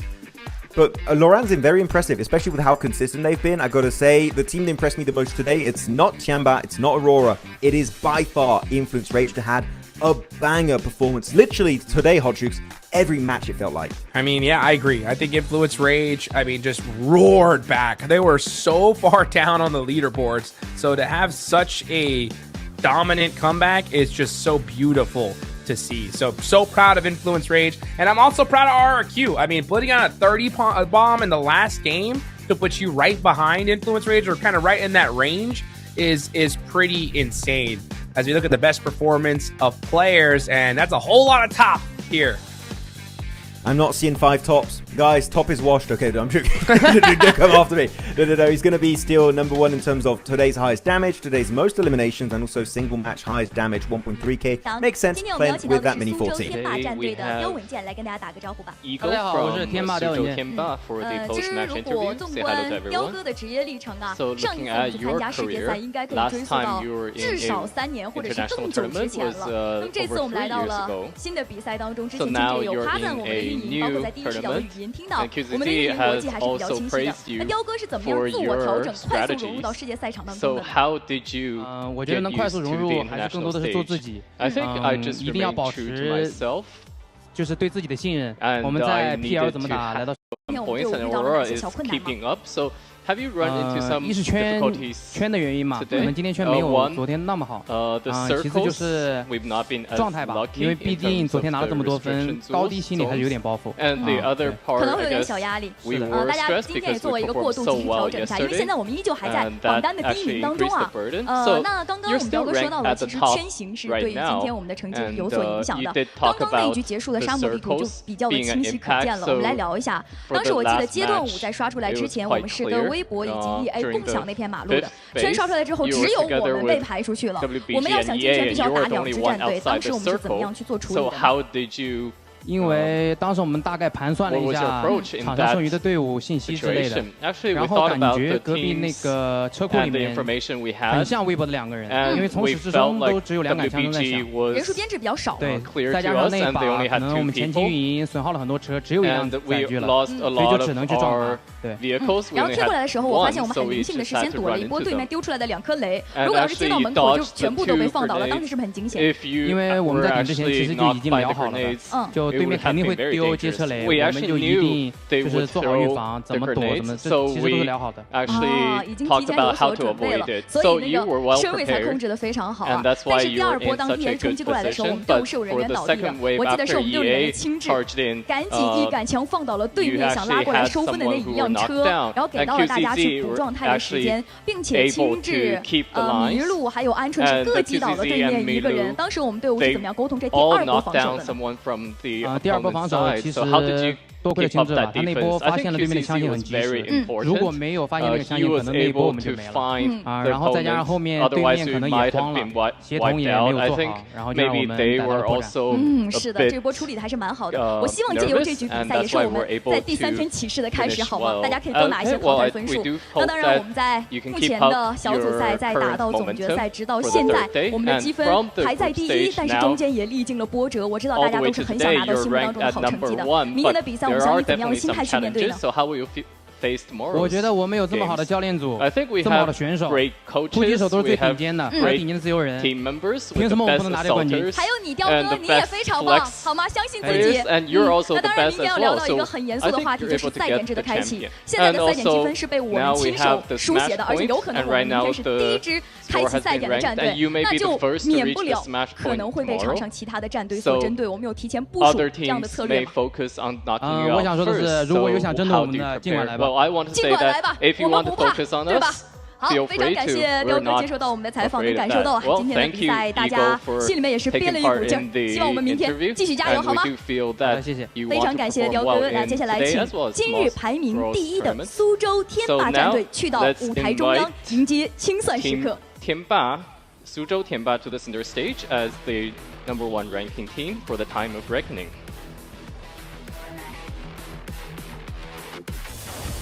有请苏州天霸战队开启清算时刻 ，Let's go！ 苏州天霸 to begin the time of reckoning.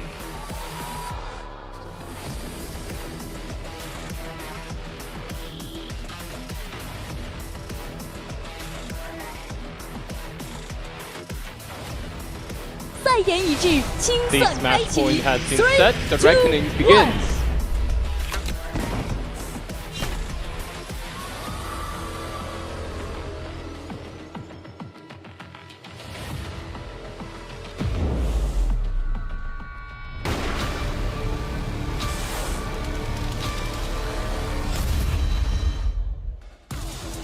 2日血战，赛点已定。苏州天霸战队将赛点分数定格在116分，谁能率先出现，悬念留在今夜，答案交给明天。接下来吧。Wow, the day of reckoning. That's going to be tomorrow, that's for sure, here as we have officially rounded out day number 2. Max, what do you think was your biggest your biggest hype you've seen so far and the biggest lows? Biggest hype? Top being the current MVP of the PMMI Grand Finals. That is incredibly hype. Biggest low is Weibo's. You know what? I'm not going to talk about it too much because I'm as sad as can be, Hodrix, about that topic. But yeah, Top, definitely really happy to see him being #1. But the race is still on. It's not over. QZZ can very easily tear him down in tomorrow's potential 6 matches. Well, what a show it has been, Max, man. Any final thoughts before we go into tomorrow? I think it's going to be close. I feel like, actually, you know what? I think game 1, 2 teams may enter the Smash Zone. I feel like TIANBA and AURORA will both make it in Rondo, reach 116 points. But after that, I feel like it's going to take some time for those 2 teams to wrap up the win. Because TIANBA, as I said earlier, they struggle to get the wins usually. They get close, but the actual chicken dinner is really hard to execute. And AURORA, doing AURORA things, Hodrix, where sometimes you just don't know why they don't get a win, and sometimes they get a win out of nowhere, like they win early on Miramar. Who knows? I feel like it's definitely a chance, but I think 5 games tomorrow is what we're going to have. What about you? Yeah, me, I'm just really excited for that first Rondo. I want to see what some of these teams are going to do when they go home tonight and what kind of work they're going to put in, because a lot of them are going to realize just like, hey, Rondo's our opportunity to just close this gap off the rip, and especially for a team like Nongshim Red Force, who are not that far behind. You know, if we see a 20-point bomb from 6th place team in between 3rd, it's a race for 1st place. That is for sure, right? So tomorrow, first game is going to be super important, but at the end of the day, it's always the most consistent team that becomes the champions. But regardless, it's going to be one heck of a ride tomorrow. I hope you guys mark your calendars. It's going to be an incredible Sunday, and I hope you guys are going to be there, because I definitely will. I know, Max, you're going to be there as well, and it's going to be one fun show. I mean, just to highlight one point you just mentioned there, which is consistency. If Influence Rage pull off what they did today, not gonna lie, I feel like they could also win the tournament, because that consistency on literally every single map was highly, highly impressive, Hodrix. So it might be a 2-man race at the very top, but Influence Rage looking to chase them down for that PMMI trophy. That's for sure. Well, guys, that is it for us for day number 2. This is Hot Jukes here with Max, man. We will catch you guys tomorrow. Mark your calendars. We're going to see you for the last day of the PUBG Mobile Macau Invitational 2026 Grand Finals.